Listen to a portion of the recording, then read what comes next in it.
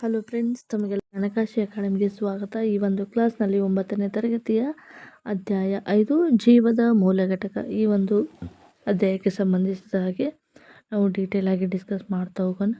GPSTR, HSTR ಮತ್ತು PSTR ಎಕ್ಸಾಮಿನೇಷನ್ಗೆ ಸಂಬಂಧಿಸಿದ ಹಾಗೆ TET ಮತ್ತು CTETಗೆ ಸಂಬಂಧಿಸಿದ ಹಾಗೆ ನಾವು ಡೀಟೇಲ್ ಆಗಿ ಡಿಸ್ಕಸ್ ಮಾಡ್ತಾ ಹೋಗೋಣ. ಅದಕ್ಕೂ ಮುಂಚೆ ಈ ಚಾನಲ್ಗೆ ನೀವೇನಾದರೂ ಹೊಸಬರಾಗಿದ್ದರೆ ದಯವಿಟ್ಟು ನಮ್ಮ ಚಾನಲ್ಗೆ ಸಬ್ಸ್ಕ್ರೈಬ್ ಮಾಡ್ಕೊಳ್ಳಿ. ಹಾಗೆ ನೀವೇನಾದರೂ 9ನೇ ತರಗತಿಯ ವಿದ್ಯಾರ್ಥಿಗಳಾಗಿದ್ದರೂ ಕೂಡ ನಿಮಗೆ ಕೂಡ ತುಂಬಾ ಹೆಲ್ಪ್ಫುಲ್ ಆಗಿರುತ್ತೆ. ಸೊ ಇವಾಗ ಜೀವ ಮೂಲ ಘಟಕ ಅಧ್ಯಾಯ 4ರಲ್ಲಿ ನಮ್ಮ ಸುತ್ತಮುತ್ತಲಲ್ಲಿ ಕಂಡುಬರುವಂತಹ ಪ್ರತಿಯೊಂದು ವಸ್ತುವಿನಲ್ಲಿ ಇರುವಂತಹ ಪರಮಾಣುವಿನ ರಚನೆ ಯಾವುದರಿಂದ ಆಗಿದೆ ಎಂಬುದನ್ನು ಡೀಟೇಲ್ ಆಗಿ ನಾವು ಡಿಸ್ಕಸ್ ಮಾಡಿದ್ವಿ. ಈಗ ನಮ್ಮಂತಹ ಜೀವಿಗಳು, ಸಸ್ಯ ಜೀವಿಗಳಾಗಿರ್ಬೋದು, ಪ್ರಾಣಿ ಜೀವಿಗಳಾಗಿರ್ಬೋದು, ಯಾವರಿಂದ ಮೂಲವಾಗಿ ಯಾವರಿಂದ ಮಾಡಲ್ಪಟ್ಟಿದೆ ಎಂಬುದನ್ನು ಡೀಟೇಲ್ ಆಗಿ ಡಿಸ್ಕಸ್ ಮಾಡ್ತಾ ಬರೋಣ. ಇದರಲ್ಲಿ ಯಾವ ರೀತಿಯಾದ ರಚನೆಗಳಿರ್ತವೆ, ಜೀವದ ಮೂಲ ಘಟಕ, ಜೀವ ಅಂತಂದರೆ ಪ್ರಾಣಿಗಳಿಗೂ ಜೀವ ಇರುತ್ತೆ, ಸಸ್ಯಗಳಿಗೂ ಕೂಡ ಜೀವ ಇರುತ್ತೆ. ಈ ಜೀವದ ಒಂದು ಮೂಲ ಘಟಕ ಯಾವುದು ಎಂಬುದನ್ನು ಈ ಅಧ್ಯಾಯ 4ರಲ್ಲಿ ನಾವು ಸಂಪೂರ್ಣವಾಗಿ ವಿಶ್ಲೇಷಣೆ ಮಾಡ್ತಾ ಹೋಗೋಣ. ಕೊನೆಯದಾಗಿ ಈ ಒಂದು ಅಧ್ಯಾಯಕ್ಕೆ ಸಂಬಂಧಿಸಿದ ಪ್ರಮುಖ ಬಹು ಆಯ್ಕೆ ಪ್ರಶ್ನೋತ್ತರಗಳು, ಈ ಒಂದು ಅಧ್ಯಾಯಕ್ಕೆ ಸಂಬಂಧಿಸಿದ ಪ್ರಶ್ನೋತ್ತರಗಳನ್ನು ನಾವು ಡೀಟೇಲ್ ಆಗಿ ಡಿಸ್ಕಸ್ ಮಾಡ್ತಾ ಹೋಗೋಣ. ಸೊ ತುಂಬಾ ಉಪಯುಕ್ತವಾದ ಮಾಹಿತಿ ನಿಮಗೆ ದೊರೆಯುತ್ತೆ ಅಂತ ಹೇಳ್ತಾ ಇದ್ದೀನಿ. ಸೊ ಇದುವರೆಗೆ ಸಬ್ಸ್ಕ್ರೈಬ್ ಮಾಡದೇ ಇರೋರು ದಯವಿಟ್ಟು ಸಬ್ಸ್ಕ್ರೈಬ್ ಮಾಡಿಕೊಂಡು ವಿಡಿಯೋನ ಕಂಟಿನ್ಯೂ ಮಾಡ್ಬೋದು. ಸೊ ಇವಾಗ ಅಧ್ಯಾಯ 5 ಜೀವದ ಮೂಲ ಘಟಕ. ಸೊ ಇದರಲ್ಲಿ ನಾವು ಸಾಮಾನ್ಯವಾಗಿ ಏನು ಮಾಡ್ತಪ್ಪ ಅಂದರೆ, ಈ ಕಾರ್ಕ್ನ ತೆಳುವಾದ ಪದರನ್ನು ಪರಿಶೀಲಿಸಿದಾಗ ಜೇನುಗೂಡನ್ನು ಹೋಲುವಂಥ ಸಣ್ಣ ಸಣ್ಣ ಕೋಣೆಗಳಂಥ ರಚನೆಯನ್ನು ಈ ರಾಬರ್ಟ್ ಹುಕ್ ಎನ್ನುವಂಥವರು ಮೊದಲ ಬಾರಿಗೆ ಗಮನಿಸ್ತಾರೆ. ಅಂದರೆ ಈಗ ಯಾವ ರೀತಿಯಾಗಿ ಒಂದು ಮನೆಯಾಗಿರ್ಬೋದು, ಕಟ್ಟಡವನ್ನು ಕಟ್ಟುವಂಥ ಸಂದರ್ಭದಲ್ಲಿ ಇಟ್ಟಿಗೆಗಳನ್ನು ಒಂದರ ಮೇಲೆ ಒಂದು ಬಾಕ್ಸ್ ರೀತಿಯಲ್ಲಿ ಇಟ್ಟು ಜೋಡಣೆ ಮಾಡಿ ನಾವು ಒಂದು ಕಟ್ಟಡವನ್ನು ನಿರ್ಮಾಣವನ್ನು ಮಾಡ್ತೀವಿ. ಆ ಒಂದು ಸಣ್ಣ ಸಣ್ಣ ಕಟ್ಟಡಗಳಿಂದ ಒಂದು ಸುಂದರವಾದ ಬಿಲ್ಡಿಂಗ್ ಏನಾಗುತ್ತೆ, ರಚನೆ ಆಗುತ್ತೆ. ಅದೇ ರೀತಿ ಕೂಡ ಯಾವುದೇ ಒಂದು ಜೀವ ಇರುವಂಥ ವಸ್ತುವಿನಲ್ಲಿ ಈ ರೀತಿಯಾದ ಸಣ್ಣದಾದ ಬಾಕ್ಸ್ ರೀತಿಯಲ್ಲಿ ಜೀವಕೋಶಗಳು ಇರುವುದನ್ನು ಕಾಣಿಸ್ತೀವಿ. ಅದನ್ನು ಮೊದಲ ಬಾರಿಗೆ ರಾಬರ್ಟ್ ಹುಕ್ ಎನ್ನುವಂಥವರು ಗಮನಿಸ್ತಾರೆ. ಆದ್ದರಿಂದ ರಾಬರ್ಟ್ ಮೊದಲ ಬಾರಿಗೆ ಈ ಒಂದು ತೆಳುವಾದ ಸಣ್ಣ ಪದರದ ಜೇನುಗೂಡಿನಂತೆ ಹೋಲುವಂಥ ಸಣ್ಣದಾದ ಕೋಣೆಗಳ ರಚನೆಯನ್ನು ಜೀವವಿರುವಂಥ ಜೀವಿಯಲ್ಲಿ ಗಮನಿಸಿದವರು ರಾಬರ್ಟ್ ಹುಕ್ ಎಂತಕ್ಕಂಥವ್ರು. ಸೊ ಕಾರ್ಕ್ ಒಂದು ಮರವೊಂದರ ತೊಗಟೆ, ಅಂದರೆ ಕಾರ್ಕ್ ಅಂದರೆ ಏನಪ್ಪ ಅಂದರೆ ಒಂದು ಮರದ ತೊಗಟೆ. ಅದು ವಸ್ತು 1665ರಲ್ಲಿ ಹುಕ್ ತಾವೇ ರೂಪಿಸಿದ ಒಂದು ಸೂಕ್ಷ್ಮದರ್ಶಕದಲ್ಲಿ ಈ ಒಂದು ಆಕಸ್ಮಿಕವಾಗಿ ಗಮನಿಸಿದ ಅಂಶ. ರಾಬರ್ಟ್ ಹುಕ್ ಅವರು ಸಣ್ಣ ಪೆಟ್ಟಿಗೆಯಂತಹ ರಚನೆಯನ್ನು ಸೆಲ್ ಅಂತ ಹೇಳಿ ಮೊದಲ ಬಾರಿಗೆ, ಸೆಲ್ ಅಂತ ಕರೆದವರು ಯಾರು, ಮೊದಲ ಬಾರಿಗೆ ಸೂಕ್ಷ್ಮದರ್ಶಕವನ್ನು ಕಂಡುಹಿಡಿದವರು ಯಾರು ಮತ್ತು ಮೊದಲ ಬಾರಿಗೆ ಜೀವಕೋಶವನ್ನು ಕಂಡುಹಿಡಿದವರು ಯಾರು ಅಂತ ಪ್ರಶ್ನೆಯನ್ನು ಕೇಳ್ಬೋದು. ಹಾಗಾಗಿ ಸೆಲ್ ಅಂದರೆ ಏನಪ್ಪ ಅಂದರೆ ಲ್ಯಾಟಿನ್ ಭಾಷೆಯಲ್ಲಿ ಇದನ್ನು ಸಣ್ಣ ಕೋಣೆ ಅಂತ ಹೇಳಿ ಕರೀತಾರೆ. ಸೊ ಈಗ ಜೀವಕೋಶದ ಬಗ್ಗೆ ನಾವು ಈಗ ಇದು ನಾವು ಕೇಳಲು ಮತ್ತು ಕಲಿಯಲು ತುಂಬ ಚಿಕ್ಕದಾದ ವಿಷಯ ಅನಿಸಿದರೂ ಕೂಡ ಇದು ವಿಜ್ಞಾನ ವಿಷಯದಲ್ಲಿ ಅತ್ಯಂತ ಇತಿಹಾಸವಾದ ಒಂದು ಪ್ರಮುಖ ಘಟ್ಟವಾಗಿತ್ತು. ಸೊ ಮೊಟ್ಟ ಮೊದಲ ಬಾರಿಗೆ ಪ್ರತಿಯೊಬ್ಬರೂ ಗಮನಿಸಿ ಘಟನೆಯಾದಾಗ ಈ ಒಂದು ಹೆಸರು ಬಳಸಿದ ಸೆಲ್ ಎಂಬ ಪದವನ್ನು ಜೀವಶಾಸ್ತ್ರದಲ್ಲಿ ಇಂದಿಗೂ ಕೂಡ ಬಳಸಲಾಗುತ್ತೆ. ಅಷ್ಟು ಪರ್ಫೆಕ್ಟ್ ಆಗಿರುವಂಥ 1665ರಲ್ಲಿ ಬಳಸಿರುವಂಥ ಒಂದು ಪದವನ್ನು ಇವತ್ತಿಗೂ ನಾವು ಕಂಟಿನ್ಯೂ ಮಾಡಿ ಯೂಸ್ ಮಾಡ್ತೀವಿ. ಸೊ ಹಾಗಾದರೆ ಜೀವಿಗಳ ಯಾವುದರಿಂದ ಮಾಡಲ್ಪಟ್ಟಿವೆ ಅಂತ ನಾವು ನೋಡ್ತಾ ಹೋಗೋಣ. ಕೆಲವೊಂದಷ್ಟು ಚಟುವಟಿಕೆಗಳಿದ್ದಾವೆ. ಅಂದರೆ ಈರುಳ್ಳಿಯಲ್ಲಿ ಕಂಡುಬರುವಂಥ ಅತ್ಯಂತ ತೆಳುವಾದ ಪದರನ್ನು ನಾವು ತೆಗೆದುಕೊಂಡು ಇದನ್ನು ನಾವು ಸೂಕ್ಷ್ಮದರ್ಶಕದಲ್ಲಿ ಗಮನಿಸಿದಾಗ, ಅಂದರೆ ಆಲೂಗಡ್ಡೆಯ ಈರುಳ್ಳಿಯ ಒಂದು ಚಿಕ್ಕದಾದ ಪದರನ್ನು ನಾವು ತಗೋಬೇಕು. ಇದರ ಒಳಭಾಗದಲ್ಲಿ ತೆಳುವಾದ ಒಂದು ಪದರ ಇರುತ್ತೆ ಈರುಳ್ಳಿಯಲ್ಲಿ. ಈ ಒಂದು ತೆಳುವಾದ ಪದರವನ್ನು ನಾವು ಎಪಿಡರ್ಮಿಸ್ ಅಂತ ಹೇಳಿ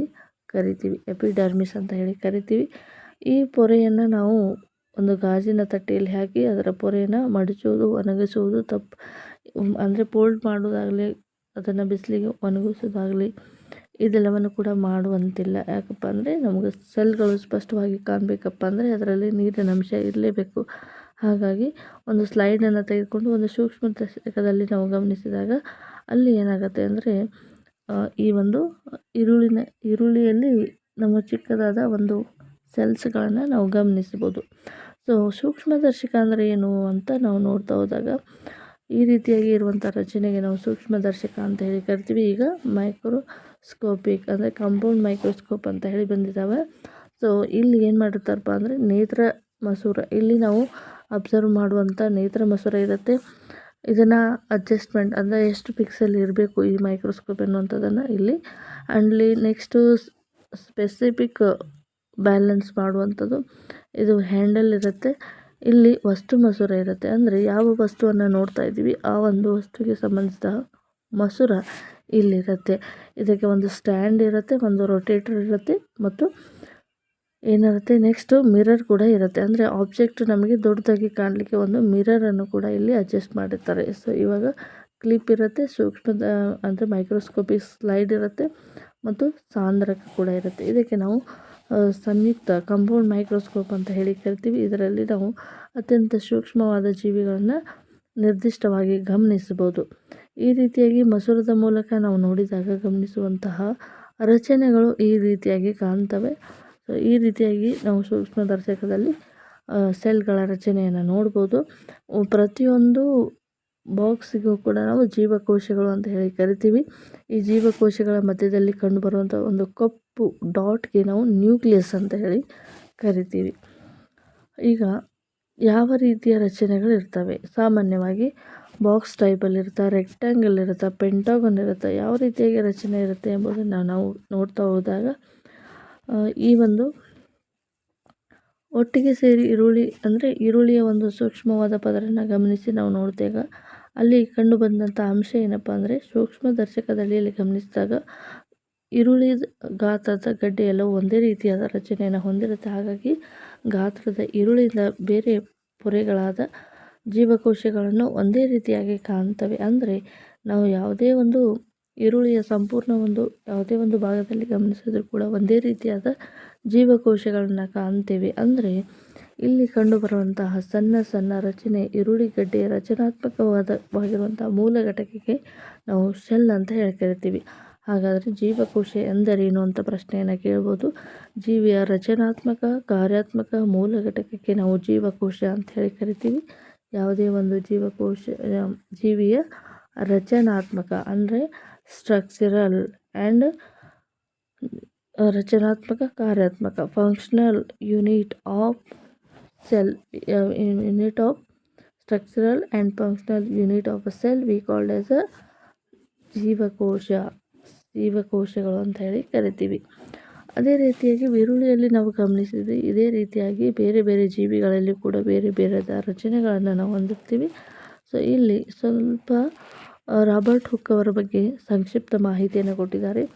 1665ರಲ್ಲಿ ರಾಬರ್ಟ್ ಹುಕ್ ಎನ್ನುವಂಥವರು ಮೊದಲ ಬಾರಿ ಜೀವಕೋಶವನ್ನು ಆವಿಷ್ಕರಿಸಿದರು. ಇವರು ತೆಳುವಾದ ಕಾರ್ಕ್ ಪದರವನ್ನು ಅಂದರೆ ಒಂದು ಕಟ್ಟಿಗೆಯ ಪದರನ್ನು ತೆಗೆದುಕೊಂಡು ಅದರ ಸಹಾಯದಿಂದ ಜೀವಕೋಶವನ್ನು ಗಮನಿಸ್ತಾರೆ. ಲಿವೆನ್ ಹಾಕ್ ಅನ್ನುವಂಥವರು ಇದನ್ನು ಏನು ಮಾಡ್ತಪ್ಪ ಅಂದರೆ ಇನ್ನಷ್ಟು ಇಂಪ್ರೂವ್ಮೆಂಟ್ ಮಾಡ್ತಾರೆ. 1674ರಲ್ಲಿ ಇದನ್ನು ಉತ್ತಮವಾಗಿ ಸೂಕ್ಷ್ಮದರ್ಶಕ ಸಹಾಯದಿಂದ ಸಣ್ಣ ಕೊಳದಲ್ಲಿ ನೀರಿನಲ್ಲಿ ಸ್ವತಂತ್ರವಾಗಿ ಚಲಿಸುವಂಥ ಜೀವಕೋಶಗಳನ್ನು ಮೊದಲ ಬಾರಿಗೆ ಆವಿಷ್ಕಾರ ಮಾಡ್ತಾರೆ. ಯಾರು? ಲಿವೆನ್ ಹಾಕ್ ಅಂತಕ್ಕಂಥವರು ಮೊದಲ ಬಾರಿಗೆ ನೀರಿನ ಕೊಳದಲ್ಲಿ ಗಮನಿಸಿರುವಂಥ ಅತ್ಯಂತ ಸೂಕ್ಷ್ಮವಾದ ಜೀವಿಗಳನ್ನು ಗಮನಿಸ್ತಾರೆ. ಅದೇ ರೀತಿಯಾಗಿ 1831ರಲ್ಲಿ ರಾಬರ್ಟ್ ಬ್ರೌನ್ ಎಂತಕ್ಕಂಥವ್ರು ಜೀವಕೋಶದಲ್ಲಿನ ನ್ಯೂಕ್ಲಿಯಸನ್ನು ಆವಿಷ್ಕಾರ ಮಾಡ್ತಾರೆ. ಅಂದರೆ ಮೊದಲ ಬಾರಿಗೆ ನಾವು ಜೀವಕೋಶವನ್ನು ಗಮನಿಸ್ತೀವಿ. ನಂತರ 1831ರಲ್ಲಿ ರಾಬರ್ಟ್ ಬ್ರೌನ್ ಎಂತಕ್ಕಂಥವ್ರು ಜೀವಕೋಶದಲ್ಲಿ ಇರುವಂತಹ ನ್ಯೂಕ್ಲಿಯಸನ್ನು ಗಮನಿಸ್ತಾರೆ. ನೇರವಾಗಿ ಮಲ್ಟಿಪಲ್ ಚಾಯ್ಸ್ ಕ್ವಶನನ್ನು ಈ ರೀತಿಯಾಗಿ ಕೇಳ್ತಾರೆ. ಜೀವಕೋಶವನ್ನು ಆವಿಷ್ಕರಿಸಿದವರು ಯಾರು? ಅದೇ ರೀತಿಯಾಗಿ ಮೊದಲ ಬಾರಿಗೆ ನೀರಿನಲ್ಲಿ ಸ್ವತಂತ್ರವಾಗಿ ಜೀವಿಸುವ ಜೀವಕೋಶವನ್ನು ಮೊದಲ ಬಾರಿಗೆ ಯಾರು ಆವಿಷ್ಕಾರ ಮಾಡಿದರು? ಲಿವೆನ್ ಹಾಕ್ ಅನ್ನುವಂಥವ್ರು ಮೊದಲ ಬಾರಿಗೆ ಜೀವಿಯನ್ನು ಕಂಡುಹಿಡ್ತಾರೆ. ನ್ಯೂಕ್ಲಿಯಸನ್ನು ಅನ್ವೇಷಣೆ ಮಾಡಿದವರು ರಾಬರ್ಟ್ ಬ್ರೌನ್. ಅದೇ ರೀತಿಯಾಗಿ ನ್ಯೂಕ್ಲಿಯಸನ್ನು ಮತ್ತು ಜೀವಕೋಶವನ್ನು ಮತ್ತು ಸೂಕ್ಷ್ಮದರ್ಶಕವನ್ನು ಮೊದಲ ಬಾರಿಗೆ ಕಂಡುಹಿಡಿದಂಥವ್ರು ರಾಬರ್ಟ್ ಹುಕ್ ಅಂತಕ್ಕಂಥವ್ರು. ಅದೇ ರೀತಿಯಾಗಿ ಪರ್ಕಿನ್ಜೆ ಎನ್ನುವಂಥವರು ಜೀವಕೋಶದೊಳಗೆ ಕಂಡುಬರುವಂಥ ದ್ರವ ಪದಾರ್ಥವನ್ನು ಹೆಸರಿಸಲು ಪ್ರೋಟೋಪ್ಲಾಸಮ್ ಎಂಬ ಪದದಿಂದ ಪರಿಚಯಿಸಿದರು. ಅಂದರೆ ಎಲ್ಲ ಜೀವಕೋಶಗಳು ಜೀವಂತವಾಗಿರಬೇಕಂದ್ರೆ ಅಲ್ಲಿ ಹೈಡ್ರಾಟಿಕ್ ಕಂಪೋನೆಂಟ್ಸ್ ಇರಬೇಕಾಗತ್ತೆ, ಅಂದರೆ ನೀರಿನ ಅಂಶ ಇರಬೇಕಾಗತ್ತೆ. ಆ ಒಂದು ನೀರಿನ ಅಂಶಕ್ಕೆ ಅವರು ಏನಂತ ಕರೆದ್ರಪ್ಪ ಅಂದರೆ ಪ್ರೋಟೋಪ್ಲಾಸಮ್ ಅಂತ ಹೇಳಿ ಕರೆದ್ರು. ಅದನ್ನು ಕಂಡುಹಿಡಿದಂಥವ್ರು ಪರ್ಕಿನ್ಜೆ ಅಂತಕ್ಕಂಥವ್ರು. ಈ ಎಲ್ಲ ಸಸ್ಯಗಳು ಮತ್ತು ಪ್ರಾಣಿಗಳು ಜೀವಕೋಶಗಳಿಂದ ಮಾಡಲ್ಪಟ್ಟಿವೆ ಮತ್ತು ಜೀವಕೋಶವು ಜೀವದ ಮೂಲ ಘಟಕ ಎಂಬ ಸಿದ್ಧಾಂತವನ್ನು ಸ್ಲೀಡನ್ ಎಂತಕ್ಕಂಥವ್ರು 1838ರಲ್ಲಿ ಶ್ವಾನ ಎಂಬ ಇಬ್ಬರು ಜೀವವಿಜ್ಞಾನಿಗಳು ಪರಿಚಯಿಸಿದರು. 1855ರಲ್ಲಿ ವರ್ಚೋವಾ ಎನ್ನುವಂಥ ವಿಜ್ಞಾನಿ ಅಸ್ತಿತ್ವದಲ್ಲಿರುವ ಜೀವಕೋಶಗಳಿಂದ ಹೊಸ ಜೀವಕೋಶಗಳನ್ನು ಉಂಟು ಮಾಡುತ್ತವೆ ಎಂಬ ಅಂಶವನ್ನು ಸೇರಿಸಿ ಹೊಸ ಕೋಶ ಸಿದ್ಧಾಂತವನ್ನು ಮತ್ತಷ್ಟು ವಿಸ್ತರಣೆಯನ್ನು ಮಾಡಿದರು. ಈ ರೀತಿಯಾಗಿ ಜೀವಕೋಶದ ಆವಿಷ್ಕಾರ ಆಯಿತು. ಸೂಕ್ಷ್ಮದರ್ಶಕದ ಒಂದು ಆವಿಷ್ಕಾರದಿಂದ ಇಷ್ಟೆಲ್ಲ ಹೊಸ ಜೀವಿಗಳು ನಾವು ಆವಿಷ್ಕಾರ ಮಾಡಲಿಕ್ಕೆ ಸಾಧ್ಯ ಆಯಿತು. ಅದೇ ರೀತಿಯಾಗಿ ವರ್ಧಿಸುವ ಮಸೂರಗಳ ಆವಿಷ್ಕಾರವು ಸೂಕ್ಷ್ಮದರ್ಶಕ ಪ್ರಪಂಚವೇ ಸಂಶೋಧನೆಯ ದಾರಿ ಮಾಡಿಕೊಟ್ಟಿತು. ವರ್ಧಿಸುವ ಮಸೂರ ಅಂದರೆ ಡಿಸೈನ್ ಆಫ್ ದ ಲೆನ್ಸ್. ಯಾವ ರೀತಿಯಾಗಿ ಡಿಸೈನನ್ನು ಮಾಡ್ತಾರೆ ಲೆನ್ಸ್ಗಳನ್ನು. ನಾವು ಲೆನ್ಸ್ಗಳಲ್ಲಿ ಹಲವಾರು ರೀತಿಯಾದ ಲೆನ್ಸ್ಗಳನ್ನು ಕಾಣ್ತೀವಿ. Convex, concave and plano concave and ಈ ರೀತಿಯಾಗಿ ಕಾನ್ವೆಕ್ಸ್ ಆ್ಯಂಡ್ ಈ ರೀತಿಯಾಗಿ ಬೇರೆ ಬೇರೆಯಾದ ಲೆನ್ಸ್ಗಳ ಕಾಂಬಿನೇಷನ್ನಿಂದ ನಾವು ಬೇರೆ ಬೇರೆ ವಿಭಿನ್ನ ರೀತಿಯಾದ ಸೂಕ್ಷ್ಮದರ್ಶಕಗಳನ್ನು ಆವಿಷ್ಕಾರ ಮಾಡಿ ಆ ಒಂದು ಜೀವಕೋಶಗಳ ಸಂಶೋಧನೆಗೆ ಇಲ್ಲಿ ಕಾರಣ ಆಯಿತು ಅಂತ ಹೇಳ್ಬೋದು. ಮೊದಲ ಬಾರಿಗೆ ಸಂಶೋಧನೆ ದಾರಿ ಮಾಡಿಕೊಟ್ಟು ಒಂದು ಕೋಶವು ಒಂದು ಪೂರ್ಣಜೀವಿಯನ್ನು ಪ್ರತಿನಿಧಿಸಬಹುದು. ಅಂದರೆ ಒಂದೇ ಒಂದು ಜೀವಕೋಶದಿಂದ ಮಾಡಲ್ಪಟ್ಟಂಥ ಜೀವಿ ಕೂಡ ಒಂದು ಜೀವಿಯೇ ಆಗಿರುತ್ತೆ. ಅಂದರೆ ಒಂದು ಕೋಶವು ಒಂದೇ ಒಂದು ಪೂರ್ಣಜೀವಿಯನ್ನು ಪ್ರತಿನಿಧಿಸಬಹುದು. ಅದಕ್ಕೆ ಉದಾಹರಣೆ ಏನಪ್ಪ ಅಂದರೆ ಅಮೀಬಾ ಅಂತಕ್ಕಂಥದ್ದು ಏನು ಅತ್ಯಂತ ಚಿಕ್ಕ ಅಥವಾ ಏಕಕೋಶ ಜೀವಿ ಅಂತ ಕೂಡ ಕರಿಬೋದು. ಕ್ಲಾಮಿಡೋಮೋನಾಸ್ ಅಂತಕ್ಕಂಥದ್ದು, ಪ್ಯಾರಾಮೆಸಿಯಾ ಅಂತಕ್ಕಂಥದ್ದು, ಬ್ಯಾಕ್ಟೀರಿಯಾ ಅಂತಕ್ಕಂಥದ್ದು ಇವೆಲ್ಲವೂ ಕೂಡ ಒಂದೇ ಒಂದು ಜೀವಕೋಶದಿಂದ ಮಾಡಲ್ಪಟ್ಟ ಜೀವಿಗಳಾಗಿರ್ತವೆ. ನೆಕ್ಸ್ಟು ಜೀವಿಗಳನ್ನು ಏಕಕೋಶೀಯ ಯುನಿಸೆಲ್ಯುಲಾರ್ ಅಂತ ಹೇಳಿ ಕರಿತಾವ್ರಿ. ಅಂದರೆ ಒಂದೇ ಒಂದು ಜೀವಕೋಶದಿಂದ ಮಾಡಲ್ಪಟ್ಟಿರುವಂಥ ಜೀವಿಗಳಿಗೆ ಯುನಿಸೆಲ್ಯುಲಾರ್ ಅಥವಾ ಏಕಕೋಶೀಯ ಜೀವಿಗಳು ಅಂತ ಹೇಳಿ ಕರಿತೀವಿ. ಇಲ್ಲಿಯೂ ಕೂಡ ಕೆಲವೊಂದಷ್ಟು ಶಿಲೀಂಧ್ರಗಳು, ಸಸ್ಯಗಳು, ಪ್ರಾಣಿಗಳು ಅನೇಕ ಜೀವಕೋಶಗಳ ಗುಂಪು ಒಂದೇ ಜೀವಿಯಲ್ಲಿದ್ದು ಬೇರೆ ಬೇರೆಯಾದ ಕಾರ್ಯವನ್ನು ನಿರ್ವಹಿಸ್ತವೆ. ಈ ಒಂದು ದೇಹದ ಭಾಗಗಳನ್ನು ನಿರ್ಮಿಸಲು ಕಾರಣವಾಗಿರುವಂಥ ಜೀವಕೋಶಗಳಿಗೆ ಬಹುಕೋಶೀಯ ಅಥವಾ ಮಲ್ಟಿ ಸೆಲ್ಯುಲಾರ್ ಅಂತ ಹೇಳಿ ಕರಿತೀವಿ. ಅಂದರೆ ಜೀವಕೋಶದಲ್ಲಿ ಎರಡು ವಿಧಗಳು, ಒಂದು ಯುನಿಸೆಲ್ಯುಲಾರ್, ಇನ್ನೊಂದು ಮಲ್ಟಿ ಸೆಲ್ಯುಲಾರ್. ಅಂದರೆ ಒಂದೇ ಒಂದು ಜೀವಕೋಶದಲ್ಲಿ ಒಂದೇ ಒಂದು ಜೀವಿ ಇರ್ತಕ್ಕಂಥದ್ದಕ್ಕೆ ನಾವು ಯುನಿಸೆಲ್ಯುಲಾರ್ ಅಂತ ಹೇಳಿ ಕರಿತೀವಿ. ಅದಕ್ಕೆ ಎಕ್ಸಾಂಪಲನ್ನು ನೋಡಿದ್ವಿ, ಅಮೀಬಾ, ಪ್ಯಾರಾಮೆಸಿಯಾ ಮತ್ತು ಈ ರೀತಿಯಾಗಿ ನೋಡಿದ್ವಿ. ಸೊ ಅದೇ ರೀತಿಯಾಗಿ ಒಂದೇ ಜೀವಿಯಲ್ಲಿ ವಿಭಿನ್ನ ರೀತಿಯಾದ ಜೀವಕೋಶಗಳ ಗುಂಪನ್ನು ಹೊಂದು ಬೇರೆ ಬೇರೆ ಕೆಲಸವನ್ನು ನಿರ್ವಹಿಸುವಂತಹ ಒಂದು ಜೀವಿಗಳಿಗೆ ನಾವು ಮಲ್ಟಿ ಸೆಲ್ಯುಲಾರ್ ಆ್ಯನಿಮಲ್ ಅಂತ ಹೇಳಿ ಕರಿತೀವಿ. ಸೊ ನೆಕ್ಸ್ಟು ನಾವು ಇದನ್ನು ಗಮನಿಸ್ತಾ ಹೋದಾಗ ಇಲ್ಲಿ ಕೆಲವೊಂದಿಷ್ಟು ಏಕಕೋಶ ಜೀವಿಗಳು ಅಥವಾ ನಮ್ಮ ದೇಹದಲ್ಲಿ ಬರುವಂಥ ವಿವಿಧ ರೀತಿಯಾದ ಕೋಶಗಳನ್ನು ನಾವು ಇಲ್ಲಿ ಗಮನಿಸ್ತೀವಿ. ಮೊದಲನೇದಾಗಿ ಇಲ್ಲಿ ಗಮನಿಸ್ತಾ ಇದ್ವಿ, ಇದು ಒಂದು ಮೃದು ಸ್ನಾಯು ಕೋಶ, ಸಾಫ್ಟ್ ಮಸ್ಕ್ಯುಲರ್ ಸೆಲ್ ಅಂತ ಹೇಳಿ ಕರಿತೀವಿ. ಇದು ರಕ್ತದ ಜೀವಕೋಶಗಳು ಈ ರೀತಿಯಾಗಿ ಸರ್ಕಲ್ ಶೇಪಲ್ಲಿ ಇರುತ್ತೆ. ಸೊ ಅಂಡಾಣು ಎಂತಕ್ಕಂಥದ್ದು ಈ ರೀತಿಯಾಗಿರುತ್ತೆ. ಇಲ್ಲಿ ಮೂಳೆ ಕೋಶಗಳು ಅಂದರೆ ನಮ್ಮ ಬೋನ್ ಸೆಲ್ಸ್ಗಳು ಈ ರೀತಿಯಾಗಿ ಡಿಸೈನನ್ನು ಹೊಂದಿರ್ತವೆ. ವೀರ್ಯಾಣುಗಳ ಸೆಲ್ ಈ ರೀತಿಯಾಗಿರುತ್ತೆ. ಅದೇ ರೀತಿಯಾಗಿ ಫ್ಯಾಟ್ ಸೆಲ್ಸ್ಗಳು ಈ ರೀತಿಯಾಗಿ ಡಿಸೈನನ್ನು ಹೊಂದಿರ್ತವೆ. ಮತ್ತು ನರಕೋಶಗಳು ಒಂದೇ ಒಂದು ಜೀವಕೋಶ ಈ ರೀತಿಯಾದ ರಚನೆಯನ್ನು ಹೊಂದಿದೆ. ಅಂದರೆ ಒಂದೇ ಜೀವಿಯಲ್ಲಿರುವಂಥ ವಿವಿಧ ರೀತಿಯಾದ ಜೀವಕೋಶಗಳು ವಿವಿಧ ಕಾರ್ಯವನ್ನು ನಿರ್ವಹಿಸುವಂತಹ ಜೀವಿಗಳಿಗೆ ನಾವು ಮಲ್ಟಿ ಸೆಲ್ಯುಲರ್ ಅಂತ ಹೇಳಿ ಕರಿತೀವಿ. ಎಲ್ಲವೂ ಕೂಡ ಒಂದೇ ಒಂದು ಇದಕ್ಕಿಂತ ಇಷ್ಟು ಮತ್ತು ಇದಕ್ಕಿಂತ ಹೆಚ್ಚಿನ ಜೀವಕೋಶಗಳು ಜೀವಿಯಲ್ಲಿ ನಾವು ಕಂಡುಬರುವುದನ್ನು ಕಾಣ್ತೇವೆ. ಇದು ಮನುಷ್ಯನ ದೇಹದಲ್ಲಿ ಕಂಡುಬರುವಂಥ ವಿವಿಧ ಜೀವಕೋಶಗಳು ಈ ರೀತಿಯಾಗಿದ್ದಾವೆ. ಪ್ರತಿ ಜೀವಂತ ಜೀವಕೋಶವು ಎಲ್ಲ ಜೀವಿಗಳ ಗುಣಲಕ್ಷಣಗಳಾದ ಮೂಲ ಕ್ರಿಯೆಗಳನ್ನು ನಿರ್ವಹಿಸುವ ಸಾಮರ್ಥ್ಯವನ್ನು ಹೊಂದಿದೆ. ಒಂದು ಜೀವಂತ ಕೋಶವು ಮೂಲ ಕ್ರಿಯೆಗಳನ್ನು ಯಾವ ರೀತಿಯಾಗಿ ನಿರ್ವಹಣೆ ಮಾಡುತ್ತೆ, ಅದೇ ರೀತಿಯಾಗಿ ಮನುಷ್ಯರಂತಹ ಬಹುಕೋಶೀಯ ಜೀವಿಗಳಲ್ಲಿ ವಿವಿಧ ಕಾರ್ಯಗಳ ಹಂಚಿಕೆ ಯಾವ ರೀತಿಯಾಗಿರುತ್ತೆ, ಮನುಷ್ಯನ ದೇಹದ ವಿವಿಧ ಭಾಗಗಳು ವಿವಿಧ ಕಾರ್ಯಗಳನ್ನು ನಿರ್ವಹಿಸುತ್ತವೆ. ಮನುಷ್ಯನ ದೇಹವು ಹೃದಯವನ್ನು ಹೊಂದಿದ್ದು ಇದು ರಕ್ತವನ್ನು ಪಂಪ್ ಮಾಡಲಿಕ್ಕೆ ಇದು ಸಹಾಯ ಮಾಡುತ್ತೆ. ಜಠರ ಆಹಾರವನ್ನು ಜೀರ್ಣಿಸುತ್ತೆ. ಅದೇ ರೀತಿಯಾಗಿ ವಿವಿಧ ಕಾರ್ಯಗಳಲ್ಲಿ ವಿವಿಧ ಜೀವಕೋಶಗಳು ಕಾಂಪೌಂಡ್ ಸೆಲ್ಸ್ಗಳು ಕಾರ್ಯವನ್ನು ನಿರ್ವಹಿಸುತ್ತವೆ. ಅದೇ ರೀತಿಯಾಗಿ ಇಲ್ಲಿ ಇದಕ್ಕೆ ಸಂಬಂಧಿಸಿ ಕೆಲವೊಂದಿಷ್ಟು ಪ್ರಶ್ನೆಗಳಿದ್ದಾವೆ. ಜೀವಕೋಶವನ್ನು ಯಾರು ಆವಿಷ್ಕರಿಸಿದರು ಮತ್ತು ಹೇಗೆ? ಜೀವಕೋಶವನ್ನು ಆವಿಷ್ಕರಿಸಿದವರು ರಾಬರ್ಟ್ ಹುಕ್ ಅಂತಕ್ಕಂಥವ್ರು. ಇವರು ಸ್ವತಃ ತಾವೇ ತಯಾರಿಸಿದಂಥ ಒಂದು ಸೂಕ್ಷ್ಮದರ್ಶಕದಲ್ಲಿ ಮರದ ತೊಗಟೆಯಲ್ಲಿ ಆಕಸ್ಮಿಕವಾಗಿ ಗಮನಿಸಿದ ಒಂದು ಬಾಕ್ಸ್ ರೀತಿಯಲ್ಲಿ ಕಂಡುಬಂಥ ಒಂದು ರಚನೆಗಳಿಗೆ ಜೀವಕೋಶ ಅಂತ ಹೇಳಿ ಕರೆದ್ವಿ. ಎರಡನೇ ಪ್ರಶ್ನೆ, ಜೀವಕೋಶಗಳನ್ನು ಜೀವಿಯ ರಚನೆ ಮತ್ತು ಕಾರ್ಯಾತ್ಮಕ ಮೂಲ ಘಟಕ ಎಂದು ಏಕೆ ಕರೆಯುತ್ತಾರೆ? ಜೀವಿಯ ರಚನೆ ಮತ್ತು ಕಾರ್ಯನಿರ್ವಹಣೆಯ ಮೂಲ ಘಟಕ ಎಂದು ಏಕೆ ಕರೆಯುತ್ತಾರೆ ಅಂದರೆ ಜೀವಕೋಶ ಅಂತಕ್ಕಂಥದ್ದು ಯಾವುದೇ ಒಂದು ಜೀವಿಯ ಒಂದು ಮೂಲ ಘಟಕ ಆಗಿರುತ್ತೆ. ಅಂದರೆ ಆ ಜೀವಿಯ ಮೂಲವಾದ ರಚನೆ structural functional unit of cell ಅಂತ ಹೇಳಿ ಕರಿತೀವಿ. ಅದು ಎಲ್ಲ ರೀತಿಯ ಕಾರ್ಯ ಮತ್ತು ರಚನೆಯನ್ನು ಈ ಒಂದು ಜೀವಕೋಶದಲ್ಲಿ ನಿರ್ವಹಿಸುವಂಥದ್ದಕ್ಕೆ ಇದಕ್ಕೆ ನಾವು structural and functional unit of cell ಅಂತ ಹೇಳಿ ಕರಿತೀವಿ. ಮುಂದುವರೆದ ಕಾನ್ಸೆಪ್ಟ್ ಏನಪ್ಪ ಅಂದರೆ ಜೀವಕೋಶವು ಯಾವುದರಿಂದ ಮಾಡಲ್ಪಟ್ಟಿದೆ? ಜೀವಕೋಶದ ರಚನಾತ್ಮಕ ವ್ಯವಸ್ಥೆ ಯಾವ ರೀತಿಯಾಗಿದೆ ಅಂದರೆ ಒಂದು ಮನುಷ್ಯನ ಜೀವಿಯಾಗಿರ್ಬೋದು, ಯಾವುದೇ ಒಂದು ಜೀವಂತ ಜೀವಿಯಾಗಿರ್ಬೋದು, ಆ ಜೀವಕೋಶವು ಯಾವುದರಿಂದ ಮಾಡಲ್ಪಟ್ಟಿದೆ, ಇದರ ರಚನಾತ್ಮಕ ವ್ಯವಸ್ಥೆ ಯಾವ ರೀತಿಯಾಗಿದೆ ಅಂತ ಡೀಟೇಲ್ ಆಗಿ ನೋಡ್ತಾ ಹೋಗೋಣ.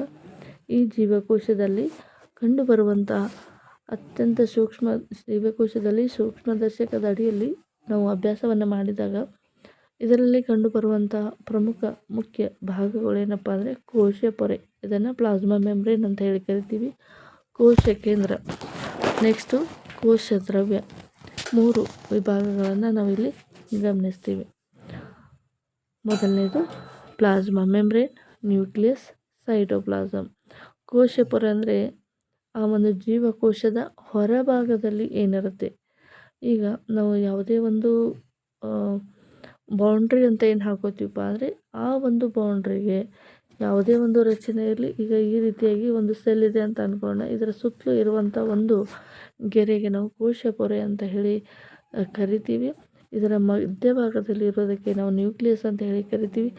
ಈ ಒಂದು ಜೀವಕೋಶದಲ್ಲಿ ಇರುವಂಥ ದ್ರವ್ಯವನ್ನು ನಾವು ಸೈಟೋಪ್ಲಾಸಮ್ ಅಂತ ಹೇಳಿ ಕರಿತೀವಿ. ಇದು ಜೀವಕೋಶದ ಅಡಿಯಲ್ಲಿ ನಾವು ಅಭ್ಯಾಸವನ್ನು ಮಾಡಿದಾಗ ಪ್ರಮುಖ 3 ಭಾಗಗಳನ್ನು ಕಂಡುಹಿಡ್ತೀವಿ. ಹಾಗಾದರೆ ಕೋಶಪೊರೆ ಅಂದರೆ ಏನು? ಈ ಒಂದು ಕೋಶಪೊರೆಯ ಕೆಲಸ ಯಾವ ರೀತಿಯಾಗಿರುತ್ತೆ ಎಂಬುದನ್ನು ನೋಡ್ತಾ ಹೋಗೋಣ. ಕೋಶಪೊರೆ ಎತ್ತಕದು ಜೀವಕೋಶದ ಒಳಗಿನ ಭಾಗಗಳನ್ನು ಹೊರಗಿನ ಪರಿಸರದಿಂದ ಬೇರ್ಪಡಿಸುವ ಅತ್ಯಂತ ಹೊರಗಿನ ಹೊದಿಕೆ. ಅಂದರೆ ನಾವು ಸೆಲ್ಲನ್ನು ಒಂದು ರೌಂಡ್ ಅಂತ ಹೇಳಿ ಕನ್ಸಿಡರ್ ಮಾಡಿದಾಗ ಈ ಸೆಲ್ಲಿನ ಒಳಭಾಗ ಏನಿದೆ, ಇದು ಒಳಭಾಗ, ಇದು ಹೊರಭಾಗ. ಒಂದು ಜೀವಕೋಶದ ಒಳಗಿನ ಭಾಗಗಳನ್ನ ಹೊರಗಿನ ಭಾಗಗಳಿಂದ ಬೇರ್ಪಡಿಸುವಂತಹ ಒಂದು ಹೊರಗಿನ ಹೊದಿಕೆಗೆ ನಾವು ಕೋಶಪೊರೆ ಅಂತ ಹೇಳಿ ಕರಿತೀವಿ. ಕೋಶಪೊರೆಯು ಜೀವಕೋಶದ ಒಳ ಹೋಗುವ ಮತ್ತು ಹೊರಬರುವ ವಸ್ತುಗಳ ಚಲನೆಯನ್ನು ನಿಯಂತ್ರಿಸುತ್ತದೆ. ಹಾಗಾದರೆ ಕೋಶಪೊರೆಯ ಕೆಲಸ ಏನಪ್ಪ ಅಂದರೆ ಜೀವಕೋಶದಿಂದ ಹೊರಗೆ ಹೋಗುವಂಥ ವಸ್ತುಗಳಿಗೆ ಜೀವಕೋಶದ ಒಳಗೆ ಬರುವಂಥ ಎಲ್ಲ ವಸ್ತುಗಳ ಚಲನೆಯ ನಿಯಂತ್ರಣವನ್ನು ಕೋಶಪೊರೆ ಅಂತಕ್ಕಂಥದ್ದು ಮಾಡುತ್ತೆ. ಈಗ ಕೆಲವು ವಸ್ತುಗಳ ಚಲನೆಯನ್ನು ತಡೆಗಟ್ಟುತ್ತೆ. ಆದ್ದರಿಂದ ಕೋಶಪೊರೆಯನ್ನು ಅರೆವಾಹ್ಯ ಪೊರೆ ಅಥವಾ ಸೆಲೆಕ್ಟಿವ್ ಪರ್ಮಿಯಬಲ್ ಮೆಂಬ್ರೇನ್ ಅಂದರೆ ಅದು ಏನು ಮಾಡುತ್ತೆ ಅಂದರೆ ಕೆಲವೊಂದಿಷ್ಟು ವಸ್ತುಗಳ ಚಲನೆಯನ್ನು ಹೋಗಲಿಕ್ಕೆ ಬಿಡೋದಿಲ್ಲ, ಸ್ಟಾಪ್ ಮಾಡುತ್ತೆ. ಇದಕ್ಕೆ ಸೆಲೆಕ್ಟಿವ್ ಪರ್ಮಿಯಬಲ್ ಮೆಂಬ್ರೇನ್ ಅಂತ ಹೇಳಿ ಕರಿತೀವಿ. ಜೀವಕೋಶದ ಒಳಗೆ ವಸ್ತುಗಳ ಚಲನೆ ಹೇಗೆ ಉಂಟಾಗುತ್ತೆ? ಈಗ ಜೀವಕೋಶದಿಂದ ವಸ್ತುಗಳು ಹೊರಗೆ ಹೋಗುತ್ತೆ, ಜೀವಕೋಶದಿಂದ ವಸ್ತುಗಳು ಒಳಗೆ ಬರುತ್ತೆ. ಎಲ್ಲ ಒಳ ಮತ್ತು ಹೊರ ಹೋಗುವ ಚಲನೆಗಳನ್ನು ನಿಯಂತ್ರಣ ಮಾಡುವುದು ಹೇಗೆ? ಯಾವ ರೀತಿಯಾಗಿ ಚಲನೆ ನಡೆಯುತ್ತೆ? ಅಲ್ಲಿ ಏನಾದರೂ ಅವುಗಳಿಗೆ ಕಾಲಿರುತ್ತಾ ಅಥವಾ ವೀಲ್ಸ್ ಇರುತ್ತಾ? ಯಾವ ರೀತಿಯಾಗಿ ವಸ್ತುಗಳ ರಚನೆ ಆಗತ್ತೆ ಅಂತ ನಾವು ನೋಡ್ತಾ ಹೋಗೋಣ. ಈಗ ಮೊದಲನೇದಾಗಿ ಕಾರ್ಬನ್ ಡೈಆಕ್ಸೈಡ್ ಅಥವಾ ಆಮ್ಲಜನಕದಂತಹ ಕೆಲವು ವಸ್ತುಗಳು ಕೋಶ ಪೊರೆಯ ಮೂಲಕವೇ ಚಲಿಸುವಂಥದ್ದು. ಕಾರ್ಬನ್ ಡೈಆಕ್ಸೈಡ್ ಅಂದರೆ ನಾವು ನಮ್ಮ ದೇಹದಿಂದ ಹೊರಭಾಗಕ್ಕೆ ವಾತಾವರಣಕ್ಕೆ ಬಿಡುವಂಥದ್ದು ಕಾರ್ಬನ್ ಡೈಆಕ್ಸೈಡ್. ವಾತಾವರಣದಿಂದ ನಾವು ಒಳಗಡೆ ತೆಗೆದುಕೊಳ್ಳುವಂಥದ್ದು ಆಕ್ಸಿಜನ್ ಆಗಿರುತ್ತೆ. ಈ ಒಂದು ಕಾರ್ಬನ್ ಡೈಆಕ್ಸೈಡ್ ಮತ್ತು ಆಕ್ಸಿಜನ್ ಅಂತ ಕೆಲವು ವಸ್ತುಗಳ ಚಲನೆ ಏನಾಗಿರುತ್ತೆ ಅಂದರೆ ಅದು ಕೋಶ ಪೂರೆಯ ಮೂಲಕ ನಡೆಯುತ್ತೆ. ಈ ಪ್ರಕ್ರಿಯೆನ ವಿಸರಣೆ ಅಥವಾ ಡಿಫ್ಯೂಷನ್ ಅಂತ ಹೇಳಿ ಕರಿತೀವಿ. ಮೊದಲಿಗೆ ಈ ಅಧ್ಯಾಯಗಳಲ್ಲಿ ನಾವು ವಿಸರಣೆ ಕ್ರಿಯೆ ನಡೆಸುವ ವಿಧಾನವನ್ನು ಅಭ್ಯಾಸ ಮಾಡಿದ್ವಿ. ವಸ್ತುಗಳು ಅಧಿಕ ಸಾರತೆಯ ಪ್ರದೇಶದಿಂದ ಕಡಿಮೆ ಸಾರತೆಯ ಪ್ರದೇಶಕ್ಕೆ ಸಹಜವಾಗಿ ಚಲಿಸುವುದನ್ನು ನಾವು ನೋಡಿದ್ವಿ. ಈಗ ಸಪೋಸ್ ಡಿಫ್ಯೂಷನ್ ಅಂದರೆ ಏನು ಅಂತ ಹೇಳಿ ನಾವು ಅರ್ಥ ಮಾಡ್ಕೋಬೇಕಪ್ಪ ಅಂದರೆ, ಈಗ ನಾವು ಮನೆಯಲ್ಲಿ ಒಂದು ಅಗರಬತ್ತಿಯನ್ನು ಹತ್ತಿದ್ದೀವಿ ಅಂತ ತಿಳ್ಕೊಂಡು ಆ ಅಗರಬತ್ತಿಯಲ್ಲಿ ಉಂಟಾದಂಥ ಹೊಗೆ ಏನಾಗುತ್ತೆ ಅಂದರೆ ಮೇಲ್ಗಡೆ ಹೋಗುತ್ತೆ. ಅಥವಾ ನಿಮ್ಮ ಬಟ್ಟೆಗೆ ನೀವು ಪರ್ಫ್ಯೂಮನ್ನು ಹಾಕೋತೀರ, ಆ ಪರ್ಫ್ಯೂಮ್ನ ಸ್ಮೆಲ್ ಏನಾಗುತ್ತೆ ಎಲ್ಲ ಕಡೆಗೂ ಸ್ಪ್ರೆಡ್ ಆಗಿಬಿಡುತ್ತೆ. ಅಂದರೆ ನೀವು ಪರ್ಫ್ಯೂಮನ್ನು ಹಾಕಿಕೊಂಡಿರುವಂತಹ ಸ್ಥಳ ಇದು ಅತ್ಯಂತ ಕಾನ್ಸಂಟ್ರೇಟ್ ಆಗಿರುತ್ತೆ. ಅಂದರೆ ಉಳಿದ ಜಾಗ ಏನಾಗಿರುತ್ತೆ ಒಂದು ತುಂಬಾ ಯಾವುದೇ ರೀತಿಯಾದ ಕಾನ್ಸಂಟ್ರೇಟೆಡ್ ಏನಿರೋದಿಲ್ಲ. ಅದು ಅಧಿಕ ಸಾರತೆಯಿಂದ ಕಡಿಮೆ ಸಾರತೆಯವರೆಗೆ ವಸ್ತುಗಳ ಚಲನೆ ಆಗೋದಕ್ಕೆ ನಾವು ಡಿಫ್ಯೂಷನ್ ಅಂತ ಹೇಳಿ ಕರಿತೀವಿ. ಉದಾಹರಣೆಗೆ ಅಗರಬತ್ತಿ ಹೋಗಿ ಎಲ್ಲ ಕಡೆಗೂ ಕೂಡ ಡಿಸ್ಟ್ರಿಬ್ಯೂಟ್ ಆಗುವಂಥದ್ದು, ಪರ್ಫ್ಯೂಮ್ ಸ್ಮೆಲ್ ಎಲ್ಲ ಕಡೆಗೂ ಡಿಸ್ಟ್ರಿಬ್ಯೂಟ್ ಆಗುವಂಥದ್ದು, ಇದಕ್ಕೆ ನಾವು ಡಿಫ್ಯೂಷನ್ ಅಂತ ಹೇಳಿ ಕರಿತೀವಿ. ನೇರವಾಗಿ ವಿಸರಣೆ ಎಂದರೇನು ಅನ್ನುವಂಥ ಪ್ರಶ್ನೆಯನ್ನು ಕೇಳ್ಬೋದು. ಓಕೆ, ಈಗ ಜೀವಚಲನೆ ಡಿಫ್ಯೂಷನ್ ಮೂಲಕ ಯಾವ ರೀತಿಯಾಗಿ ಎಕ್ಸ್ಚೇಂಜ್ ಆಗುತ್ತೆ ಅನ್ನೋದು ನಾವು ಗಮನಿಸಿದ್ವಿ. ಇದೇ ಒಂದು ಮಾದರಿಯಲ್ಲಿ ಜೀವಕೋಶದಲ್ಲಿ ಕೂಡ ವಸ್ತುಗಳ ಚಲನೆ ಕಂಡುಬರುತ್ತೆ. ಒಂದು ಉದಾಹರಣೆಯನ್ನು ನಾವು ನೋಡೋದಾದರೆ, ಕಾರ್ಬನ್ ಡೈಆಕ್ಸೈಡ್ ಕೋಶದಿಂದ ಹೊರ ಹಾಕಬೇಕಾದ ಕೋಶ ತ್ಯಾಜ್ಯ. ಅಂದರೆ ಕಾರ್ಬನ್ ಡೈಆಕ್ಸೈಡು ನಮ್ಮ ದೇಹದಲ್ಲಿ ಬೇಡದೇ ಇರುವಂಥ ವಸ್ತು. ಸೊ ಇದನ್ನು ಜೀವಕೋಶದಿಂದ ಅದು ಹೊರ ಹಾಕಬೇಕಾಗಿದೆ. ನಂತರ ಇದು ಹೊರಹಾಕಿದ ನಂತರ ವಸ್ತುಗಳು ಅಧಿಕ ಸಾರತೆಯಲ್ಲಿ ಜೀವಕೋಶದ ಒಳಗೆ ಸಂಗ್ರಹವಾಗುತ್ತವೆ. ಅಂದರೆ ಇದು ಕೋಶ ತ್ಯಾಜ್ಯ ಆಗಿರೋದ್ರಿಂದ ನಂತರ ವಸ್ತುಗಳ ಅಧಿಕ ಸಾರತೆ ಜೀವಕೋಶದೊಳಗೆ ಸಂಗ್ರಹ ಆಗುತ್ತೆ. ಅಂದರೆ ಬೇರೆ ಬೇರೆ ಜೀವಕೋಶಗಳು ಕಾರ್ಬನ್ ಡೈಆಕ್ಸೈಡನ್ನು ಒಟ್ಟಿಗೆ ತಂದು ಏನು ಮಾಡ್ತವೆ, ಕಲೆಕ್ಟ್ ಮಾಡುತ್ತೆ. ಅಂದರೆ ಇಲ್ಲಿ ಸಂಗ್ರಹ ಆಗುತ್ತೆ. ಇದಕ್ಕೆ ಹೋಲಿಸಿದರೆ ಜೀವಕೋಶದ ಹೊರಗಿನ ಪರಿಸರದಲ್ಲಿ ಕಾರ್ಬನ್ ಡೈಆಕ್ಸೈಡ್ ಸಾರತೆ ಕಡಿಮೆ ಇರುತ್ತೆ, ಹೌದಲ್ವಾ? ಈ ಒಂದು ಜೀವಕೋಶದಿಂದ ಹೊರಗಿನ ಭಾಗದಲ್ಲಿ, ಸಪೋಸ್ ಈಗ ನಾವು ಇದೊಂದು ಜೀವಕೋಶ ಅಂತೇಳಿ ಕನ್ಸಿಡರ್ ಮಾಡಿದ್ವಿ. ಈ ಜೀವಕೋಶದ ಒಳಗೆ ಏನಾಗುತ್ತೆ ಅಂದರೆ ಕಾರ್ಬನ್ ಡೈಆಕ್ಸೈಡ್ ಒಂದೇ ಕಡೆಗೆ ಕಲೆಕ್ಟ್ ಆಗುತ್ತೆ. ಸೊ ಹೊರಭಾಗದಲ್ಲಿ ಏನಿರೋದಿಲ್ಲ, ಕಾರ್ಬನ್ ಡೈಆಕ್ಸೈಡ್ ಇರೋದಿಲ್ಲ. ಹಾಗಾಗಿ ಈ ಕಾರ್ಬನ್ ಡೈಆಕ್ಸೈಡ್ ಆಗುತ್ತೆ ಅಂದರೆ ಹೊರಭಾಗದಲ್ಲಿ ಏನೂ ಇಲ್ಲದೆ ಇರೋದ್ರಿಂದ ಇದು ಹೊರಭಾಗಕ್ಕೆ ತಳ್ಳಲ್ಪಡುತ್ತೆ. ಅದೇ ರೀತಿಯಾಗಿ ಜೀವಕೋಶದ ಹೊರಭಾಗದಲ್ಲಿ ಕೂಡ ಆಕ್ಸಿಜನ್ ಏನಾಗುತ್ತೆ, ಜಾಸ್ತಿ ಪ್ರಮಾಣದಲ್ಲಿ ಕಲೆಕ್ಟ್ ಆಗುತ್ತೆ. ಕಲೆಕ್ಟ್ ಆದ ನಂತರ ಜೀವಕೋಶದ ಒಳಭಾಗದಲ್ಲಿ ಆಕ್ಸಿಜನ್ ಇಲ್ಲದೆ ಇರೋದ್ರಿಂದ ಇದು ಒಳಭಾಗಕ್ಕೆ ಬರುತ್ತೆ. ಈ ರೀತಿಯಾಗಿ ಜೀವಕೋಶದ ಒಳಗೆ ಹೊರಗೆ ಕಾರ್ಬನ್ ಡೈಆಕ್ಸೈಡ್ ಸಾರತೆಯ ವ್ಯತ್ಯಾಸವನ್ನು ಕಂಡು ಬಂದ ಕೂಡಲೇ ಕಾರ್ಬನ್ ಡೈಆಕ್ಸೈಡ್ ಅಧಿಕ ಸಾರತೆ ಪ್ರದೇಶದಿಂದ ಕಡಿಮೆ ಸಾರತೆ ಪ್ರದೇಶದ ಕಡೆಗೆ ವಿಸರಣೆ ಪ್ರಕ್ರಿಯೆಯಿಂದ ಜೀವಕೋಶದೊಳಗಿನಿಂದ ಹೊರಗೆ ಚಲಿಸುತ್ತೆ. ಇದೇ ರೀತಿಯಾಗಿ ಆಕ್ಸಿಜನ್ ಕೂಡ ಸಾರತೆ ಕಡಿಮೆ ಆಗಿರೋದ್ರಿಂದ ವಿಸರಣೆ ಕ್ರಿಯೆಯಿಂದ ಆಕ್ಸಿಜನ್ ಕೂಡ ಜೀವಕೋಶದ ಒಳಗೆ ಏನಾಗುತ್ತೆ, ಪ್ರವೇಶವನ್ನು ಪಡೆಯುತ್ತೆ. ಸೊ ಇದು ಡಿಫ್ಯೂಷನ್ ಕ್ರಿಯೆ ಆಗಿ ಬಹಳಷ್ಟು ಕಲೆಕ್ಟಿವ್ ಆಗುವುದು ಎಲ್ಲಿಂದ. ಈಗ ನಾವು ಇದು ಸೆಲ್ ಅಂತ ಕನ್ಸಿಡರ್ ಮಾಡೋಣ. ಸೊ ನಾವು ತಿಂದಂಥ ಆಹಾರದಲ್ಲಿ ಕಾರ್ಬನ್ ಇರುತ್ತೆ. ಸೊ ನಾವು ಕುಡಿದಿರುವಂಥ ನೀರಲ್ಲಿ ಆಕ್ಸಿಜನ್ ಪ್ರಮಾಣ ಇರುತ್ತೆ. ಈ ರೀತಿಯಾಗಿ ಬೇರೆ ಬೇರೆ ಮೂಲಗಳಿಂದ ನಮ್ಮ ದೇಹದ ಒಳಗೆ ಕಾರ್ಬನ್ ಡೈಆಕ್ಸೈಡ್ ತಾನಾಗಿ ಆಗುವಂಥದ್ದು, ರಚನೆ ಆಗುವಂಥದ್ದು. ಸೊ ನಮ್ಮ ಜೀವಕೋಶದಲ್ಲಿರುವಂಥ ಆಹಾರಕ್ಕೆ ಅದನ್ನು ಜೀರ್ಣಕ್ರಿಯೆ ಮಾಡಲಿಕ್ಕೆ ಆಕ್ಸಿಜನ್ ಬೇಕಾಗುತ್ತೆ. ಸೊ ಹೊರಗಿನಿಂದ ನಾವು ಆಕ್ಸಿಜನನ್ನು ತಗೋತೀವಿ. ನಮ್ಮ ಆಹಾರದಲ್ಲಿ ಇತರೆ ಒಂದು ಆಹಾರದ ಮೂಲಗಳಿಂದ ತ್ಯಾಜ್ಯ ಕಾರ್ಬನ್ ಡೈಆಕ್ಸೈಡ್ ಬರುತ್ತೆ. ಸೊ ಈ ರೀತಿಯಾಗಿ ಕಾರ್ಬನ್ ಡೈಆಕ್ಸೈಡ್ ಹೊರಗೆ ಆಕ್ಸಿಜನ್ ಒಳಗೆ ಈ ರೀತಿಯಾಗಿ ಡಿಫ್ಯೂಷನ್ ಕ್ರಿಯೆಯಿಂದ ಜೀವಕೋಶದೊಳಗೆ ಉಸಿರಾಟ ನಡೆಯುವಂಥದ್ದು. ಜೀವಕೋಶಗಳ ನಡುವೆ ಜೀವಕೋಶ ಹಾಗೂ ಅದರ ಹೊರಗಿನ ಪರಿಸರದ ನಡುವಿಸುವ ಅನಿಲಗಳ ವಿನಿಮಯದಲ್ಲಿ ಪ್ರಮುಖ ಪಾತ್ರವನ್ನು ಇದು ವಹಿಸುತ್ತೆ. ಸೊ ಅನಿಲಗಳ ವಿನಿಮಯಕ್ಕೆ ಮುಖ್ಯವಾದ ಪಾತ್ರವನ್ನು ವಹಿಸುವಂತಹ ಕಾರ್ಯ ಯಾವುದಪ್ಪ ಅಂದರೆ ಡಿಫ್ಯೂಷನ್ ಅಂತೇಳಿ ಕರಿತೀವಿ. ನೆಕ್ಸ್ಟು ನೀರು ಕೂಡ ಇದೇ ರೀತಿಯಾಗಿ ವಿಸರಣೆ ನಿಯಮವನ್ನು ಪಾಲಿಸುತ್ತೆ. ಅಂದರೆ ಅರೆವ್ಯಾಪ್ಯ ಪೊರೆಯ ಮೂಲಕ ನೀರಿನ ಅಣುಗಳ ಚಲನೆ ಕೂಡ ಅಭಿಸರಣೆ ಅಂದರೆ ಆಸ್ಮಾಸಿಸ್ ಅಂತ ಹೇಳಿ ಕರಿತೀವಿ. ಅಂದರೆ ಈಗ ನಾವು ಗ್ಯಾಸ್ ಅಂದರೆ ಕಾರ್ಬನ್ ಡೈಆಕ್ಸೈಡ್ ಆಕ್ಸಿಜನ್ ಯಾವ ರೀತಿಯಾಗಿ ಎಕ್ಸ್ಚೇಂಜ್ ಆಗುತ್ತೆ ಅಂತ ನೋಡಿದ್ವಿ. ಆಗ ಈ ಒಂದು ಎಕ್ಸ್ಚೇಂಜ್ ಆಗುವಂಥದ್ದಕ್ಕೆ ನಾವು ಡಿಫ್ಯೂಷನ್ ಅಂತ ಹೇಳಿ ಕರಿತೀವಿ. ಅದೇ ರೀತಿಯಾಗಿ ಇಲ್ಲಿ ನೀರಿನ ಅಣುಗಳ ಚಲನೆಗೆ ಅಭಿಸರಣೆ ಅಥವಾ ಆಸ್ಮೋಸಿಸ್ ಅಂತ ಹೇಳಿ ಕರೆದ್ವಿ. ನೀರಿನಲ್ಲಿ ಕರಗಿರುವ ವಸ್ತುಗಳ ಪ್ರಮಾಣವನ್ನು ಕೋಶಪೊರೆಯ ಮೂಲಕ ಚಲಿಸುವ ನೀರಿನ ಮೇಲೆ ಪ್ರಭಾವ ಇದು ಬೀರುತ್ತೆ. ಅಂದರೆ ನೀರಿನಲ್ಲಿ ಕರಗಿರುವ ವಸ್ತುಗಳ ಪ್ರಮಾಣವು ಕೋಶಪೊರೆಯ ಮೂಲಕ ಚಲಿಸುವ ನೀರಿನ ಮೇಲೆ ಇದು ಏನಾಗುತ್ತೆ, ಪ್ರಭಾವವನ್ನು ಬೀರುತ್ತೆ. ಆದ್ದರಿಂದ ಅಭಿಸರಣೆ ಅಂತ ಹೇಳಿ ಕರಿತೀವಿ. ಈಗ ನಾವು ನೀರಿನಲ್ಲಿ ಯಾವ ವಸ್ತುಗಳ ಸಂಗ್ರಹಣ ಆಗಿರುತ್ತೆ ಅದು ಜೀವಕೋಶದ ಮೂಲಕ ಅದು ಹೊರ ಹೋಗುತ್ತೆ. ಬೇಡದೇ ಇರುವಂಥ ತ್ಯಾಜ್ಯ ಬೇಕಾಗಿರುವಂಥ ಬೇರೆ ವಸ್ತು ಏನಾಗುತ್ತೆ ಜೀವಕೋಶದ ಒಳಗೆ ಬರುತ್ತೆ. ಇದಕ್ಕೆ ನಾವು ಅರೆವ್ಯಾಪ್ಯ ಪೊರೆ ಅಂತ ಹೇಳಿ ಕರಿತೀವಿ. ನಾವು ಕೋಶಪೊರೆಗೆ ಸಂಬಂಧಿಸಿದ ಹಾಗೆ ಆಸ್ಮಾಸಿಸ್ ಮತ್ತು ಅಥವಾ ಅಭಿಸರಣೆಯನ್ನು ಹಿಂದಿನ ಒಂದು ಲಾಸ್ಟಲ್ಲಿ ನೋಡಿದ್ವಿ. ಈಗ ಈ ಒಂದು ಕೋಶಪೊರೆಯಲ್ಲಿ ಈ ಒಂದು ಅಭಿಸರಣೆ ನಡೆಯುವಂಥದ್ದು 3 ರೀತಿಯಾಗಿ ನಡೆಯುತ್ತೆ. ಸೊ ಯಾವುದೇ ಒಂದು ಜೀವವಿರುವಂಥ ಪ್ರಾಣಿ ಆಗಿರ್ಬೋದು ಅಥವಾ ಸಸ್ಯ ಆಗಿರ್ಬೋದು, ಯಾವುದೇ ಒಂದು ಜೀವದ ಮೂಲ ಘಟಕ ಕೋಶ ಆಗಿರುತ್ತೆ. ಆ ಕೋಶದಲ್ಲಿ ಯಾವ ರೀತಿಯಾಗಿ ಗ್ಯಾಸ್ ಅಥವಾ ಲಿಕ್ವಿಡ್ಗಳ ಒಂದು ಅಭಿಸರಣೆ ಆಗಂತೆ ಅಂತ ನೋಡೋದಾದರೆ ಇಲ್ಲಿ 3 ರೀತಿಯಾದ ಕ್ರಿಯೆ ಜರುಗುವಂಥದ್ದು. ಮೊದಲನೇದು ಏನಪ್ಪ ಅಂದರೆ, ಮೊದಲನೇದು ಜೀವಕೋಶದಲ್ಲಿ ಆವರಿಸಿದ ಮಾಧ್ಯಮದ ನೀರಿನ ಸಾರಥಿಯು ಜೀವಕೋಶದೊಳಗಿನ ನೀರಿನ ಸಾರಥಿಗಿಂತ ಹೆಚ್ಚಾಗಿದ್ದಲ್ಲಿ, ಅಂದರೆ ಜೀವಕೋಶವನ್ನು ಆವರಿಸಿದ ದ್ರಾವಣವು ಅತಿ ದುರ್ಬಲವಾಗಿದ್ದರೆ ಅಭಿಸರಣೆಯಿಂದ ಜೀವಕೋಶವು ನೀರನ್ನು ಪಡೆಯುತ್ತದೆ. ಇಂತಹ ದ್ರಾವಣವನ್ನು ಅತಿ ಕಡಿಮೆ ಸಾರತೆ ದ್ರಾವಣ ಅಂದರೆ ಹೈಪೋಟೋನಿಕ್ ಸೊಲ್ಯೂಷನ್ ಅಂತ ಹೇಳಿ ಕರಿತೀವಿ. ಸೊ ಇದಕ್ಕೆ ಒಂದು ಉದಾಹರಣೆಯನ್ನು ಹೇಳೋದಾದರೆ, ಒಂದು ವನದ್ರಾಕ್ಷಿಯನ್ನು ತಗೋಬೇಕು.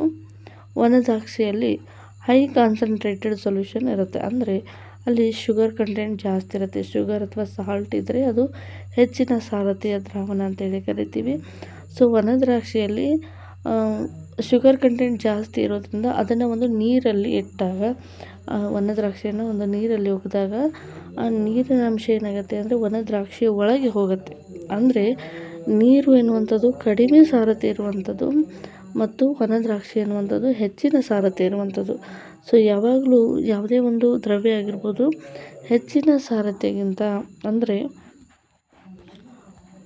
ಈಗ ನಾವು ಒಂದು ದ್ರಾಕ್ಷಿಯನ್ನು ಕನ್ಸಿಡರ್ ಮಾಡಿ, ಈಗ ವನದ್ರಾಕ್ಷಿಯನ್ನು ಇಲ್ಲಿ ನೀರಿನ ಪ್ರಮಾಣ ಹೊರಭಾಗದಲ್ಲಿ ಇರುತ್ತೆ. ಈ ನೀರಿನ ಹೊರಭಾಗದಲ್ಲಿರುವಂಥ ನೀರನ್ನು ಕಡಿಮೆ ಸಾರಥಿ ಅಂತ ಹೇಳಿ ಕರಿತೀವಿ ಮತ್ತು ವನದ್ರಾಕ್ಷಿ ಹೆಚ್ಚಿನ ಸಾರಥಿಯನ್ನು ಹೊಂದಿರುತ್ತೆ. ಇದರಿಂದ ಏನಾಗುತ್ತೆ ಅಂದರೆ ದ್ರಾವಣವು ಕಡಿಮೆ ಸಾರಥಿಯಿಂದ ಹೆಚ್ಚಿನ ಸಾರಥಿ ಕಡೆಗೆ ಮೂಮೆಂಟ್ ಆಗುತ್ತೆ. ಅಂದರೆ ವನದ್ರಾಕ್ಷಿಯ ಒಳಗಡೆ ನೀರು ಸೇರುವಂಥದ್ದು. ಆವಾಗ ಏನಾಗುತ್ತೆ ಅಂದರೆ ಆ ವನದ್ರಾಕ್ಷಿ ಏನಾಗುತ್ತೆ, ಉಬ್ಬುವಂಥ ಸಾಧ್ಯತೆ ಇರುತ್ತೆ. ಅಂದರೆ ನೀರಿನ ಅಣುಗಳು ಕೋಶಪೊರೆಯ ಮೂಲಕ 2 ದಿಕ್ಕಿನಲ್ಲೂ ಸರಾಗವಾಗಿ ಚಲಿಸುತ್ತವೆ. ಅಂದರೆ ಜೀವಕೋಶದಿಂದ ಹೊರಗೆ ಹೋಗುವುದಕ್ಕಿಂತ ಹೆಚ್ಚಿನ ಪ್ರಮಾಣದಲ್ಲಿ ಜೀವಕೋಶದ ಒಳಗೆ ಚಲಿಸುತ್ತೆ. ಒಟ್ಟಾರೆಯಾಗಿ ಇದರ ಪರಿಣಾಮವಾಗಿ ನೀರು ಜೀವಕೋಶವನ್ನು ಪ್ರವೇಶಿಸುತ್ತದೆ. ಇದರಿಂದ ಜೀವಕೋಶವು ಉಬ್ಬುವಂಥ ಸಾಧ್ಯತೆ ಇರುತ್ತೆ. ಅಂದರೆ ವನದ್ರಾಕ್ಷಿಯನ್ನು ನೀರಲ್ಲಿ ಇಟ್ಟಾಗ ಅದು ಹೊರಗಿನ ನೀರನ್ನು ತನ್ನೊಳಗೆ ಚೆಕ್ಕೊಂಡು ಏನಾಗುತ್ತೆ ಅಂದರೆ ಉಬ್ಬುವಂಥ ಸಾಧ್ಯತೆ ಇರುತ್ತೆ. ಈ ರೀತಿಯಾಗಿರುವಂಥ ಸೊಲ್ಯೂಷನ್ಗೆ ನಾವು ಹೈಪೋಟೋನಿಕ್ ಸೊಲ್ಯೂಷನ್ ಅಂದರೆ ಡೆಫಿನೇಷನ್ ಕೇಳ್ತಾರೆ. ಕಡಿಮೆ ಸಾರಥಿಯಿಂದ ಹೆಚ್ಚಿನ ಸಾರಥಿ ಕಡೆಗೆ ನೀರು ಯಾವುದೇ ಒಂದು ಸೊಲ್ಯೂಷನ್ ಏನಾಗುತ್ತೆ ಅಂದರೆ ಮೂಮೆಂಟ್ ಆಗುವುದಕ್ಕೆ ನಾವು ಏನಂತ ಕರಿತೀವಿ ಅಂದರೆ ಹೈಪೋಟೋನಿಕ್ ಸೊಲ್ಯೂಷನ್ ಅಂತ ಕರಿತೀವಿ. ಇದು ಒಂದು ಉದಾಹರಣೆ. ಇದು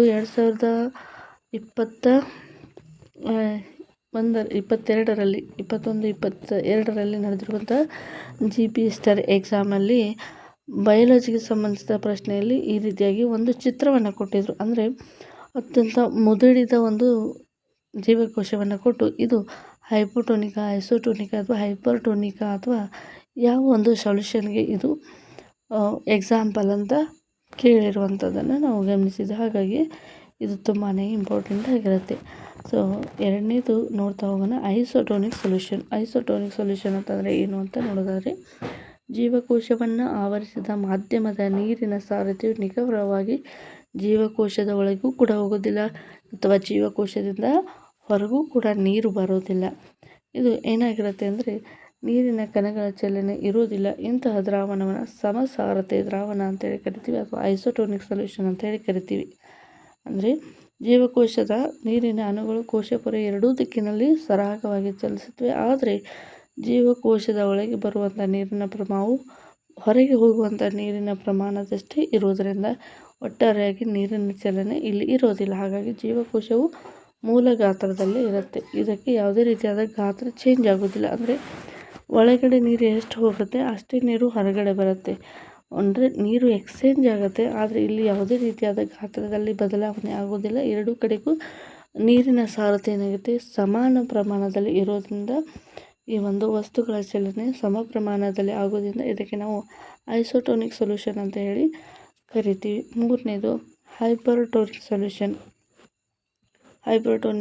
ಅಂತಂದರೆ ಜೀವಕೋಶವನ್ನು ಆವರಿಸಿದ ಮಾಧ್ಯಮದ ನೀರಿನ ಸಾರಥ್ಯವು ಜೀವಕೋಶದೊಳಗಿನ ನೀರಿನ ಸಾರಥ್ಯಕ್ಕಿಂತ ಕಡಿಮೆಯಾಗಿದ್ದಲ್ಲಿ, ಅಂದರೆ ಜೀವಕೋಶವನ್ನು ಆವರಿಸಿದ ದ್ರಾವಣವು ದುರ್ಬಲವಾಗಿದ್ದರೆ ಜೀವಕೋಶವು ಅಭಿಸರಣೆಯಿಂದ ನೀರನ್ನು ಕಳೆದುಕೊಳ್ಳುತ್ತೆ. ಇಂತಹ ದ್ರಾವಣವನ್ನು ಅಧಿಕ ಸಾರಥ್ಯ ದ್ರಾವಣ ಅಂತ ಹೇಳಿ ಕರಿತೀವಿ. ಸೊ ಈಗ ಇದಕ್ಕೆ ಬೆಸ್ಟ್ ಎಕ್ಸಾಂಪಲ್ ಏನಪ್ಪ ಅಂದರೆ, ನಾವು ವನದ್ರಾಕ್ಷಿನ ಈಗ ನೋಡಿದ್ವಿ. ವನದ್ರಾಕ್ಷಿ ಆಗೋಕ್ಕಿಂತ ಮುಂಚೆ ದ್ರಾಕ್ಷಿಯು ಹಸಿ ದ್ರಾಕ್ಷಿ ಇರುತ್ತೆ. ಹಸಿ ದ್ರಾಕ್ಷಿಯನ್ನು ಏನು ಮಾಡ್ತಾರಪ್ಪ ಅಂದರೆ, ಹೆಚ್ಚಿನ ಸಾರಥ್ಯ ಇರುವಂಥ ದ್ರಾವಣದಲ್ಲಿ ಅದ್ದಿದಾಗ ಆ ಹಸಿ ದ್ರಾಕ್ಷಿ ಏನು ಮಾಡುತ್ತೆ ಅಂದರೆ ತನ್ನಲ್ಲಿರುವಂಥ ನೀರಿನ ಪ್ರಮಾಣವನ್ನು ಹೊರಗಡೆ ಬಿಟ್ಟು ಅದು ಏನಾಗುತ್ತೆ ಅಂದರೆ ಜೀವಕೋಶವು ಮುದುಡುವಂಥದ್ದು ಆಗುತ್ತೆ. ಅಂದರೆ ಆ ಜೀವಕೋಶ ಏನಾಗುತ್ತೆ ಅಂದರೆ ಮುದುಡುತ್ತದೆ. ಇದನ್ನು ನಾವು ಗಮನಿಸಿ. ಅಂದರೆ ಕಡಿಮೆ ಸಾರಥ್ಯ ಎಲ್ಲಿತ್ತಪ್ಪ ಅಂದರೆ ಹಸಿ ದ್ರಾಕ್ಷಿಯಲ್ಲಿ, ಹೊರಗಿನ ಔಟರ್ ಸರ್ಫೇಸಲ್ಲಿ ಏನಿತ್ತು ಅಂದರೆ ಹೈಯರ್ ಕಾನ್ಸಂಟ್ರೇಟೆಡ್ ಸೊಲ್ಯೂಷನ್ ಇತ್ತು. ಅದು ಒಳಗಿನಿಂದ ಹೊರಗಡೆ ಹೋಗುವಂಥ ಸಂದರ್ಭದಲ್ಲಿ ಆ ಒಂದು ಜೀವಕೋಶ ಏನಾಗುತ್ತೆ ಮುದುಡ್ಕೊಂಡು ಬಿಡುತ್ತೆ. ಇದಕ್ಕೆ ನಾವು ಹೈಪರ್ಟೋನಿಕ್ ಸೊಲ್ಯೂಷನ್ ಅಂತ ಕರಿತೀವಿ. ಹೈಪರ್ ಅಂದರೆ ಸಾರಥ್ಯವು ಅಧಿಕ ಸಾರಥ್ಯ ದ್ರಾವಣ ಎಲ್ಲಿರುತ್ತೆ ಜೀವಕೋಶದಿಂದ ಹೊರಭಾಗದಲ್ಲಿರುತ್ತೆ. ಅಂದರೆ ಯಾವುದೇ ಒಂದು ಜೀವವಿರುವಂಥ ವಸ್ತು ಏನಾಗುತ್ತೆ ಅಂದರೆ ತನ್ನಲ್ಲಿರುವಂಥ ಗ್ಯಾಸನ್ನು ಎಕ್ಸ್ಚೇಂಜ್ ಮಾಡುವಂಥದ್ದಾಗಿರ್ಬೋದು ಅಥವಾ ಫುಡ್ ಮಟೀರಿಯಲ್ಸ್ಗಳನ್ನು ಎಕ್ಸ್ಚೇಂಜ್ ಮಾಡುವಂಥದ್ದಾಗಿರ್ಬೋದು. ಈ ಎಲ್ಲ ಫಿನಾಮಿನಾಸ್ಗಳು ನಡಿಬೇಕಪ್ಪ ಅಂದರೆ ಇದು ಅಭಿಸರಣೆ ಅಲ್ಲಿ ಬರುವಂಥ 3 ವಿಧಗಳ ಮೂಲಕ ನಡೆಯುತ್ತೆ. ಕೆಲವೊಂದು ಬಾರಿ ಹೈಪರ್ಟೋನಿಕ್, ಕೆಲವೊಂದು ಬಾರಿ ಹೈಪೋಟೋನಿಕ್, ಕೆಲವೊಂದು ಬಾರಿ ಐಸೋಟೋನಿಕ್, ಈ ರೀತಿಯಾದ ಒಂದು ಪ್ರಕ್ರಿಯೆಗಳು ನಡೆಯುವಂಥದ್ದು. ಸೊ ಸಿಹಿ ನೀರಿನಲ್ಲಿ ವಾಸಿಸುವಂಥ ಜೀವಕೋಶ ಜೀವಿಗಳು ಬಹುತೇಕ ಸಸ್ಯಗಳು ಅಭಿಸರಣೆ ಕ್ರಿಯೆಯಿಂದ ನೀರನ್ನು ಪಡೆದುಕೊಳ್ಳುತ್ತವೆ. ಅದೇ ರೀತಿಯಾಗಿ ಸಸ್ಯಗಳು ಬೇರಿನಿಂದ ನೀರನ್ನು ಹೀರಿಕೊಳ್ಳುವಂಥ ಕ್ರಿಯೆ ಕೂಡ ಅಭಿಸರಣೆಯಿಂದ ನಡೆಯುತ್ತೆ. ಸೊ ಈಗ ಏನಾಗುತ್ತೆ ಅಂದರೆ ಸಸ್ಯಗಳಲ್ಲಿ ಇರುವಂಥ ಜೀವಕೋಶವು ಕಡಿಮೆ ಸಾರಥ್ಯ ಇರುತ್ತೆ. ಹೊರಗಿನ ನೀರಿನ ಅಂಶ ಮಿನರಲ್ಸಿಂದ ನೀರು ಕೂಡಿರುತ್ತೆ. ಆ ಮಿನರಲ್ಸ್ ಏನಾಗಿರುತ್ತೆ ಅಂದರೆ ತುಂಬಾ ಕಡಿಮೆ ಸಾರಥ್ಯ ಇರುವಂಥದ್ದು. ಅದನ್ನು ಬೇರುಗಳ ಜೀವಕೋಶಗಳು ಹೀರ್ಕೊಳ್ಳುತ್ತೆ. ಈ ಹೀರ್ಕೊಳ್ಳೋದ್ರಿಂದ ಒಂದು ಜೀವಕೋಶ ಹೀರ್ಕೊಂಡು ಮುಂದಿನ ಜೀವಕೋಶಕ್ಕೆ ಈ ರೀತಿಯಾಗಿ ಟ್ರಾನ್ಸ್ಪೋರ್ಟ್ ಮಾಡ್ತಾ ಹೋಗ್ತಾ ಈ ರೀತಿಯಾಗಿ ಸಸ್ಯಗಳಲ್ಲಿ ನೀರಿನ ಅಭಿಸರಣೆ ಮೂಲಕ ನೀರು ಕೆಳಗಿನಿಂದ ಮೇಲಕ್ಕೆ ಹೋಗೋದನ್ನು ನಾವು ಗಮನಿಸ್ತೀವಿ. ಜೀವಕೋಶದ ಜೀವಿತಾವಧಿಯಲ್ಲಿ ನಡೆಯುವಂಥ ಅನಿಲಗಳು ಮತ್ತು ನೀರಿನ ವಿನಿಮಯದಲ್ಲಿ ಅಭಿಸರಣವೇ ಪ್ರಮುಖವಾಗಿರುವಂಥದ್ದು. ಇದರ ಜೊತೆಗೆ ಜೀವಕೋಶವು ತನ್ನ ಪರಿಸರದ ಪೋಷಣೆಯನ್ನು ಪಡೆದುಕೊಳ್ಳುತ್ತೆ. ಶಕ್ತಿಯನ್ನು ಬಳಸಿಕೊಳ್ಳುವ ಒಂದು ಸಾಗಾಣಿಕೆ ಕ್ರಿಯೆಯಲ್ಲಿ ವಿವಿಧ ಅಣುಗಳು ಜೀವಕೋಶದ ಒಳಗೆ ಹೊರಗೆ ಮತ್ತು ಈ ರೀತಿಯಾಗಿ ಚಲಿಸುವಂಥದ್ದನ್ನು ಮಾಡುತ್ತವೆ. ಸೊ ಅದೇ ರೀತಿ ನೀರು ಮಾತ್ರ ಅಲ್ಲ, ಕೋಶಪೊರೆ ನಮ್ಯವಾಗಿದ್ದು ಅಂದರೆ ತುಂಬಾ ಸಾಫ್ಟಾಗಿರುತ್ತೆ ಕೋಶಪೊರೆ. ಇದು ಸಾವಯವ ಅಣುಗಳಾದ ಲಿಪಿಡ್, ಪ್ರೋಟೀನ್ಗಳಿಂದ ಇದು ಮಾಡಲ್ಪಟ್ಟಿರುತ್ತೆ. ಸೊ ನೇರವಾದ ಪ್ರಶ್ನೆಯನ್ನು ಕೇಳ್ಬೋದು, ಕೋಶಪೊರೆಯು ಯಾವುದರಿಂದ ಮಾಡಲ್ಪಟ್ಟಿರುತ್ತೆ? ಲಿಪಿಡ್ ಮತ್ತು ಪ್ರೋಟೀನ್ಗಳಿಂದ ಮಾಡಲ್ಪಟ್ಟಿರುತ್ತೆ. ಇದನ್ನು ಸೂಕ್ಷ್ಮವಾಗಿ ನಾವು ನೋಡಬೇಕಂದ್ರೆ ಕಂಪೌಂಡ್ ಮೈಕ್ರೋಸ್ಕೋಪಲ್ಲಿ ನೋಡಲಿಕ್ಕೆ ಮಾತ್ರ ಸಾಧ್ಯ ಆಗುತ್ತೆ. ಸೊ ಇನ್ನೊಂದು ಇಂಪಾರ್ಟೆಂಟ್ ಡೆಫಿನೇಷನ್ ಇದೆ, ಅದು ಏನಪ್ಪ ಅಂದರೆ ನೆಕ್ಸ್ಟ್ ಕೋಶದಿಂದಾಗಿ ಜೀವಕೋಶದ ತನ್ನ ಹೊರಗಿನ ಪರಿಸರದಿಂದ ಆಹಾರ ಮತ್ತು ವಸ್ತುಗಳನ್ನು ತನ್ನೊಳಗೆ ತೆಗೆದುಕೊಳ್ಳಲು ಇದು ಸಾಧ್ಯ ಆಗುತ್ತೆ. ಈ ಒಂದು ಪ್ರಕ್ರಿಯೆಯನ್ನು ಎಂಡೋಸೈಟೋಸಿಸ್ ಅಥವಾ ಎಂಡೋಸೈಟೋಸಿಸ್ ಅಂತ ಹೇಳಿ ಕರೀತಾರೆ. ಸೊ ಸೈಟೋಸಿಸ್ ಅಂದರೆ ಏನು? ಸೈಟೋ ಅಂದರೆ ಇದು ಒಂದು ಸೆಲ್, ಎಂಡೋ ಅಂದರೆ ಒಳಗಡೆ ತೆಗೆದುಕೊಳ್ಳುವಂಥದ್ದು, ಸಿಸ್ ಅಂತಂದರೆ ಇದು ಒಂದು ಪ್ರೋಸೆಸ್. ಜೀವಕೋಶದ ನಮ್ಯತೆಯಿಂದ ಜೀವಕೋಶದ ಹೊರಗಿನ ಪರಿಸರದಿಂದ ಆಹಾರ ಮತ್ತು ವಸ್ತುಗಳನ್ನು ತನ್ನೊಳಗೆ ತೆಗೆದುಕೊಳ್ಳಲು ಸಾಧ್ಯವಾಗುತ್ತದೆ. ಈ ಒಂದು ಪ್ರಕ್ರಿಯೆಗೆ ಎಂಡೋಸೈಟೋಸಿಸ್ ಅಂತ ಹೇಳಿ ಕರೀತಾರೆ. ಈ ಒಂದು ವಿಧಾನದಿಂದ ಅಮೀಬಾ ಎನ್ನುವಂಥದ್ದು ತನ್ನ ಆಹಾರವನ್ನು ಪಡೆದುಕೊಳ್ಳುತ್ತೆ. 2 ಮುಖ್ಯವಾದ ಪ್ರಶ್ನೆಗಳಿದ್ದಾವೆ. ಮೊದಲನೇ ಪ್ರಶ್ನೆ ಈ ರೀತಿಯಾಗಿದೆ: ಕಾರ್ಬನ್ ಡೈಆಕ್ಸೈಡ್ ಮತ್ತು ನೀರಿನಂಥ ವಸ್ತುಗಳು ಜೀವಕೋಶದ ಒಳಗೆ ಮತ್ತು ಹೊರಗೆ ಯಾವ ರೀತಿಯಾಗಿ ಚಲಿಸುತ್ತವೆ ಎಂಬುದನ್ನು ಚರ್ಚಿಸಿ ಅಂತ ಇದ್ದಾರೆ.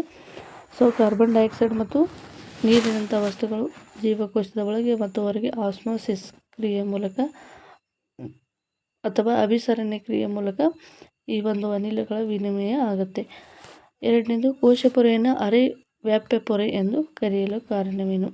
ಕೋಶಪೊರೆಯು ಅತ್ಯಂತ ನಮ್ಯವಾಗಿರುವಂಥದ್ದು. ಇದರ ಮೂಲಕ ಹೈಪರ್ಟೋನಿಕ್, ಹೈಪೋಸೊಲ್ಯೂಷನ್, ಐಸೋಟೋನಿಕ್ ಎನ್ನುವಂಥ ವಿವಿಧ ರೀತಿಯಾದ ಪ್ರಕ್ರಿಯೆಗಳು ನಡೆಯುತ್ತೆ. ಅಂದರೆ ಆ ಒಂದು ದ್ರಾವಣದ ಸಾರತೆಗೆ ಅನುಗುಣವಾಗಿ ಇಲ್ಲಿ ಹಲವಾರು ರೀತಿಯ ಒಂದು ಫಿನಾಮಿನಸ್ಗಳು ನಡೆಯೋದ್ರಿಂದ ಕೋಶಪೊರೆಯನ್ನು ಅರೆ ವ್ಯಾಪ್ಯ ಪೊರೆ ಅಂತ ಹೇಳಿ ಕರೀತಾರೆ.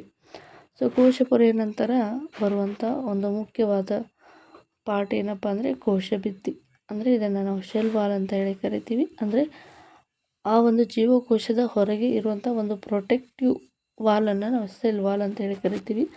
ಸಸ್ಯ ಜೀವಕೋಶಗಳು ಕೋಶಪೊರೆಯ ಜೊತೆಗೆ ಗಡುಸಾದ ಹೊರಪದರನ್ನು ಹೊಂದಿರುತ್ತೆ. ಇದನ್ನು ಕೋಶಭಿತ್ತಿ ಅಂತ ಹೇಳಿ ಕರಿತೀವಿ. ಆದರೆ ಇದು ಪ್ರಾಣಿ ಜೀವಕೋಶಗಳಲ್ಲಿ ಕಂಡುಬರೋದಿಲ್ಲ. ಇದು ಸಸ್ಯ ಜೀವಕೋಶಗಳಲ್ಲಿ ಮಾತ್ರ ಕಂಡುಬರುತ್ತೆ.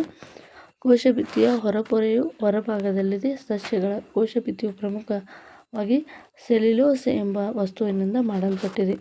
ಸೆಲ್ಯುಲೋಸ್ ಎನ್ನುವಂಥದ್ದು ಒಂದು ಸಂಕೀರ್ಣ ವಸ್ತುವಾಗಿದ್ದು ಇದು ಸಸ್ಯಕ್ಕೆ ಏನಾಗುತ್ತೆ ಅಂದರೆ ಆಧಾರ ಮತ್ತು ಸದೃಢವನ್ನು ಇದು ನೀಡುತ್ತೆ. ಕೋಶಭಿತ್ತಿ ಇದು ಎಲ್ಲಿ ಕಂಡುಬರುತ್ತೆ? ಸಸ್ಯ ಜೀವಕೋಶದಲ್ಲಿ. ಇದು ಯಾವುದರಿಂದ ಮಾಡಲ್ಪಟ್ಟಿರುತ್ತೆ? ಸೆಲ್ಯುಲೋಸ್ ಎನ್ನುವಂಥದ್ದು ಒಂದು ಸಂಕೀರ್ಣ ವಸ್ತುವಾಗಿದ್ದು ಇದು ಸಸ್ಯಕ್ಕೆ ಆಧಾರ ಮತ್ತು ದೃಢತೆಯನ್ನು ಕೊಡುವಂಥ ಕೆಲಸವನ್ನು ಮಾಡುತ್ತೆ. ಸೊ ಇಲ್ಲಿ ಇನ್ನೊಂದು ಇಂಪಾರ್ಟೆಂಟ್ ಡೆಫಿನೇಷನ್ ಇದೆ. ಒಂದು ಸಸ್ಯದ ಜೀವಂತ ಜೀವಕೋಶವು ಅಭಿಸರಣೆ ಕ್ರಿಯೆಯಿಂದಾಗಿ ನೀರಿನ ಅಂಶವನ್ನು ಕಳೆದುಕೊಂಡಾಗ ಅದರ ಘಟಕಗಳು ಸಂಕೋಚಿಸಿ ಕೋಶಭಿತ್ತಿಯಿಂದ ಹೊರಸರಿಯುತ್ತದೆ. ಈ ಒಂದು ವಿದ್ಯಮಾನವನ್ನು ಜೀವದ್ರವ್ಯ ಆಕುಂಚನ ಅಥವಾ ಪ್ಲಾಸ್ಮೋಲೈಸಿಸ್ ಅಂತ ಹೇಳಿ ಕರೀತಾರೆ. ಸೊ ಯಾವ ರೀತಿಯಾಗಿ ಅಂತ ನೋಡ್ತಾ ಹೋಗೋಣ. ಇದೇ ಒಂದು ಡೆಫಿನೇಷನನ್ನು ಲಾಸ್ಟ್ ಇಯರ್ GPSTR ಎಕ್ಸಾಮಲ್ಲಿ ಪ್ರಶ್ನೆಯನ್ನು ಕೇಳಿದರು. ಚಿತ್ರವನ್ನು ಕೊಟ್ಟಿದ್ದರು. ಇದು ಯಾವ ಒಂದು ಕ್ರಿಯೆಗೆ ಉದಾಹರಣೆ ಆಗಿದೆ ಅಂತ ಕೇಳಿದರು. ಸೊ ಈಗ ಇದು ಒಂದು ಸಸ್ಯ ಜೀವಕೋಶ ಇದೆ ಅಂತ ನಾವು ಅಂದ್ಕೊಳ್ಳೋಣ. ಈ ಒಂದು ಸಸ್ಯ ಜೀವಕೋಶದ ಹೊರಭಾಗದಲ್ಲಿ ಏನಿರುತ್ತೆ ಅಂದರೆ ಕೋಶಭಿತ್ತಿ ಇರುತ್ತೆ. ಕೋಶಭಿತ್ತಿಯ ತಂದಾಗ ಇಲ್ಲಿ ಏನಾಗುತ್ತೆ ಅಂದರೆ ಕೋಶಭಿತ್ತಿಯ ಅನ್ನ ಬಿಟ್ಟು ಒಳಗಿರುವಂಥ ಎಲ್ಲ ಜೀವಕೋಶಗಳು ಏನಾಗುತ್ತವೆ ಅಂದರೆ ಸಂಕೋಚನಗೊಳ್ಳುತ್ತವೆ. ಅಂದರೆ ಈಗ ನಾವು ಬೇರೆ ಕಲರಿಂದ ಇದನ್ನು ರಿಪ್ರೆಸೆಂಟ್ ಮಾಡೋದಾದರೆ ಈಗ ಒಳಗಡೆ ಇರುವಂಥ ಜೀವಕೋಶದ ಎಲ್ಲ ಒಂದು ಕಣದಂಗಗಳು ಏನಾಗುತ್ತೆ ಅಂದರೆ ಈ ರೀತಿಯಾಗಿ ಕಾಂಪ್ರೆಸ್ ಆಗಿ ಒಳಗಡೆ ಸೇರಿಕೊಳ್ಳುವಂಥದ್ದು. ಈ ರೀತಿಯಾಗಿ ಜೀವಕೋಶ ಮುದುಡಿರುತ್ತೆ. ಕೋಶಭಿತ್ತಿ ಎಲ್ಲಿರುತ್ತೆ ಅಲ್ಲೇ ಇರುತ್ತೆ ಹೊರಭಾಗದಲ್ಲಿ. ಆದರೆ ಒಳಗಿನ ಎಲ್ಲ ಜೀವಕೋಶದ ಕಣದಂಗಗಳು ಏನಾಗುತ್ತೆ ಅಂದರೆ ಸಂಕೋಚನಗೊಂಡಿರುತ್ತೆ. ಈ ಒಂದು ಪರಿಸರಾತ್ಮಕ ವಿದ್ಯಮಾನಕ್ಕೆ ನಾವು ಇದಕ್ಕೆ ಜೀವದ್ರವ್ಯ ಆಕುಂಚನ ಅಥವಾ ಪ್ಲಾಸ್ಮೋಲೈಸಿಸ್ ಅಂತ ಹೇಳಿ ಕರೀತಾರೆ. ಪ್ಲಾಸ್ಮೋಲೈಸಿಸ್ ಅಂದರೆ ಏನಪ್ಪ ಅಂದರೆ ಒಂದು ಸಸ್ಯದ ಜೀವಂತ ಜೀವಕೋಶದಲ್ಲಿ ಅಭಿಸರಣ ಕ್ರಿಯೆಯಿಂದಾಗಿ ನೀರಿನ ಅಂಶವನ್ನು ಕಳೆದುಕೊಂಡಾಗ ಅದರ ಘಟಕಗಳು ಸಂಕೋಚಿಸಿ ಕೋಶಭಿತ್ತಿಯಿಂದ ದೂರ ಸರಿಯುತ್ತವೆ. ಅಂದರೆ ಕೋಶಭಿತ್ತಿ ಇದ್ದಲ್ಲೇ ಇರುತ್ತೆ, ಒಳಭಾಗ ಮಾತ್ರ ದೂರ ಸರಿಯುತ್ತೆ. ಈ ಒಂದು ವಿದ್ಯಮಾನಕ್ಕೆ ಜೀವದ್ರವ್ಯ ಆಕುಂಚನ ಅಥವಾ ಪ್ಲಾಸ್ಮೋಲೈಸಿಸ್ ಅಂತ ಹೇಳಿ ಕರೀತಾರೆ. ಸೊ ಇವಾಗ ಹಾಗಾದರೆ ಕೋಶಭಿತ್ತಿಯ ಒಂದು ಸಸ್ಯಗಳು ಆಗಿರ್ಬೋದು, ಶಿಲೀಂಧ್ರಗಳಾಗಿರ್ಬೋದು, ಬ್ಯಾಕ್ಟೀರಿಯಾಗಳ ಕೋಶಭಿತ್ತಿಗಳಾಗಿರ್ಬೋದು, ಇವುಗಳು ಏನು ಮಾಡ್ತಾವಪ್ಪ ಅಂದರೆ ಅತಿ ಕಡಿಮೆ ಸಾರತೆ ಇರುವಂಥ ದ್ರವ್ಯ ಮಾಧ್ಯಮದಲ್ಲಿ ಛಿದ್ರವಾಗದೆ ಉಳಿಯಬಲ್ಲದು. ಯಾಕಪ್ಪ ಅಂದರೆ ಇಂಥ ಮಾಧ್ಯಮದಲ್ಲಿ ಜೀವಕೋಶಗಳು ಅಭಿಸರಣೆ ಕ್ರಿಯೆಯಿಂದ ನೀರನ್ನು ಹೀರಿಕೊಳ್ಳುವ ಒಲವನ್ನು ತೋರುತ್ತೆ. ಇದರಿಂದ ಏನಾಗುತ್ತೆ ಅಂದರೆ ಜೀವಕೋಶ ಭಿತ್ತಿಯ ಏರ್ಪಡಿಸುವ ಒತ್ತಡವನ್ನು ವಿರೋಧಿಸಿ ಜೀವಕೋಶಗಳು ಉಬ್ಬುತ್ತೆ. ಈ ಉಬ್ಬಿದ ಜೀವಕೋಶಗಳ ವಿರುದ್ಧ ಸಮನಾದ ಒತ್ತಡವನ್ನು ಕೋಶಭಿತ್ತಿ ಹೇರುತ್ತದೆ. ಈ ಒಂದು ಪ್ರಾಣಿ ಜೀವಕೋಶಗಳಿಗೆ ಹೋಲಿಸಿದರೆ ಕೋಶಭಿತ್ತಿಯಿಂದಾಗಿ ಇಂತಹ ಜೀವಕೋಶಗಳು ತಮ್ಮ ಸುತ್ತಮುತ್ತಲಿನ ಮಾಧ್ಯಮದಲ್ಲಿ ಉಂಟಾಗುವಂತಹ ಅತಿ ಹೆಚ್ಚಿನ ಬದಲಾವಣೆಗಳನ್ನು ತಡೆದುಕೊಳ್ಳುವಲ್ಲಿ ಈ ಒಂದು ಕೋಶಭಿತ್ತಿ ಏನು ಮಾಡುತ್ತೆ ಅಂದರೆ ಸಹಾಯವನ್ನು ಮಾಡುತ್ತೆ. ಸೊ ನೆಕ್ಸ್ಟ್ ಏನಪ್ಪ ಅಂದರೆ, ಈಗ ಕೋಶ ಪೊರೆಯನ್ನು ನೋಡಿದ್ರಿ, ಕೋಶ ಭಿತ್ತಿಯನ್ನು ನೋಡಿದ್ರಿ, ಈಗ ನ್ಯೂಕ್ಲಿಯಸ್ ಅಥವಾ ಕೋಶ ಕೇಂದ್ರವನ್ನು ನೋಡ್ತಾ ಹೋಗೋಣ. ಈಗ ಅಥವಾ ಕೋಶ ಕೇಂದ್ರವನ್ನು ನಾವು ನೋಡೋದಾದರೆ, ಈಗ ಒಂದು ಈರುಳ್ಳಿನ ಒಂದು ತೆಳುವಾದ ಒಂದು ಪದರನ್ನು ತೆಗೆದುಕೊಂಡು ಅದನ್ನು ಸೂಕ್ಷ್ಮದರ್ಶಕದಲ್ಲಿ ನಾವು ನೋಡುವಂಥ ಸಂದರ್ಭದಲ್ಲಿ ಕೆಲವೊಂದಿಷ್ಟು ಅಯೋಡಿನ್ ದ್ರಾವಣವನ್ನು ನಾವು ಹಾಕಬೇಕಾಗತ್ತೆ. ಈ ಅಯೋಡಿನ್ ದ್ರಾವಣವನ್ನು ಹಾಕದೆ ಈರುಳ್ಳಿಯ ಪೊರೆ ಎನ್ನುವ ಸ್ಲೈಡಲ್ಲಿ ವೀಕ್ಷಿಸಲು ನಾವು ಪ್ರಯತ್ನಿಸಿದಾಗ ನಮಗೆ ಅದು ಕಾಣುವುದಿಲ್ಲ. ಯಾಕಪ್ಪ ಅಂದರೆ ಈ ಅಭಿಸರಣ ಕ್ರಿಯೆಯಿಂದ ಈರುಳ್ಳಿ ಏನು ಮಾಡುತ್ತೆ ಅಂದರೆ ಅಯೋಡಿನ್ ದ್ರಾವಣವನ್ನು ಹೀರ್ಕೊಳ್ಳುತ್ತೆ. ಈ ಹೀರ್ಕೊಳ್ಳೋದ್ರಿಂದ ಏನಾಗುತ್ತೆ ಅಂದರೆ ಜೀವಕೋಶಗಳು ಆ ಅಯೋಡಿನ್ ದ್ರಾವಣದ ಬಣ್ಣದಲ್ಲಿ ಇದು ಬದಲಾವಣೆ ಆಗುವಂಥದ್ದು. ಈ ರೀತಿಯಾಗಿ ಬದಲಾವಣೆ ಆದಾಗ ಈ ಒಂದು ರಾಸಾಯನಿಕ ಸಂಯೋಜನೆಗೆ ಅನುಗುಣವಾಗಿ ಜೀವಕೋಶದ ವಿವಿಧ ಭಾಗಗಳು ವಿಭಿನ್ನವಾದ ಬಣ್ಣವನ್ನು ಪಡೆದುಕೊಳ್ಳುತ್ತೆ. ಈಗ ಜೀವಕೋಶದಲ್ಲಿರುವಂಥ ಕೆಲವು ಭಾಗಗಳು ಇತರೆ ಭಾಗಗಳಿಗಿಂತ ದಟ್ಟವಾಗಿ ಕಾಣಿಸಬಹುದು ಮತ್ತು ಅಯೋಡಿನ್ ದ್ರಾವಣದ ಬದಲಿಗೆ ನಾವು ಏನು ಮಾಡ್ಬೋದಪ್ಪ ಅಂದರೆ ನ್ಯಾಪ್ಥಲಿನ್ ದ್ರಾವಣವನ್ನು ಬಳಸ್ಬೋದು. ನ್ಯಾಪ್ಥಲಿನ್ ದ್ರಾವಣ ಅಥವಾ ಮೆಥಾಲಿನ್ ಬ್ಲೂ ದ್ರಾವಣವನ್ನು ಬಳಸ್ಬೋದು. ಅದೇ ರೀತಿಯಾಗಿ ಅಯೋಡಿನ್ ದ್ರಾವಣವನ್ನು ಕೂಡ ಬಳಸ್ಬೋದು. ಇದು ಯಾವಕ್ಕಪ್ಪ ಅಂದರೆ ಹಲವಾರು ಪ್ರಾಣಿಗಾಗಿರ್ಬೋದು, ಸಸ್ಯ ಆಗಿರ್ಬೋದು, ಆ ಒಂದು ಜೀವಕೋಶಗಳನ್ನು ಸ್ಪಷ್ಟವಾಗಿ ಗಮನಿಸಲು ಈ ಒಂದು ಸ್ಯಾಪ್ರನಿಲ್ ದ್ರಾವಣ, ಮೆಥಾಲಿನ್ ಬ್ಲೂ ದ್ರಾವಣ, ಅಯೋಡಿನ್ ದ್ರಾವಣವನ್ನು ಬಳಸ್ತಾರೆ. ಪ್ರತಿಯೊಂದು ನ್ಯೂಕ್ಲಿಯಸ್ ಕೂಡ 2 ಪದರಗಳುಳ್ಳ ಪೊರೆಯನ್ನು ಹೊಂದಿರುತ್ತೆ. ಸೊ ಅದನ್ನು ನ್ಯೂಕ್ಲಿಯರ್ ಪೊರೆ ಅಂತ ಹೇಳಿ ಕರಿತೀವಿ. ಅಂದರೆ ನ್ಯೂಕ್ಲಿಯಸ್ ಏನಾಗುತ್ತೆ ಅಂದರೆ 2 ಪದರಗಳನ್ನು ಹೊಂದಿರುತ್ತೆ. ಒಂದು ನ್ಯೂಕ್ಲಿಯರ್ ಪೊರೆ ಅಂತ ಹೇಳಿ ಕರಿತೀವಿ.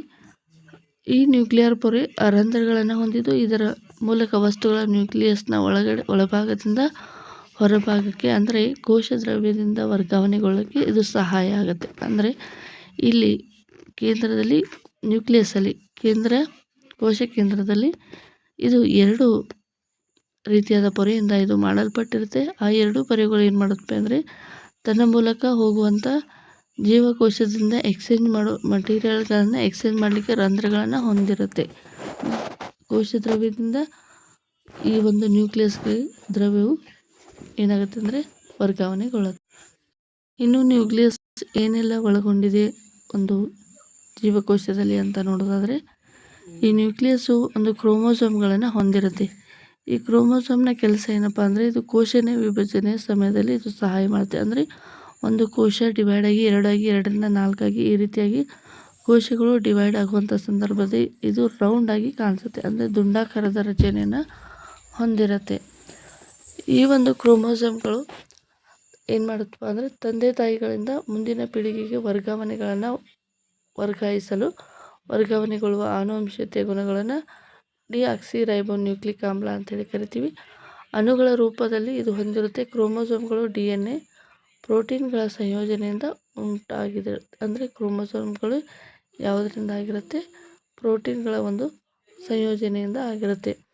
ಈ ಜೀವಕೋಶದ ನಿರ್ಮಾಣ ಆಗಿರ್ಬೋದು, ಸಂಘಟಿಸುವಿಕೆ ಆಗಿರ್ಬೋದು, ಬೇಕಾದ ಮಾಹಿತಿಯನ್ನು DNA ಅಣುಗಳು ಏನಾಗಿರ್ತವೆ ಹೊಂದಿರ್ತವೆ. ಅಂದರೆ ಹಿಂದಿನ ಪೀಳಿಗೆಯಲ್ಲಿ ಇರುವಂಥ ಎಲ್ಲ ಗುಣಲಕ್ಷಣಗಳನ್ನು DNA ಏನು ಮಾಡಿರುತ್ತೆ ಅಂದರೆ ಮಾಹಿತಿಯನ್ನು ಒಳಗೊಂಡಿರುತ್ತೆ. ಈ DNAಯಿಂದ ಮುಂದಿನ ಪೀಳಿಗೆಗಳಿಗೆ ವರ್ಗಾವಣೆ ಮಾಡುವಂಥ ಕೆಲಸವನ್ನು ಮಾಡುತ್ತೆ. DNA ಅಣುವಿನ ಕ್ರಿಯಾಶೀಲ ಭಾಗವನ್ನು ನಾವು ಜೀನ್ಗಳಂತ ಹೇಳಿ ಕರಿತೀವಿ. ಈ DNA ಎನ್ನುವಂಥದ್ದು ಮಾಹಿತಿಯನ್ನು ವರ್ಗಾವಣೆ ಮಾಡುತ್ತೆ ಪೀಳಿಗೆಯಿಂದ ಪೀಳಿಗೆಗೆ. ಈ ವರ್ಗಾವಣೆ ಮಾಡುವಂಥ ಅತ್ಯಂತ ಆ್ಯಕ್ಟಿವ್ ಅಂದರೆ ಕ್ರಿಯಾಶೀಲ ಭಾಗ ಯಾವುದಪ್ಪ ಅಂದರೆ ಅದಕ್ಕೆ ನಾವು ಜೀನ್ಗಳು ಅಂತ ಹೇಳಿ ಕರಿತೀವಿ. ಜೀನ್ ಅಂದರೆ ಏನಂತ ಕೇಳ್ಬೋದು. ನ್ಯೂಕ್ಲಿಯಸ್ನಲ್ಲಿ ಕಂಡುಬರುವಂಥ ಕ್ರೋಮೋಸೋಮ್ನಲ್ಲಿ ಉಪಭಾಗವಾಗಿ ಕಂಡುಬರುವಂಥ DNA ಅಣುಗಳಲ್ಲಿ ಇರುವಂಥ ಕ್ರಿಯಾಶೀಲ ಭಾಗವನ್ನು ಜೀನ್ಗಳು ಅಂತ ಹೇಳಿ ಕರೀತಾರೆ. ಈ ವಿಭಜನೆಯ ಸ್ಥಿತಿಯಲ್ಲಿರದ ಜೀವಕೋಶದಲ್ಲಿ DNA ಕ್ರೊಮ್ಯಾಟಿಕ್ ವಸ್ತುವಿನ ಭಾಗವಾಗಿರುತ್ತೆ. ವಿಭಜನೆ ಸ್ಥಿತಿಯಲ್ಲಿರದ ಜೀವಕೋಶದ DNA ಕ್ರೊಮ್ಯಾಟಿಕ್ ವಸ್ತುವಿನ ಭಾಗವಾಗಿರುತ್ತೆ. ಈ ಕ್ರೊಮ್ಯಾಟಿನ್ ವಸ್ತು ಪರಸ್ಪರ ಹೆಣೆದುಕೊಂಡಿರುತ್ತೆ, ಅಂದರೆ ಒಂದಕ್ಕೊಂದು ಹೆಣೆದುಕೊಂಡಂತೆ ಹೆಣೆದುಕೊಂಡಿರುವಂಥ ದಾರದ ಎಳೆಯಂತೆ ಇದು ಕಾಣಿಸುತ್ತೆ. ಜೀವಕೋಶದ ವಿಭಜನೆ ಸಂದರ್ಭದಲ್ಲಿ ಕ್ರೊಮ್ಯಾಟಿಕ್ ವಸ್ತು ಕ್ರೋಮೋಸೋಮ್ಗಳಾಗಿ ಪರಿವರ್ತನೆಯನ್ನು ಹೊಂದುತ್ತೆ. ಇದು ನ್ಯೂಕ್ಲಿಯಸ್ ಅಲ್ಲಿ ಕಂಡುಬರುವಂಥ ಅತ್ಯಂತ ಮುಖ್ಯವಾಗಿರುವಂಥ ಒಂದು ಭಾಗ ಆಗಿದೆ. ಈ ಒಂದು ಭಾಗದಿಂದ ಇಲ್ಲಿ ಏನಾಗುತ್ತೆ ಅಂದರೆ ವಸ್ತುಗಳು ಮಾಹಿತಿ ವರ್ಗಾವಣೆ ಆಗುವಂಥದ್ದು ಮತ್ತು ಇಲ್ಲಿ ಕ್ರೊಮ್ಯಾಟಿನ್ಗಳು ಕ್ರೋಮೋಸೋಮ್ಗಳಾಗಿ ಪರಿವರ್ತನೆ ಹೊಂದುತ್ತೆ ಸೆಲ್ ವಿಭಜನೆ ಆಗುವಂಥ ಸಂದರ್ಭದಲ್ಲಿ. ಜೀವಕೋಶದ ಪ್ರಜನನ ಕ್ರಿಯೆ ಅಂದರೆ ಒಂದು ಪ್ರೌಢ ಜೀವಕೋಶವು ವಿಭಜನೆ ಹೊಂದಿ 2 ಹೊಸ ಜೀವಕೋಶಗಳಾಗಿ ನಡೆಯುವಂಥ ಪ್ರಕ್ರಿಯೆಗೆ ನ್ಯೂಕ್ಲಿಯಸ್ ಪ್ರಧಾನವಾಗಿ ಪಾತ್ರವಹಿಸುತ್ತೆ. ಅಂದರೆ ಇಲ್ಲಿ ಒಂದು ಜೀವಕೋಶ ಇರುವಂಥದ್ದು 2 ಜೀವಕೋಶಗಳಾಗಿ ಒಡೆದು ಒಂದು ಜೀವಿಯ ಭೌತಿಕವಾದ ವಿಕಾಸವನ್ನು ಹೊಂದಲಿಕ್ಕೆ ಸಹಾಯ ಮಾಡುವಂಥದ್ದು ಈ ಒಂದು ನ್ಯೂಕ್ಲಿಯಸ್. ಜೀವಕೋಶದ ಪ್ರಜನನ ಕ್ರಿಯೆ ಅಂದರೆ ಪ್ರೌಢ ಜೀವಕೋಶವು ವಿಭಜನೆ ಹೊಂದಿ 2 ಹೊಸ ಜೀವಕೋಶಗಳಾಗಿ ಪ್ರಕ್ರಿಯೆಯಲ್ಲಿ ನ್ಯೂಕ್ಲಿಯಸ್ ಅನ್ನುವಂಥದ್ದು ಪ್ರಧಾನ ಕಾರ್ಯವನ್ನು ನಿರ್ವಹಿಸುತ್ತೆ. ಇದು ಪರಿಸರದೊಂದಿಗೆ ಸೇರಿ ಜೀವಕೋಶದ ರಾಸಾಯನಿಕ ಚಟುವಟಿಕೆಗಳನ್ನು ನಿರ್ವಹಿಸಲು ಇದು ನಿರ್ದೇಶನವನ್ನು ನೀಡುತ್ತೆ. ಬೆಳವಣಿಗೆ ಹಂತ ಮತ್ತು ಪ್ರೌಢಾವಸ್ಥೆಯಲ್ಲಿ ಜೀವಕೋಶವು ಯಾವ ರೂಪದಲ್ಲಿ ಪ್ರದರ್ಶಿಸಬೇಕು ಎಂಬುದರ ಬಗ್ಗೆ ಪ್ರಮುಖವಾದ ಪಾತ್ರವನ್ನು ಈ ಒಂದು ನ್ಯೂಕ್ಲಿಯಸ್ ಹೊಂದಿರುತ್ತೆ. ಅದೇ ರೀತಿಯಾಗಿ ಈಗ ಬ್ಯಾಕ್ಟೀರಿಯಾಗಳಂಥ ಕೆಲವು ಜೀವಿಗಳಲ್ಲಿ ನ್ಯೂಕ್ಲಿಯಸ್ನ ಭಾಗವು ನ್ಯೂಕ್ಲಿಯರ್ ಪೊರೆ ಇಲ್ಲದೆ ಅಪೂರ್ಣವಾಗಿರುತ್ತದೆ. ಅಂದರೆ ಬ್ಯಾಕ್ಟೀರಿಯಾದಂಥ ಕೆಲವೊಂದು ಜೀವಿಗಳಲ್ಲಿ ನ್ಯೂಕ್ಲಿಯರ್ ಪೊರೆ ಇರಂಗಿಲ್ಲ. ಅಂದರೆ ನ್ಯೂಕ್ಲಿಯಸ್ ಇರುತ್ತೆ, ನ್ಯೂಕ್ಲಿಯರ್ ಪೊರೆ ಇರೋದಿಲ್ಲ. ಕೇವಲ ನ್ಯೂಕ್ಲಿಕ್ ಆಮ್ಲ ಮಾತ್ರ ಇರುವ ಅಸ್ಪಷ್ಟವಾಗಿರುವಂಥ ನ್ಯೂಕ್ಲಿಯರ್ ಪ್ರದೇಶವನ್ನು ನ್ಯೂಕ್ಲಿಯಾಯ್ಡ್ ಅಂತ ಹೇಳಿ ಕರೀತಾರೆ. ಅಂದರೆ ಇಲ್ಲಿ ಏನಾಗಿರುತ್ತೆ ಅಂದರೆ ಅಸ್ಪಷ್ಟ ನ್ಯೂಕ್ಲಿಯರ್ ಪ್ರದೇಶ ಇದ್ದು ಇದನ್ನು ನ್ಯೂಕ್ಲಿಯಾಯ್ಡ್ ಅಂತ ಹೇಳಿ ಕರೀತಾರೆ. ನ್ಯೂಕ್ಲಿಯರ್ ಪೊರೆ ಇಲ್ಲದ ಜೀವಕೋಶವನ್ನು ಹೊಂದಿರುವಂಥ ಜೀವಿಗಳನ್ನು ಪ್ರೊಕ್ಯಾರಿಯೋಟ್ ಅಂತ ಹೇಳಿ ಕರೀತಾರೆ. ಯಾವ ಪ್ರಾಣಿಯು ಯಾವ ಜೀವಿಯು ನ್ಯೂಕ್ಲಿಯರ್ ಪೊರೆ ಇಲ್ಲದ ಜೀವಕೋಶವನ್ನು ನಾವು ಏನಂತ ಕರಿತೀವಪ್ಪ ಅಂದರೆ ಪ್ರೊಕ್ಯಾರಿಯೋಟ್. ಅಂದರೆ ಪ್ರೊಕ್ಯಾರಿಯೋಟ್ ಯೂಕ್ಯಾರಿಯೋಟ್ಗಳಿಗೆ ಡಿಫ್ರೆನ್ಸ್ ಕೇಳ್ತಾರೆ, ವ್ಯತ್ಯಾಸವನ್ನು ಕೇಳ್ತಾರೆ. ಮತ್ತು ಪ್ರಾಚೀನ ಮತ್ತು ಪ್ರಥಮಾವಸ್ಥೆ ನ್ಯೂಕ್ಲಿಯರ್ ಪೊರೆ ಇರುವ ಜೀವಕೋಶವನ್ನು ಹೊಂದಿರುವಂಥ ಜೀವಿಗಳಿಗೆ ಯೂಕ್ಯಾರಿಯೋಟ್ ಅಂತ ಹೇಳಿ ಕರೀತಾರೆ. ಸೊ ಪ್ರೊಕ್ಯಾರಿಯೋಟ್, ಯೂಕ್ಯಾರಿಯೋಟ್ ಅನ್ನುವಂಥ 2 ಜೀವಿಗಳ ವಿಭಾಗ ಇದೆ. ಯಾವುದು ನ್ಯೂಕ್ಲಿಯರ್ ಪೊರೆಯನ್ನು ಹೊಂದದೇ ಇರುವಂತಹ ಜೀವಿಗಳಿಗೆ ಪ್ರೊಕ್ಯಾರಿಯೋಟ್, ಹೊಂದಿರುವಂಥ ಜೀವಿಗಳಿಗೆ ಯೂಕ್ಯಾರಿಯೋಟ್ ಅಂತ ಹೇಳಿ ಕರಿತೀವಿ. ಪ್ರೊಕ್ಯಾರಿಯೋಟ್ ಎನ್ನುವಂಥ ಜೀವಿಗಳು ಈ ಒಂದು ಜೀವಕೋಶಗಳು ಜೀವಿಗಳ ಉಗಮದ ಮೊದಲಲ್ಲಿ ಕಂಡುಬರುವಂತಹ ಒಂದು ಜೀವಿಗಳಾಗಿರೋದ್ರಿಂದ ಇವುಗಳಿಗೆ ಪ್ರೊಕ್ಯಾರಿಯೋಟ್ ಅಂದರೆ ಪ್ರಥಮವಾಗಿ ಜನಿಸಿರುವಂತಹ ಜೀವಿಗಳು ಅಂತ ಕೂಡ ಕರೀಬೋದು. ಈಗ ಯೂಕ್ಯಾರಿಯೋಟ್ ಜೀವಕೋಶಗಳ ಕೋಶದ್ರವ್ಯದಲ್ಲಿರುವ ಕಂಡುಬರುವಂಥ ಬಹುತೇಕ ಕಣತಂಗಗಳು ಪ್ರೊಕ್ಯಾರಿಯೋಟ್ ಜೀವಕೋಶಗಳಲ್ಲಿ ಇರೋದಿಲ್ಲ. ಅಂದರೆ ಯೂಕ್ಯಾರಿಯೋಟ್ ಜೀವಕೋಶಗಳ ಕೋಶ ದ್ರವ್ಯದಲ್ಲಿ ಕಂಡುಬರುವಂಥ ಬಹುತೇಕ ಕಣತಂಗಗಳು ಪ್ರೊಕ್ಯಾರಿಯೋಟ್ ಜೀವಕೋಶಗಳಲ್ಲಿ ಇರುವುದಿಲ್ಲ. ಅಂದರೆ ತುಂಬಾ ಕಾಂಪ್ಲೆಕ್ಸ್ ಆಗಿರುತ್ತೆ. ಮುಂದೆ ಯೂಕ್ಯಾರಿಯೋಟ್ಗಳು ಅತ್ಯಂತ ವಿಕಾಸ ಹೊಂದಿ ಇವು ಕಾಂಪ್ಲೆಕ್ಸ್ ಆಗಿರುತ್ತೆ. ಆದರೆ ಪ್ರೊಕ್ಯಾರಿಯೋಟ್ಗಳಲ್ಲಿ ಇದೆಲ್ಲವೂ ಕೂಡ ಡೆವಲಪ್ ಆಗಿರೋದಿಲ್ಲ. ಈ ಕಣದಂಗಗಳಿಂದ ಆಗಬೇಕಿದ್ದ ಬಹಳಷ್ಟು ಕಾರ್ಯಗಳು ಕೋಶದ್ರವ್ಯದ ದುರ್ಬಲವಾಗಿ ಬೆಳವಣಿಗೆ ಹೊಂದಿದ ಭಾಗಗಳಿಂದ ಇದು ನಿರ್ವಹಿಸಲ್ಪಡುತ್ತೆ. ಈಗ ದ್ಯುತಿಸಂಶ್ಲೇಷಣೆ ನಡೆಯುವಂಥ ಪ್ರೊಕ್ಯಾರಿಯೋಟ್ ಬ್ಯಾಕ್ಟೀರಿಯಾಗಳು ಸೂಕ್ಷ್ಮ ಪೊರೆಯಿಂದಾಗಿ ಚೀಲಗಳಂಥ ರಚನೆಗಳಲ್ಲಿ ಪತ್ರಹರಿತನ ಒಳಗೊಂಡಿರುತ್ತೆ. ಅಂದರೆ ಈಗ ಯೂಕ್ಯಾರಿಯೋಟ್ಗಳಲ್ಲಿ ಏನಾಗಿರುತ್ತೆ ಅಂದರೆ ಕ್ಲೋರೋಪ್ಲಾಸ್ಟ್ ಎನ್ನುವಂಥ ಸ್ಪೆಸಿಫಿಕ್ ಆಗಿರುವಂತಹ ಕಣತಂಗ ಇರುತ್ತೆ. ಕಣತಂಗ ಅಂದರೆ ಜೀವಕೋಶದಲ್ಲಿ ಕಂಡುಬರುವಂಥ ಅತ್ಯಂತ ಚಿಕ್ಕದಾದ ಒಂದು ರಚನೆಗಳಿಗೆ ನಾವು ಕಣದಂಗ ಅಂತ ಹೇಳಿ ಕರಿತೀವಿ. ಆ ಕಣದಂಗ ಈ ಯೂಕ್ಯಾರಿಯೋಟ್ನಲ್ಲಿ ಇಲ್ಲದೇ ಇರೋದ್ರಿಂದ ಇವು ಏನು ಮಾಡ್ತಾವಪ್ಪ ಅಂದರೆ ಒಂದು ಚಿಕ್ಕದಾದ ಭಾಗಗಳಲ್ಲಿ ಇದು ಏನು ಮಾಡುತ್ತೆ ಅಂದರೆ ಈ ಒಂದು ಕಣದಂಗಗಳಿಂದ ಇದು ಏನು ಮಾಡುತ್ತೆ ಅಂದರೆ ಬೆಳವಣಿಗೆ ದ್ಯುತಿಸಂಶ್ಲೇಷಣೆ ನಡೆಯುವಂಥ ಕ್ರಿಯೆಯಲ್ಲಿ ಇವು ಚೀಲಗಳಲ್ಲಿ ಸೂಕ್ಷ್ಮವಾದ ಒಂದು ಪೊರೆಗಳಿಂದಾದ ಚೀಲಗಳಲ್ಲಿ ಪತ್ರಹರಿತನ ಒಳಗೊಂಡಿರುತ್ತೆ. ಯಾಕೆ ಪತ್ರಹರಿತನ ಒಳಗೊಂಡಿರುತ್ತೆ ಅಂದರೆ ಇವು ಸ್ವತಃ ತಾವೇ ಫೋಟೋಸಿಂಥಸಿಸನ್ನು ಮಾಡಿ ಆಹಾರವನ್ನು ಪಡೆದುಕೊಳ್ಳುವಂತಹ ಸಂದರ್ಭದಲ್ಲಿ ಸ್ವಲ್ಪ ಪ್ರಮಾಣದಲ್ಲಿ ಪತ್ರ ಹರಿದು ಬೇಕಾಗಿರುತ್ತದೆ. ಇವು ಸಣ್ಣ ಚೀಲಗಳಲ್ಲಿ ಇದನ್ನು ತುಂಬಿಕೊಂಡಿರುತ್ತೆ. ಅದೇ ರೀತಿಯಾಗಿ ಯುಕ್ಯಾರಿಯೋಟ್ಗಳಲ್ಲಿ ಏನಾಗಿರುತ್ತೆ ಅಂದರೆ ಜೀವಕೋಶಗಳು ಪ್ಲಾಸ್ಟಿಡ್ಗಳಲ್ಲಿ ಪತ್ರಹರಿತನ್ನು ತುಂಬಿಕೊಂಡಿರುತ್ತೆ. ಅಂದರೆ ಯುಕ್ಯಾರಿಯೋಟ್ ಮತ್ತು ಪ್ರೊಕ್ಯಾರಿಯೋಟ್ಗಳ ವ್ಯತ್ಯಾಸವನ್ನು ಕೇಳ್ಬೋದು. ಪ್ರೊಕ್ಯಾರಿಯೋಟ್ ಅಂದರೆ ಇಲ್ಲಿ ನ್ಯೂಕ್ಲಿಯರ್ ಪೊರೆ ಇರೋದಿಲ್ಲ. ಯುಕ್ಯಾರಿಯೋಟ್ ಅಂದರೆ ನ್ಯೂಕ್ಲಿಯಸ್ನಿಂದ ಇದು ಡೆವಲಪ್ ಆಗಿರುತ್ತೆ. ಇದು ಪತ್ರಹರಿತನ ಸಣ್ಣದಾದ ಚೀಲಗಳಲ್ಲಿ ಸೂಕ್ಷ್ಮ ಪೊರೆಯಿಂದಾದ ಬ್ಯಾಕ್ಟೀರಿಯಾಗಳು ಸೂಕ್ಷ್ಮ ಪೊರೆಯಿಂದಾದ ಚೀಲಗಳಲ್ಲಿ ಪತ್ರಹರಿತನ ಸಂಗ್ರಹಣೆ ಮಾಡಿರುತ್ತೆ. ಆದರೆ ಯುಕ್ಯಾರಿಯೋಟ್ಗಳು ಏನಾಗಿರ್ತವೆ ಅಂದರೆ ಜೀವಕೋಶದಲ್ಲಿ ಕಂಡುಬರುವಂಥ ಪ್ಲಾಸ್ಟಿಡ್ ಎಂಬ ಒಂದು ಕಣದ ಅಂಗದಿಂದ ಈ ಒಂದು ಪತ್ರಹರಿತನ ಸಂಗ್ರಹಣೆ ಮಾಡುತ್ತೆ. ಸೊ ಈಗ ಪ್ರೊಕ್ಯಾರಿಯೋಟ್ ಜೀವಕೋಶಗಳು ಯಾವ ರೀತಿಯಾಗಿರುತ್ತೆ ಅಂತ ನೋಡ್ತಾ ಹೋಗೋಣ. ಇಲ್ಲಿ ಏನಾಗುತ್ತೆ ಅಂದರೆ ಕೋಶ ಭಿತ್ತಿ ಇರುತ್ತೆ, ಕೋಶ ಪೊರೆ ಇರುತ್ತೆ, ರೈಬೋಸೋಮ್ಗಳಿರುತ್ತೆ ಮತ್ತು ನ್ಯೂಕ್ಲಿಯಾಯ್ಡ್ ಮಾತ್ರ ಇರುತ್ತೆ. ನ್ಯೂಕ್ಲಿಯಸ್ ಇರೋದಿಲ್ಲ. ಯಾಕಂತಂದರೆ ಇಲ್ಲಿ ಏನಾಗಿರುತ್ತೆ ಅಂದರೆ ಇನ್ನೊಂದು ಪೊರೆ ಇಲ್ಲಿ ಇರೋದಿಲ್ಲ. ನ್ಯೂಕ್ಲಿಯಸ್ ಅಂದಾಗ ಈ ಒಂದು ಪೊರೆ ಇಲ್ಲದೆ ಇರೋದ್ರಿಂದ ಇದನ್ನು ನ್ಯೂಕ್ಲಿಯಾಯ್ಡ್ ಅಂತೇಳಿ ನಾವು ಕರಿತೀವಿ. ಸೊ ಇದು ಪ್ರೊಕ್ಯಾರಿಯೋಟ್ ಜೀವಕೋಶದ ಒಂದು ಚಿತ್ರ ಆಗಿರುತ್ತೆ. ಸೊ GPSR ಎಕ್ಸಾಮ್ ಅಂತ ಆಗಿರ್ಬೋದು ಅಥವಾ 9th ಸ್ಟ್ಯಾಂಡರ್ಡ್ ಎಕ್ಸಾಮ್ ಅಂತ ಆಗಿರ್ಬೋದು. ಸೊ ವಿಜ್ಞಾನದಲ್ಲಿ ಪ್ರಮುಖ ಇಂಪಾರ್ಟೆಂಟ್ ಚಿತ್ರಗಳನ್ನು ಗಮನಿಸಿರ್ತಾರೆ. ಆ ಒಂದು ಚಿತ್ರಗಳನ್ನು ಎಕ್ಸಾಮ್ನಲ್ಲಿ ಕೇಳೋದ್ರಿಂದ ಈ ಪ್ರೊಕ್ಯಾರಿಯೋಟಿಕ್ ಜೀವಕೋಶದ ಚಿತ್ರವನ್ನು ಕೂಡ ಕೇಳ್ಬೋದು. ನೆಕ್ಸ್ಟ್ ಬರುವಂಥದ್ದು ಕೋಶದ್ರವ್ಯ. ಅಂದರೆ ಈಗ ನಾವು ಏನೆಲ್ಲ ಸ್ಟಡಿ ಮಾಡಿದ್ವಪ್ಪ ಅಂದರೆ ಇದು ಒಂದು ಜೀವಕೋಶ ಅಂತ ಕನ್ಸಿಡರ್ ಮಾಡಿದಾಗ ಇದು ಕೋಶ ಪೊರೆಯನ್ನು ನಾವು ಸ್ಟಡಿ ಮಾಡಿದ್ವಿ ಮತ್ತು ಇದರಲ್ಲಿ ಬರುವಂಥ ಒಂದು ದಪ್ಪನೆ ಒಂದು ಭಾಗವನ್ನು ಕೋಶ ಭಿತ್ತಿಯ ಬಗ್ಗೆ ನಾವು ಏನು ಮಾಡಿದ್ವಪ್ಪ ಅಂದರೆ ಸ್ಟಡಿಯನ್ನು ಮಾಡಿದ್ವಿ.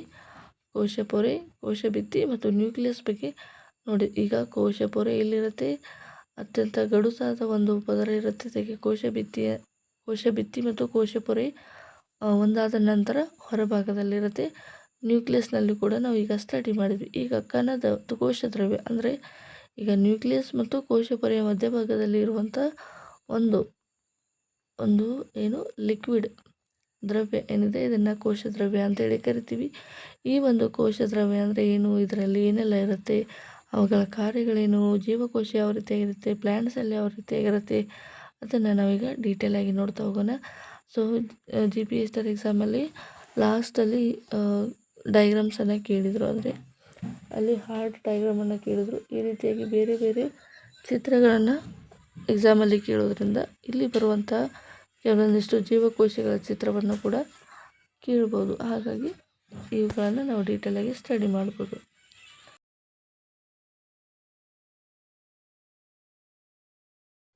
ನೆಕ್ಸ್ಟ್ ಒಂದು ಕಾನ್ಸೆಪ್ಟ್ ಏನು, ಕೋಶದ್ರವ್ಯ ಅಂದರೆ ಜೀವಕೋಶದಲ್ಲಿ ಇರುವಂತಹ ಒಂದು ಲಿಕ್ವಿಡ್ ಅಂದರೆ ದ್ರವ ವಸ್ತು ಏನಿರುತ್ತೆ ಅದಕ್ಕೆ ನಾವು ಕೋಶದ್ರವ್ಯ ಅಂತ ಹೇಳಿ ಕರಿತೀವಿ. ಈ ಒಂದು ಕೋಶದ್ರವ್ಯದಲ್ಲಿ ಈರುಳ್ಳಿ ಪೊರೆಯ ಮಾನವನ ಗಲ್ಲಗಳ ಒಳಭಾಗದಲ್ಲಿ ಜೀವಕೋಶಗಳ ತಾತ್ಕಾಲಿಕ ಸ್ಲೈಡನ್ನು ವೀಕ್ಷಿಸಿದಾಗ ನಮಗೆ ಕೋಶ ಪೊರೆಯಿಂದ ಆವೃತವಾದ ವಿಶಾಲ ಪ್ರದೇಶವು ಕಂಡುಬರುತ್ತೆ. ಈ ಒಂದು ಪ್ರದೇಶವು ಅತ್ಯಂತ ಪ್ರಮಾಣದಲ್ಲಿ ಬಣ್ಣವನ್ನು ಪಡೆದಿರುತ್ತದೆ. ಇದಕ್ಕೆ ನಾವು ಕೋಶದ್ರವ್ಯ ಅಥವಾ ಸೈಟೋಪ್ಲಾಸಮ್ ಅಂತ ಹೇಳಿ ಕರಿತೀವಿ. ಈ ಒಂದು ಸೈಟೋಪ್ಲಾಸಮ್ ಅಂದರೆ ಈ ಕೋಶದಲ್ಲಿ ಇರುವಂತಹ ಒಂದು ನೀರಿನ ಪ್ರಮಾಣ ಏನಿರುತ್ತೆ ಅದಕ್ಕೆ ಸೈಟೋಪ್ಲಾಸಮ್ ಅಂತ ಹೇಳಿ ನಾವು ಕರಿತೀವಿ. ಈ ಒಂದು ಸೈಟೋಪ್ಲಾಸಮ್ ಕೋಶ ಪೊರೆಗೆ ಒಳಗೆ ಇರುವಂಥ ದ್ರವರೂಪದ ವಸ್ತು. ಕೋಶ ಪೊರೆಯೊಳಗಿನ ದ್ರವರೂಪದ ವಸ್ತುಕ್ಕೆ ನಾವು ಸೈಟೋಪ್ಲಾಸಮ್ ಅಂತ ಹೇಳಿ ಕರಿತೀವಿ. ವಿಶಿಷ್ಟ ರಚನೆಯಾದ ಕಣದಂಗಗಳನ್ನು ಹೊಂದಿದೆ.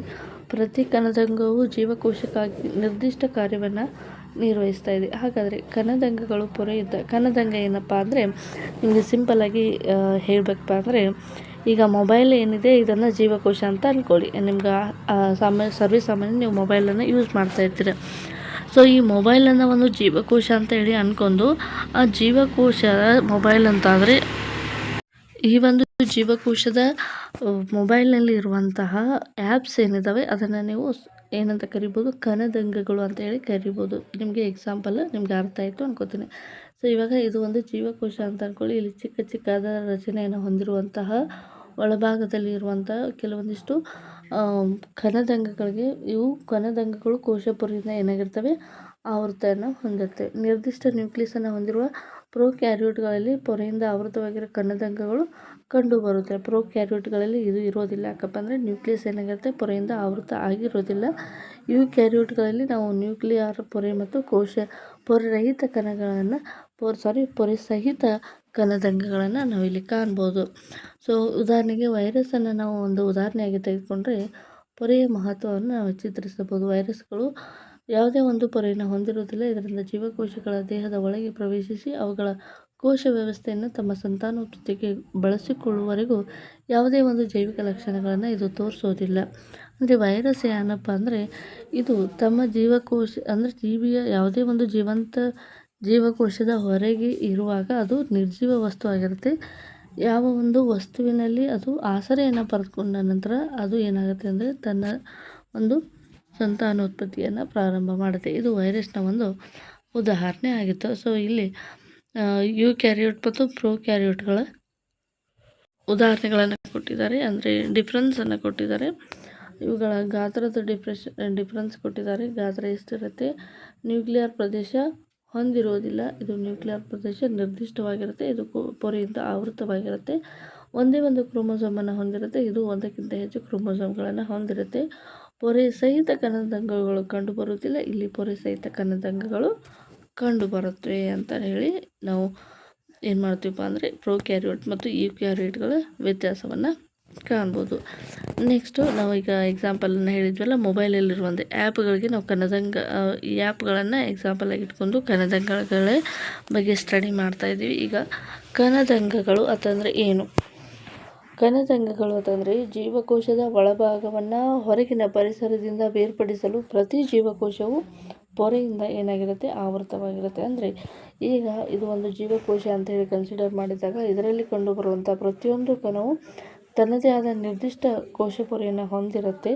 ಇದು ಒಂದು ಬಹುಕೋಶ ಜೀವಕೋಶಗಳಲ್ಲಿಯೂ ಒಳಗೊಂಡಂತೆ ದೊಡ್ಡದಾದ ಒಂದು ಸಂಕೀರ್ಣ ಜೀವಕೋಶಗಳಿಗೆ ಬಹುಕೋಶ ಜೀವಕೋಶಗಳನ್ನು ಇವು ಒಳಗೊಂಡಂತೆ ದೊಡ್ಡದಾದ ಮತ್ತು ಸಂಕೀರ್ಣ ಜೀವಕೋಶಗಳಿಗೆ ತಮ್ಮ ಸಂಕೀರ್ಣ ರಚನೆ ಮತ್ತು ಕಾರ್ಯಗಳನ್ನು ನಿರ್ವಹಿಸಲು ಬಹಳಷ್ಟು ರಾಸಾಯನಿಕ ಚಟುವಟಿಕೆಗಳ ಅಗತ್ಯ ಇರುತ್ತೆ. ಈ ರೀತಿಯಾದ ವಿಭಿನ್ನ ರಾಸಾಯನಿಕ ಚಟುವಟಿಕೆಗಳನ್ನು ನಿರ್ವಹಿಸಲು ಜೀವಕೋಶಗಳು ಪೊರೆ ಸಹಿತ ಸಣ್ಣ ರಚನೆಗಳನ್ನು ಕಣದಂಗಗಳನ್ನು ಹೊಂದಿದೆ. ಇದು ಯೂಕ್ಯಾರಿಯೋಟಿಕ್ ಜೀವಕೋಶಗಳಲ್ಲಿ ಕಂಡುಬರುವ ಒಂದು ವಿಶಿಷ್ಟವಾದ ಲಕ್ಷಣ ಆಗಿರುತ್ತೆ. ಅಂದರೆ ಈ ಕಣದಂಗಗಳ ಒಂದು ಉಪಯೋಗ ಏನಪ್ಪ ಅಂದರೆ ಜೀವಕೋಶಗಳು ಪೊರೆ ಸಹಿತವಾಗಿರುವಂಥ ಸಣ್ಣದಾದ ರಚನೆಗಳನ್ನು ಹೊಂದಿರುತ್ತೆ. ಇವುಗಳಿಗೆ ನಾವು ಕಣದಂಗ ಅಂತ ಹೇಳಿ ಕರಿತೀವಿ. ಇವು ತನ್ನದೇ ಆದ ನಿರ್ದಿಷ್ಟ ಲಕ್ಷಣಗಳನ್ನು ಹೊಂದಿರುತ್ತೆ. ಇದು ಅವುಗಳನ್ನು ಪ್ರೊಕ್ಯಾರಿಯೋಟ್ಗಳಿಂದ ಪ್ರತ್ಯೇಕಿಸಲು ಕಣದಂಗಗಳನ್ನು ಎಲೆಕ್ಟ್ರಾನಿಕ್ ಸೂಕ್ಷ್ಮದರ್ಶಕದಿಂದ ಮಾತ್ರ ನೋಡಲಿಕ್ಕೆ ಸಾಧ್ಯ ಆಗುತ್ತೆ. ಅಂದರೆ ಇದರಲ್ಲಿ ಸೆಲ್ಲೇ ಅತ್ಯಂತ ಚಿಕ್ಕದಾಗಿರುವಂಥ ಒಂದು ಏನಾಗಿರುತ್ತೆ ಅಂದರೆ ಮೂಲ ಘಟಕ ಆಗಿರುತ್ತೆ. ಅದರಲ್ಲಿ ಇರುವಂಥ ಚಿಕ್ಕದಾದ ಘಟಕಗಳನ್ನು ಎಲೆಕ್ಟ್ರಾನಿಕ್ ಮೈಕ್ರೋಸ್ಕೋಪಲ್ಲಿ ಮಾತ್ರ ನೋಡಲಿಕ್ಕೆ ನಾವು ಸಾಧ್ಯ ಆಗುತ್ತೆ. ಸೊ ಇವಾಗ ಈ ಒಂದು ಜೀವಕೋಶದಲ್ಲಿ ಗಾಲ್ಗಿ ಸಂಕೀರ್ಣಗಳು ಈ ಒಂದು ಜೀವಕೋಶದಲ್ಲಿರುವಂತಹ ಕಣದಂಗಗಳು ಯಾವುವು ಅಂತ ಮೊದಲಿಗೆ ಒಂದು ಲಿಸ್ಟನ್ನು ನೋಡ್ಕೊಂಬಿಡೋಣ. ಸೊ ಈ ಕಣದಂಗಗಳಂದರೆ ಎಂಡೋಪ್ಲಾಸ್ಮಿಕ್ ರೆಟಿಕ್ಯುಲಮ್, ಗಾಲ್ಗಿ ಕಾಂಪ್ಲೆಕ್ಸ್ ಅಥವಾ ಗಾಲ್ಗಿ ಸಂಕೀರ್ಣ, ಲೈಸೋಸೋಮ್, ಮೈಟೊಕಾಂಡ್ರಿಯಾ, ಪ್ಲಾಸ್ಟಿಡ್, ರಸದಾನಿಗಳು. ಈ ಕಣದಂಗಗಳು ಕೋಶದ ಕೆಲವು ನಿರ್ಣಾಯಕ ಕಾರ್ಯಗಳನ್ನು ನಿರ್ವಹಿಸುತ್ತವೆ. ಅಂದರೆ ಒಂದು ಜೀವಕೋಶ ತಂದಾಗ ನಮ್ಮ ಜೀವದಲ್ಲಿ ಕೋಟ್ಯಾಂತರ ಮತ್ತು ಬಿಲಿಯನ್ ಗಟ್ಟಲೆ ಏನಿರ್ತವೆ ಜೀವಕೋಶಗಳಿರ್ತವೆ. ಪ್ರತಿಯೊಂದು ಜೀವಕೋಶದಲ್ಲೂ ಕೂಡ ಒಂದೊಂದು ಮೈಟೊಕಾಂಡ್ರಿಯಾ, ಲೈಸೋಸೋಮು, ಎಂಡೋಪ್ಲಾಸ್ಮಿಕ್ ರೆಟಿಕ್ಯುಲಮು, ಗಾಲ್ಗಿ ಕಾಂಪ್ಲೆಕ್ಸು ಈ ರೀತಿಯಾಗಿ ಬೇರೆ ಬೇರೆ ಕಣದಂಗಗಳಿರ್ತವೆ. ಅವುಗಳು ಕೂಡ ವಿಶೇಷವಾದ ಕೆಲಸಗಳನ್ನು ಮಾಡ್ತವೆ. ಎಲ್ಲ ಜೀವಕೋಶಗಳು ಒಟ್ಟಿಗೆ ಸೇರಿ ನಮ್ಮ ದೇಹದಲ್ಲಿ ನಡೆಯುವಂಥ ಚಟುವಟಿಕೆಗಳು ರಾಸಾಯನಿಕ ಕ್ರಿಯೆಯಿಂದ ಅವು ಮುಂದೆ ಸಾಗುತ್ತೆ. ಹಾಗಾದರೆ ಈಗ ಒಂದೊಂದೇ ಕಣದಂಗಗಳ ಬಗ್ಗೆ ಅವುಗಳ ರಚನೆ ಮತ್ತು ಅವುಗಳ ಕಾರ್ಯವನ್ನು ನೋಡ್ತಾ ಹೋಗೋಣ. ಮೊದಲನೇದಾಗಿ ಎಂಡೋಪ್ಲಾಸ್ಮಿಕ್ ರೆಟಿಕ್ಯುಲಮ್ ಅಂತಂದರೆ ಇದು ಒಂದು ಕೋಶ ಸಹಿತ ಕೊಳವೆ ಮತ್ತು ಹಾಳೆಗಳ ಆಕಾರದಲ್ಲಿ ಇರುವಂಥ ಒಂದು ದೊಡ್ಡದಾದ ಜಾಲ. ಸೊ ಇಲ್ಲಿ ನಾವು ಒಂದು ಜೀವಕೋಶವನ್ನು ಗಮನಿಸೋಣ. ಈ ಒಂದು ಜೀವಕೋಶದಲ್ಲಿ ಇದು ಒಂದು ಕಂಪ್ಲೀಟ್ ಆಗಿರುವಂಥ ಜೀವಕೋಶ ಆದರೆ ಇದರಲ್ಲಿ ಕಂಡುಬರುವಂಥ ಹಲವಾರು ರಚನೆಗಳನ್ನು ನಾವು ಕಣದಂಗಗಳು ಅಂತ ಹೇಳಿ ಕರಿತೀವಿ. ಇಲ್ಲಿ ಗಾಲ್ಗಿ ಕಾಂಪ್ಲೆಕ್ಸ್ ಇದೆ, ಇದು ಸೆಂಟ್ರಿಯೋಲ್ ಅಂತ ಇಲ್ಲಿ ಮಿಡಲಲ್ಲಿದೆ, ಇದು ಕೋಶಪೊರೆ, ಇದು ಲೈಸೋಸೋಮು, ರೈಬೋಸೋಮು, ಮೈಟೊಕಾಂಡ್ರಿಯಾ, ಮತ್ತು ನ್ಯೂಕ್ಲಿಯರ್ ಪೊರೆ ಇದು ಇದು ನ್ಯೂಕ್ಲಿಯಸ್ ಆದರೆ ನ್ಯೂಕ್ಲಿಯಸ್ಗೆ ಒಂದು ಪೊರೆ ಇರುತ್ತೆ, ಇದಕ್ಕೆ ನ್ಯೂಕ್ಲಿಯರ್ ಪೊರೆ ಅಂತ ಕರಿತೀವಿ. ಸ್ಮೂತ್ ಎಂಡೋಪ್ಲಾಸ್ಮಿಕ್ ರೆಟಿಕ್ಯುಲಮ್ ಅಂದರೆ ಎರಡು ರೀತಿಯಾದ ಎಂಡೋಪ್ಲಾಸ್ಮಿಕ್ ರೆಟಿಕ್ಯುಲಮ್ ಇರುತ್ತೆ, ಸ್ಮೂತು ರಫ್ ಎಂಡೋಪ್ಲಾಸ್ಮಿಕ್ ರೆಟಿಕ್ಯುಲಮ್. ಸ್ಮೂತಪ್ಪ ಅಂದರೆ ಅಲ್ಲಿ ಏನಾಗಿರ್ತಾವಪ್ಪ ಅಂದರೆ RNAಗಳು ಎಂಡೋಪ್ಲಾಸ್ಮಿಕ್ ರೆಟಿಕ್ಯುಲಮ್ಗೆ ಅಟ್ಯಾಚ್ ಆಗಿದ್ರೆ ಅವಕ್ಕೆ ರಫ್ ಎಂಡೋಪ್ಲಾಸ್ಮಿಕ್ ರೆಟಿಕ್ಯುಲಮ್ ಅಂತ ಕರಿತೀವಿ. ಅಥವಾ ಅಟ್ಯಾಚ್ ಆಗದೆ ಹೋಗಿದ್ರೆ ಅದಕ್ಕೆ ನಾವು ಮೃದು ಎಂಡೋಪ್ಲಾಸ್ಮಿಕ್ ಅಥವಾ ಸ್ಮೂತ್ ಎಂಡೋಪ್ಲಾಸ್ಮಿಕ್ ರೆಟಿಕ್ಯುಲಮ್ ಅಂತ ಹೇಳಿ ಕರಿತೀವಿ. ಈಗ ಪ್ರತಿಯೊಂದು ಕಣದಂಗಳ ಬಗ್ಗೆ ನಾವು ಡೀಟೇಲಾಗಿ ಡಿಸ್ಕಸ್ ಮಾಡ್ತಾ ಹೋಗೋಣ. ಎಂಡೋಪ್ಲಾಸ್ಮಿಕ್ ರೆಟಿಕ್ಯುಲಮ್ ಅಂತಕ್ಕಂಥದ್ದು ಮೊದಲೇದು. ಎಂಡೋಪ್ಲಾಸ್ಮಿಕ್ ರೆಟಿಕ್ಯುಲಮ್ ಇದೇನೆಲ್ಲ ಕೆಲಸವನ್ನು ಮಾಡುತ್ತೆ, ಇದರ ಒಂದು ವಿಶೇಷ ಏನು ಅಂತ ಈಗ ಗಮನಿಸ್ತಾ ಹೋಗೋಣ. ಎಂಡೋಪ್ಲಾಸ್ಮಿಕ್ ರೆಟಿಕ್ಯುಲಮ್ ಅದನ್ನು ER ಅಂತ ಕರೀತಾರೆ.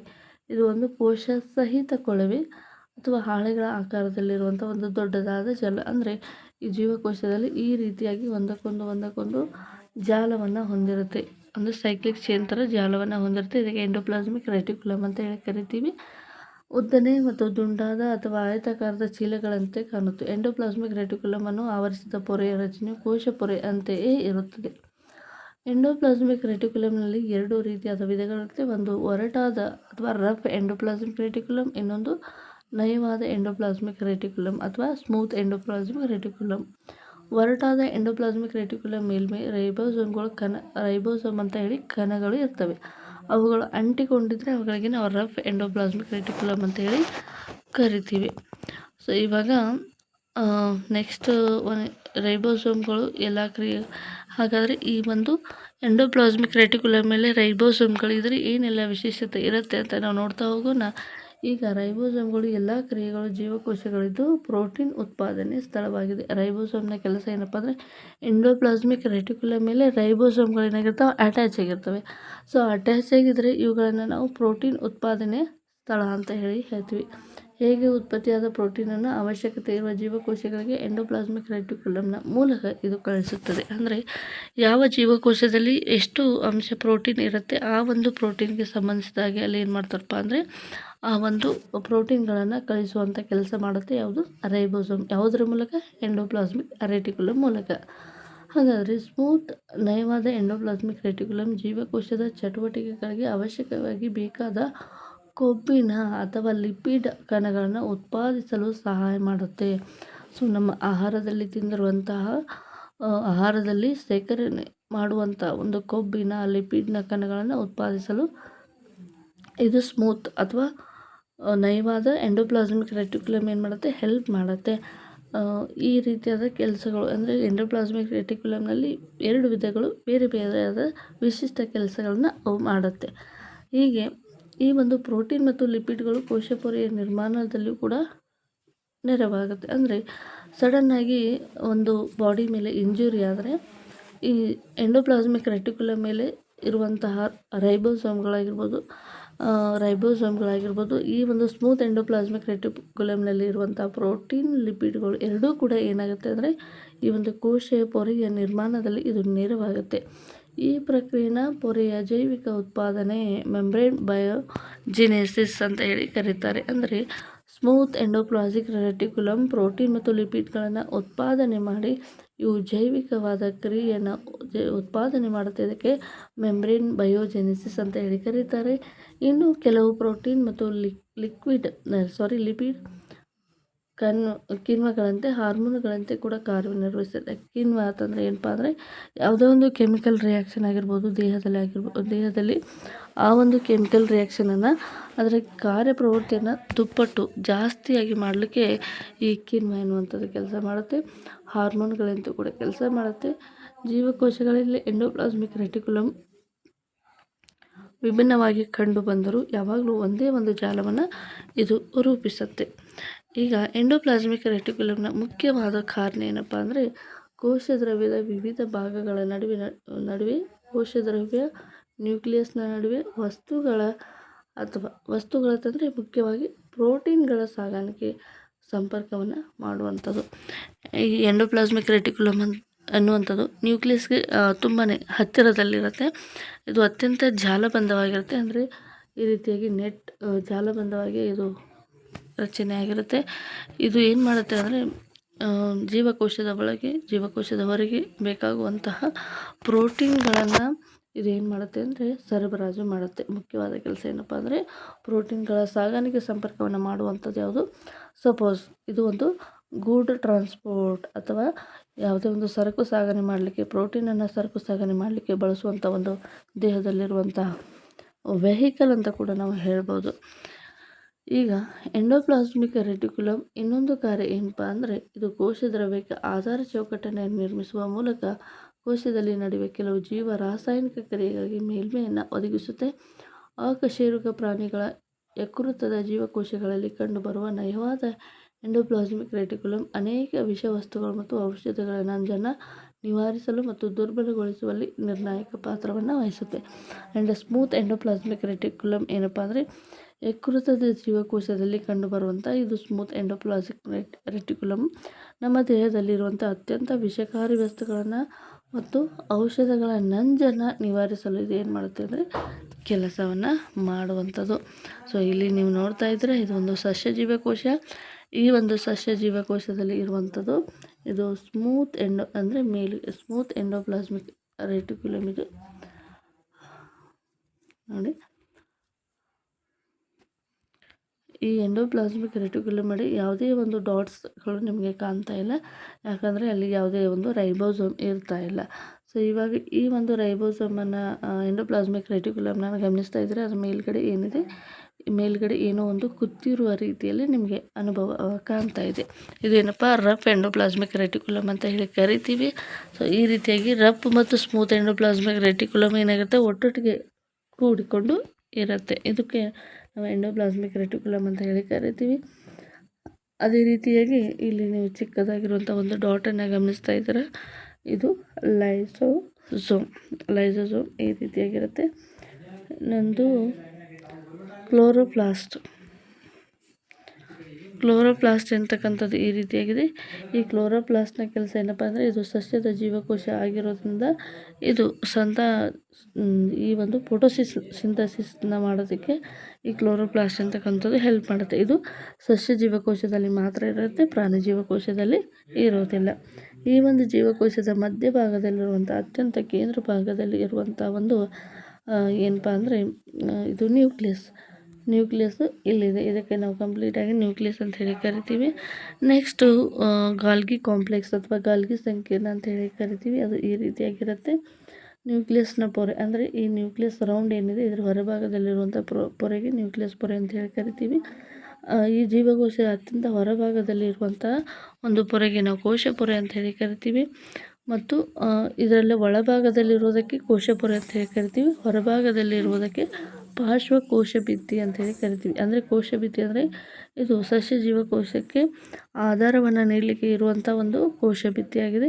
ಇದು ಎಷ್ಟು ಸ್ಟ್ರಾಂಗ್ ಇರುತ್ತೆ ಅಂದರೆ ಸಸ್ಯ ಜೀವಕೋಶಕ್ಕೆ ಆಧಾರ ಮತ್ತು ದೃಢತೆಯನ್ನು ಕೊಡಲಿಕ್ಕೆ ಇದು ಸಹಾಯ ಮಾಡುತ್ತೆ.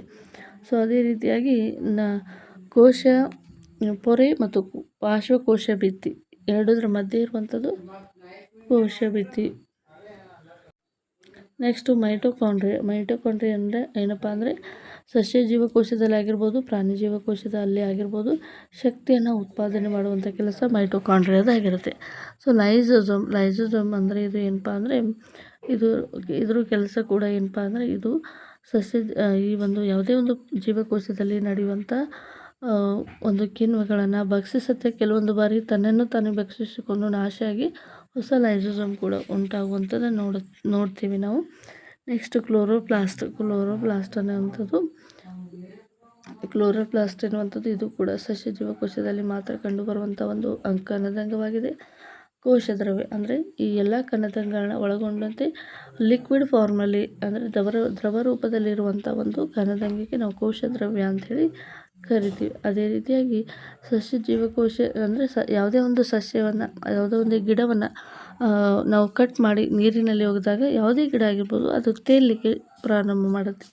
ಇದಕ್ಕೆ ಕಾರಣ ಏನಪ್ಪ ಅಂದರೆ ಈ ಒಂದು ಸಸ್ಯ ಜೀವಕೋಶದಲ್ಲಿ ಇರುವಂಥ ಈ ಒಂದು ವ್ಯಾಕ್ಯೂಮ್ ಏನಿರುತ್ತೆ ಇದು ಅತ್ಯಂತ ಗಾಳಿಯಿಂದ ಇದು ತುಂಬಿರುತ್ತೆ.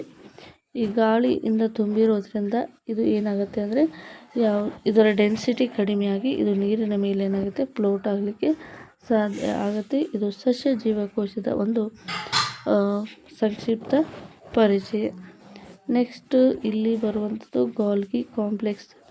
ಗಾಲ್ಗಿ ಸಂಕೀರ್ಣದ ಬಗ್ಗೆ ಮೊದಲ ಬಾರಿಗೆ ವಿವರಣೆಯನ್ನು ನೀಡಿರುವಂಥ ವಿಜ್ಞಾನಿ ಯಾರಪ್ಪ ಅಂದರೆ ಕ್ಯಾಮಿಲೋ ಗಾಲ್ಗಿ ಎನ್ನುವಂಥವ್ರು. ಆದ್ದರಿಂದ ಇವರ ಹೆಸರನ್ನೇ ಈ ಒಂದು ಕಣದಂಗಕ್ಕೆ ಹೆಸರನ್ನು ಇಟ್ಟಿದ್ದಾರೆ. ಗಾಲ್ಗಿ ಸಂಕೀರ್ಣವು ಪೊರೆಯಿಂದ ಆವೃತವಾದ ಚೀಲಗಳಂತೆ ಇದ್ದು ಸರಿಸುಮಾರು ಸಮಾನಾಂತರವಾಗಿರುವಂಥ ಬಣವೆಯಂತೆ ಇದು ಜೋಡಿಸಲ್ಪಟ್ಟಿರುತ್ತೆ. ಇವುಗಳನ್ನು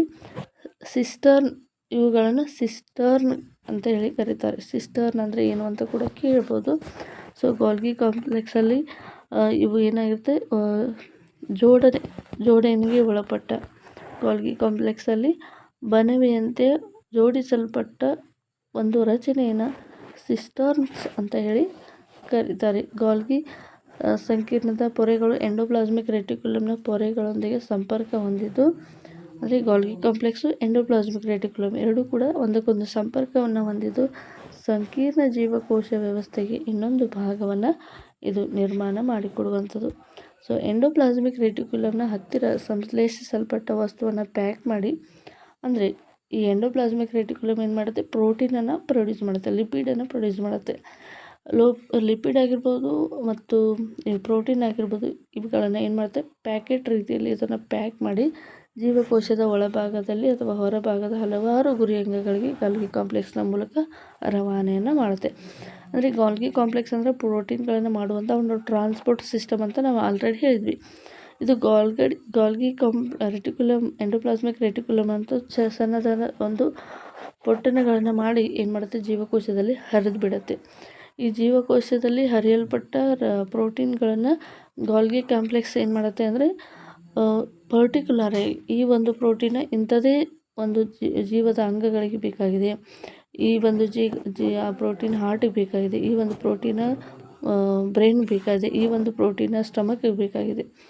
ಈಗ ಯಾವ ಒಂದು ಗುರಿ ಅಂಗ ಅಂದರೆ ಇದು ಪರ್ಟಿಕ್ಯುಲರಾಗಿ ಇದೇ ಒಂದು ಅಂಗಕ್ಕೆ ಇದು ಬೇಕಾಗಿದೆ ಅಂದಾಗ ಇದು ರಕ್ತದಲ್ಲಿ ಗಾಲ್ಗಿ ಕಾಂಪ್ಲೆಕ್ಸ್ ಏನು ಮಾಡುತ್ತೆ, ರವಾನೆಯನ್ನು ಮಾಡುತ್ತೆ. ಇದರ ಮೂಲಕ ಏನಾಗುತ್ತೆ, ವಸ್ತುಗಳ ಸಂಗ್ರಹಣೆ ಮಾಡುವಂಥದ್ದು, ಸುಧಾರಣೆ ಮಾಡುವಂಥದ್ದು, ಪ್ಯಾಕ್ ಮಾಡುವಿಕೆ ಎಲ್ಲವೂ ಕೂಡ ಗಾಲ್ಗಿ ಕಾಂಪ್ಲೆಕ್ಸ್ನ ಒಂದು ಪ್ರಮುಖ ಆಗಿರುತ್ತೆ. ಅಂದರೆ ನಾವು ಈಗ ದಿನನಿತ್ಯ ಜೀವನದಲ್ಲಿ ನಮಗೆ ಬೇಕಾಗುವಂಥ ಹಲವಾರು ಮೂಲಸೌಕರ್ಯಗಳನ್ನು ನಾವು ಪಡೆದುಕೊಳ್ಳಿಕ್ಕೆ ಬೇರೆ ಬೇರೆ ಒಂದು ಸಾರಿಗೆ ವ್ಯವಸ್ಥೆ, ಬೇರೆ ಬೇರೆ ಟ್ರಾನ್ಸ್ಪೋರ್ಟ್ ಸಿಸ್ಟಮ್ ಮತ್ತು ಎಲ್ಲಿಂದಲೂ ನಾವು ಕನೆಕ್ಟ್ ಮಾಡಿಕೊಂಡು ನಮ್ಮ ಒಂದು ನೇಚರನ್ನು ನಾವು ಏನು ಮಾಡ್ಕೊಂಡಿರ್ತೀವಿ, ರೆಡಿ ಮಾಡ್ಕೊಂಡಿರ್ತೀವಿ. ಬಟ್ ನಮ್ಮ ಜೀವಕೋಶದಲ್ಲಿ ಆಟೋಮೆಟಿಕ್ಕಾಗಿ ತಾನೇ ಒಂದು ಟ್ರಾನ್ಸ್ಪೋರ್ಟನ್ನು ಕ್ರಿಯೇಟ್ ಮಾಡ್ಕೊಂಡಿರುತ್ತೆ.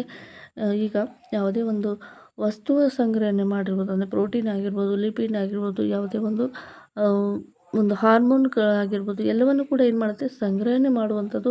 ಅದರಲ್ಲಿ ಏನಾದರೂ ಒಂದು ಕರಪ್ಷನ್ ಇದ್ದರೆ ಅದನ್ನು ಸುಧಾರಣೆ ಮಾಡುವಂಥದ್ದು, ಅದನ್ನು ಪ್ಯಾಕ್ ಮಾಡಿ ಗುರಿ ಅಂಗಗಳಿಗೆ ಕಳಿಸುವಂಥ ಕೆಲಸವನ್ನು ಏನು ಮಾಡುತ್ತೆ ಅಂದರೆ ಗಾಲ್ಗಿ ಕಾಂಪ್ಲೆಕ್ಸ್ ಮಾಡುವಂಥದ್ದು.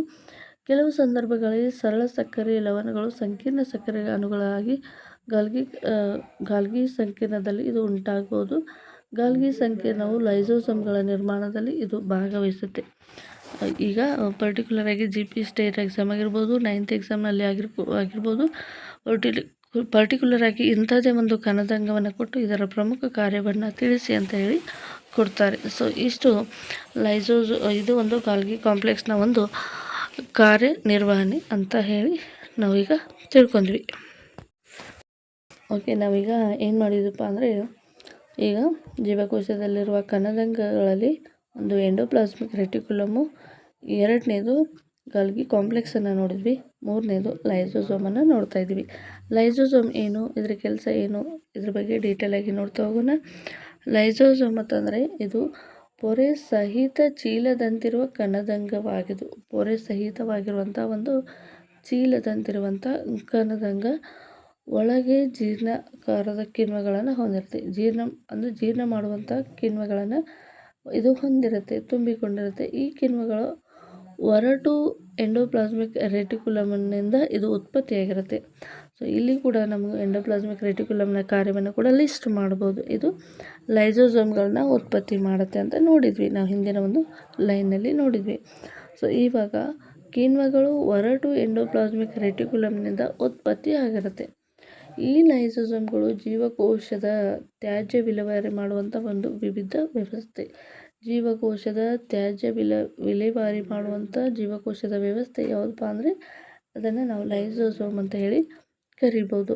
ಲೈಸೋಸೋಮ್ಗಳು ಜೀವಕೋಶದಲ್ಲಿರಬಹುದಾದ ಪರಕೀಯ ವಸ್ತುಗಳನ್ನು ಮತ್ತು ಸವೆದು ಹೋದ ಕಣದಂಗಗಳನ್ನು ಜೀರ್ಣಿಸಿ ಜೀವಕೋಶವನ್ನು ಸ್ವಚ್ಛವಾಗಿಡುತ್ತದೆ. ಅಂದರೆ ಬೇಡದೇ ಇರುವಂಥ ವಸ್ತುಗಳು ನಮ್ಮ ದೇಹದ ಒಳಗೆ ಬಂದರೆ ಮತ್ತು ಅದರಲ್ಲಿ ಅಂದರೆ ಕೆಲಸವನ್ನು ಮಾಡಿ ಕೆಲಸಕ್ಕೆ ಬಾರದೇ ಇರುವಂಥ ಅಥವಾ ಸವೆದು ಹೋದ ಕಣದಂಗಗಳನ್ನು ಜೀರ್ಣಿಸಿ ಜೀವಕೋಶವನ್ನು ಸ್ವಚ್ಛವಾಗಿಡುವಂತೆ ಮಾಡುತ್ತದೆ ಲೈಸೋಸೋಮ್. ಇದು ಬ್ಯಾಕ್ಟೀರಿಯಾ, ಆಹಾರದ ಕಣಗಳಂಥ ಪರಕೀಯ ವಸ್ತುಗಳು ಹಾಗೂ ವಯಸ್ಸಾದ ಕಣದಂಗಗಳ ಅಂತ್ಯವೂ ಕೂಡ ಲೈಸೋಸೋಮ್ನಲ್ಲಿ ಆಗುತ್ತೆ. ಅಂದರೆ ಇದು ಏನು ಮಾಡುತ್ತೆ ಅಂದರೆ ರಿಪೇರಿ ಮಾಡುವಂಥ ಕೆಲಸ. ಲೈಸೋಸೋಮ್ ಆಗಿರ್ಬೋದು, ಬೇಡದೇ ಇರುವಂಥ ವಸ್ತುಗಳು ಎಲ್ಲವನ್ನು ಕೂಡ ತಾನು ಏನು ಮಾಡುತ್ತೆ, ತಿಂದು ಹಾಕಿಬಿಡುತ್ತೆ. ಅಲ್ಲಿ ಅವುಗಳನ್ನು ಲೈಸೋಸೋಮ್ ಸಣ್ಣ ಸಣ್ಣ ಕಣಗಳಾಗಿ ವಿಭಜಿಸುತ್ತದೆ. ಲೈಸೋಸೋಮ್ಗಳು ಕೂಡ ಈ ಕಾರ್ಯವನ್ನು ನಿರ್ವಹಿಸಬಲ್ಲವು, ಏಕೆಂದರೆ ಅವುಗಳು ಪ್ರಮುಖ ಜೀರ್ಣಕಾರಕ ಕಿಣ್ವಗಳಿದ್ದು ಅವು ಎಲ್ಲ ಸಾವಯವ ಪದಾರ್ಥಗಳನ್ನು ವಿಭಜಿಸುವ ಸಾಮರ್ಥ್ಯವನ್ನು ಕೂಡ ಹೊಂದಿರುತ್ತೆ. ಅಂದರೆ ಜೀವಕೋಶದಲ್ಲಿರುವಂಥ ಜೀವಕೋಶಗಳನ್ನು ಜೀರ್ಣಿಸಿ ನಾಶ ಮಾಡೋದು ಕೂಡ ಆಗಿರ್ಬೋದು, ಅಥವಾ ಇದು ಏನು ಮಾಡುತ್ತೆ ಅಂದರೆ ನಮ್ಮ ದೇಹದಲ್ಲಿ ಹೋಗಿರುವಂಥ ಸಾವಯವ ಪದಾರ್ಥಗಳನ್ನು ವಿಭಜಿಸುವ ಸಾಮರ್ಥ್ಯವನ್ನು ಕೂಡ ಇದು ಹೊಂದಿರುತ್ತೆ.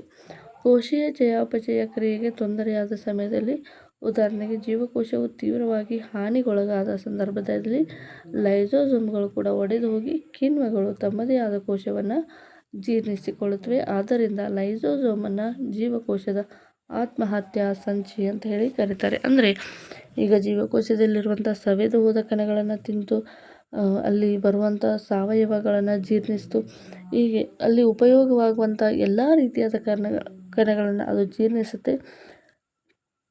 ಈ ಒಂದು ಲೈಸೋಸೋಮ್ ತನ್ನ ಕಾರ್ಯದಲ್ಲಿ ಏನಾದರೂ ಒಂದು ತೊಂದರೆ ಉಂಟಾದರೆ, ಅದಕ್ಕೆ ಸುಸ್ತಾದರೆ ಅಥವಾ ಅದು ಕೆಲಸ ಮಾಡಿ ಅದು ಕೂಡ ಸವಿದು ಹೋದರೆ ಆಟೋಮೆಟಿಕ್ಕಾಗಿ ಅದು ಏನಾಗುತ್ತೆ, ಆಟೋಮೆಟಿಕ್ಕಾಗಿ ಅದು ಒಡೆದು ಹೋಗಿ ತನ್ನಷ್ಟಕ್ಕೆ ತಾನು ಏನು ಮಾಡುತ್ತೆ, ಜೀರ್ಣವನ್ನು ಕೂಡ ಮಾಡುವಂಥ ಕೆಪಾಸಿಟಿ ಇರುತ್ತೆ. ಆದ್ದರಿಂದ ಲೈಸೋಸೋಮನ್ನು ಜೀವಕೋಶದ ಆತ್ಮಹತ್ಯಾ ಸಂಚಿ ಅಂತ ಹೇಳಿ ಕರೀತಾರೆ. ನೆಕ್ಸ್ಟು ಒಂದು ಮೈಟೋಕಾಂಡ್ರಿಯಾ ಅನ್ನುವಂಥದ್ದು ತುಂಬಾ ಇಂಪಾರ್ಟೆಂಟು. ಇದರ ಚಿತ್ರವನ್ನು ಕೂಡ ಕೇಳ್ತಾರೆ. ಸೊ ಮೈಟೋಕಾಂಡ್ರಿಯಾ ಅಂತಂದರೆ ಏನು ಅಂದರೆ, ಮೈಟೋಕಾಂಡ್ರಿಯಾವನ್ನು ಜೀವಕೋಶದ ಶಕ್ತಿ ಕೇಂದ್ರ ಅಂಥೇಳಿ ಕರಿತೀವಿ. ಶಕ್ತಿ ಉತ್ಪಾದನಾ ಒಂದು ಕಣದಂಗೆ ಯಾವುದಪ್ಪ ಅಂದರೆ ಮೈಟೋಕಾಂಡ್ರಿಯಾವು ಜೋಡಿ ಪೊರೆಗಳಿಂದ ಆವೃತವಾಗಿದೆ. ಅಂದರೆ 2 ರೀತಿಯಾದ ಲೇಯರ್ ಇರುತ್ತೆ. ಅಂದರೆ ಈಗ ಮೈಟೋಕಾಂಡ್ರಿಯಾ ಈ ರೀತಿಯಾಗಿದೆ ಮೇಲಿಂದ ನೋಡಿದಾಗ. ಇದನ್ನು ನಾವು ಡಿಸೆಕ್ಷನ್ ಅಥವಾ ಕಟ್ ಮಾಡಿದಾಗ ಇದು ಹೊರಗಿನ ಪೊರೆ, ಒಳಗಿನ ಪೊರೆ, ಈ ರೀತಿಯಾಗಿ 2 ಪೊರೆಗಳಿಂದ ಇದು ಆವೃತವಾಗಿದೆ. ಇದನ್ನು ನಾವು ಜೋಡಿ ಪೊರೆ ಅಂತ ಹೇಳಿ ಕರಿತೀವಿ. ಹೊರಗಿನ ಪೊರೆಯು ಅನೇಕ ಸೂಕ್ಷ್ಮ ರಂಧ್ರಗಳನ್ನು ಹೊಂದಿದೆ, ಹಾಗೆ ಒಳಗಿನ ಪೊರೆಯಲ್ಲಿ ಆಳವಾದ ಮಡಿಕೆಗಳನ್ನು ಹೊಂದಿದೆ. ಅಂದರೆ ಇದು ಮೈಟೋಕಾಂಡ್ರಿಯಾ ಯಾವ ರೀತಿಯಾಗಿದೆ ಅಂದರೆ, ಹೊರಗಿನ ಪೊರೆ ಏನಾಗಿದೆ, ಸಣ್ಣ ಸಣ್ಣದಾದ ರಂಧ್ರಗಳಿದ್ದಾವೆ. ಒಳಗಿನ ಪೊರೆ ಏನಿದೆ ಅತ್ಯಂತ ಓಲ್ಡ್ ಆಗಿರುವಂಥ ಕೆಲವೊಂದಿಷ್ಟು ಮಡಿಕೆಗಳನ್ನು ಇದು ಈ ರೀತಿಯಾಗಿ ಹೊಂದಿರುತ್ತೆ. ಹಾಗಾಗಿ ಅನೇಕ ಮಡಿಕೆಗಳು ಈ ಒಂದು ಜೀವಕೋಶದಲ್ಲಿ ಕಂಡುಬರುವಂಥ ಕಣದಂಗದಲ್ಲಿ ಕಂಡುಬರುವಂಥ ಮಡಿಕೆಗಳು ATP ಅಂದರೆ ಅಡೆನೋ ಟ್ರೈಫಾಸ್ಫೇಟ್ ಅನ್ನುವಂಥ ರಾಸಾಯನಿಕ ಕ್ರಿಯೆಗಳಿಂದ ವಿಶಾಲವಾದ ಮೇಲ್ಮೈ ಪ್ರದೇಶವನ್ನು ಒದಗಿಸುತ್ತದೆ. ಜೀವದ ಉಳಿವಿಕೆಗೆ ಅಗತ್ಯವಾದ ಅನೇಕ ರಾಸಾಯನಿಕ ಚಟುವಟಿಕೆಗಳನ್ನು ನಿರ್ವಹಿಸಲು ಅಗತ್ಯವಾದ ಶಕ್ತಿಯನ್ನು ಈ ಮೈಟೋಕಾಂಡ್ರಿಯಾ ಅಡೆನೋಸೈನ್ ಟ್ರೈಫಾಸ್ಫೇಟ್ ಎನ್ನುವಂಥ ಒಂದು ಅಣುವನ್ನು ಇದು ಬಿಡುಗಡೆ ಮಾಡುತ್ತೆ. ಈ ATPಯನ್ನು ಅಂದರೆ ಅಡೆನೋಸೈನ್ ಟ್ರೈಫಾಸ್ಫೇಟ್ನ ಒಂದು ಶಾರ್ಟ್ ಫಾರ್ಮ್ ಏನಪ್ಪ ಅಂದರೆ ATP. ಇದು ATPಯನ್ನು ಅಣುವಿನ ರೂಪದಲ್ಲಿ ಬಿಡುಗಡೆ ಮಾಡುತ್ತೆ. ATPಯನ್ನು ಜೀವಕೋಶದ ಚಲಾವಣೆಯಲ್ಲಿರುವ ಶಕ್ತಿಯ ನಾಣ್ಯ ಅಥವಾ ಎನರ್ಜಿ ಆಫ್ ಕರೆನ್ಸ್ ಅಂತ ಹೇಳಿ ಕರೆಯಲಾಗುತ್ತದೆ. ಶರೀರವು ಹೊಸ ರಾಸಾಯನಿಕ ಸಂಯುಕ್ತಗಳನ್ನು ಉಂಟು ಮಾಡಲು ಮತ್ತು ಯಾಂತ್ರಿಕ ಕೆಲಸಗಳನ್ನು ನಿರ್ವಹಿಸಲು ATP ರೂಪದಲ್ಲಿ ಇದು ಶಕ್ತಿಯನ್ನು ಸಂಗ್ರಹಣೆ ಮಾಡುತ್ತೆ. ಓಕೆ, ಜೀವಕೋಶದಲ್ಲಿ ಯಾವುದೇ ರೀತಿಯಾದ ಕೆಲಸವನ್ನು ಮಾಡಲಿಕ್ಕೆ ಹೋದಾಗ ಅಲ್ಲಿ ಶಕ್ತಿಯ ಒಂದು ಪ್ರಾಮುಖ್ಯತೆ ಕಾಣಿಸುತ್ತೆ. ಈ ಒಂದು ಶಕ್ತಿ ಇರಬೇಕಾಗಿತ್ತಪ್ಪ ಅಂದರೆ ಈ ಒಂದು ಮೈಟೋಕಾಂಡ್ರಿಯಾದಲ್ಲಿ ATP ಅಂತಕ್ಕಂಥದ್ದು ಜನ್ರೇಟ್ ಆಗಿರಬೇಕಾಗತ್ತೆ. ಈ ATP ಅನ್ನುವಂಥದ್ದು ಏನು ಮಾಡುತ್ತೆ ಅಂದರೆ ಜೀವಕೋಶದಲ್ಲಿರುವಂಥ ಅನೇಕ ರಾಸಾಯನಿಕ ಸಂಯುಕ್ತಗಳು ಮತ್ತು ಯಾಂತ್ರಿಕ ಕೆಲಸಗಳನ್ನು ಇದು ನಿರ್ವಹಿಸುತ್ತೆ. ಸೊ ATP ರೂಪದಲ್ಲಿ ಸಂಗ್ರಹವಾಗಿರುವಂಥ ಶಕ್ತಿಯನ್ನು ಈ ಮೈಟೋಕಾಂಡ್ರಿಯಾ ಏನು ಮಾಡುತ್ತೆ, ಬಳಸಿಕೊಳ್ಳುತ್ತೆ. ಈ ಒಂದು ಮೈಟೋಕಾಂಡ್ರಿಯಾಗಳು ತನ್ನದೇ ಆದ DNA ಮತ್ತು ರೈಬೋಸೋಮ್ಗಳನ್ನು ಹೊಂದಿರೋದ್ರಿಂದ ಅವುಗಳಲ್ಲಿ ವಿಶಿಷ್ಟವಾದ ಕಣದಂಗಗಳು ಅಂತ ಹೇಳಿ ಕರೀತಾರೆ. ಮೈಟೊಕಾಂಡ್ರಿಯಾಗಳು ತನ್ನದೇ ಆದ DNA ರೈಬೋಸೋಮ್ಗಳನ್ನು ಹೊಂದಿರುವುದರಿಂದ ಅವುಗಳಲ್ಲಿ ವಿಶಿಷ್ಟ ಕಣದಂಗಗಳು ಅಂತ ಹೇಳಿ ನಾವು ಕರಿತೀವಿ. ಯಾಕಪ್ಪ ಅಂದರೆ ಮೈಟೊಕಾಂಡ್ರಿಯಾ ಏನಾಗಿರುತ್ತೆ, ಓನ್ DNA ಹೊಂದಿರುತ್ತೆ. ಅಂದರೆ ಈಗ ಜೀವಕೋಶದ ನ್ಯೂಕ್ಲಿಯಸಲ್ಲಿ ಒಂದು ಬೇರೆ DNA ಇರುತ್ತೆ, ಅದರಲ್ಲೂ ಕೂಡ ಮೈಟೊಕಾಂಡ್ರಿಯಾದಲ್ಲಿ ತನ್ನದೇ ಆದ ಒಂದು DNA ಹೊಂದಿರುತ್ತೆ. ಇದು ರೈಬೋಸೋಮ್ಗಳನ್ನು ಹೊಂದಿರೋದ್ರಿಂದ ಇಲ್ಲಿ ಇದಕ್ಕೆ ಒಂದು ವಿಶಿಷ್ಟವಾದ ಕಣದಂಗ ಅಂತ ಹೇಳಿ ಕರಿತೀವಿ. ಆದ್ದರಿಂದ ಮೈಟೊಕಾಂಡ್ರಿಯಾಗಳು ತಮ್ಮದೇ ಆದ ಕೆಲವು ಪ್ರೋಟೀನ್ಗಳನ್ನು ಕೂಡ ಇವು ಜನರೇಟ್ ಮಾಡುತ್ತೆ, ಸಂಶ್ಲೇಷಣೆಯನ್ನು ಮಾಡ್ತವೆ. ಸೊ ಮೈಟೊಕಾಂಡ್ರಿಯಾದ ಬಗ್ಗೆ ಏನು ಮಾಡ್ತಾರಪ್ಪ ಅಂದರೆ ಪ್ರಶ್ನೆಗಳನ್ನು ಕೇಳ್ತಾಯಿದ್ದಾರೆ, ಕಾರ್ಯವನ್ನು ಕೇಳ್ತಾರೆ. ಸೊ ಎನರ್ಜಿ ಕರೆನ್ಸಿ ಅಂದರೆ ಯಾವ್ದು ಕರೀತಾರೆ, ಮತ್ತು ಶಕ್ತಿ ಉತ್ಪಾದನಾ ಕೇಂದ್ರ ಯಾವುದು ಅಂತ ಕೂಡ ಕೇಳ್ಬೋದು. ಈ ರೀತಿಯಾದ ಹಲವಾರು ಪ್ರಶ್ನೆಗಳನ್ನು ಕೇಳ್ಬೋದು. ಚಲಾವಣೆಯಲ್ಲಿರುವ ಶಕ್ತಿಯ ನಾಣ್ಯ ಯಾವುದು ಅಂತ ಹೇಳಿ ಸುಮಾರು ಸರಿ TETಯಲ್ಲಿ ಮತ್ತು GPSTಯಲ್ಲಿ ಕೂಡ ಕೇಳಿದ್ದಾರೆ. ಸೊ ಚಲಾವಣೆಯಲ್ಲಿರುವ ಶಕ್ತಿಯ ನಾಣ್ಯ ಹಲವಾರು ಕಾಂಪಿಟೇಟಿವಲ್ಲಿ ಇದನ್ನು ಕೇಳಿದ್ದಾರೆ. ನೆಕ್ಸ್ಟು ಪ್ಲಾಸ್ಟಿಡ್ಗಳು. ಪ್ಲಾಸ್ಟಿಡ್ಗಳು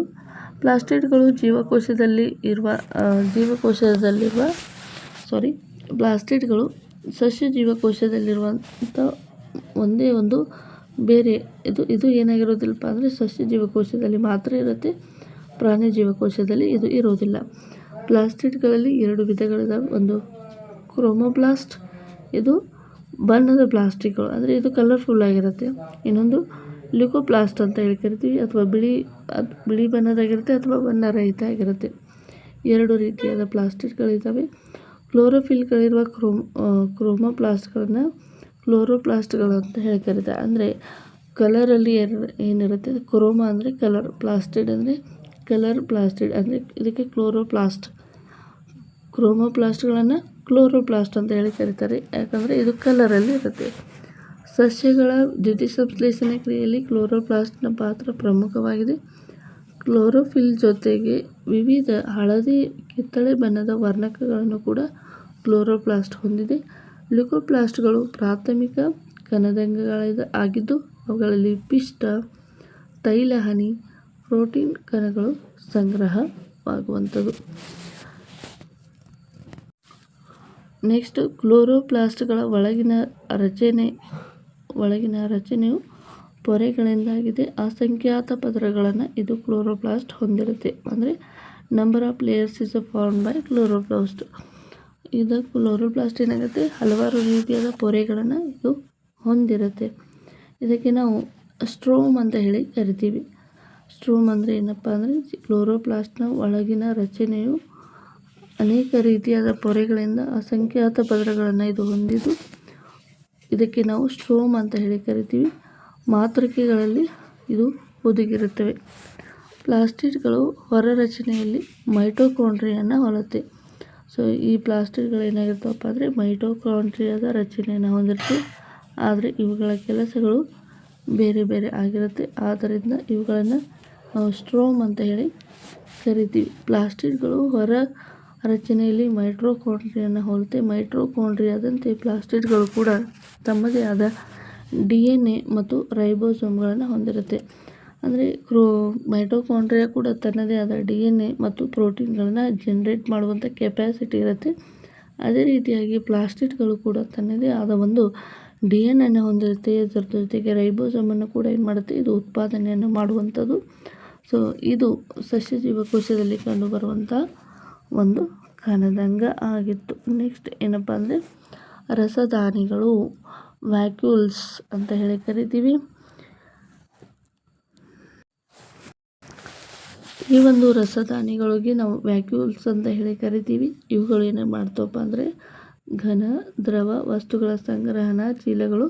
ಪ್ರಾಣಿ ಜೀವಕೋಶದಲ್ಲಿ ಕಂಡುಬರುವ ರಸದಾನಿಗಳು ಗಾತ್ರದಲ್ಲಿ ಚಿಕ್ಕದಾಗಿರುತ್ತೆ, ಆದರೆ ಸಸ್ಯ ಜೀವಕೋಶದಲ್ಲಿ ಅತಿ ದೊಡ್ಡ ರಸದಾನಿಗಳು ಕಂಡುಬರುತ್ತವೆ.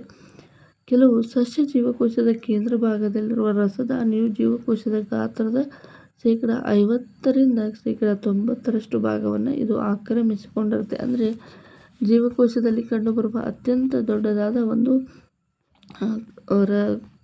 ಘನದಂಗ ಯಾವುದಪ್ಪ ಅಂದರೆ ರಸಧಾನಿ ಅಂತ ಕರಿತೀವಿ. ನೋಡಿ, ಈ ಜೀವಕೋಶದಲ್ಲಿರುವಂಥ 50ರಿಂದ 90 ಭಾಗವನ್ನು ಈ ಒಂದು ವ್ಯಾಕ್ಯೂಮ್ ಅನ್ನು ಹೊಂದಿದೆ. ಇದು ರಸಧಾನಿ ಅಂತ ಹೇಳಿ ಕರೀತಾರೆ.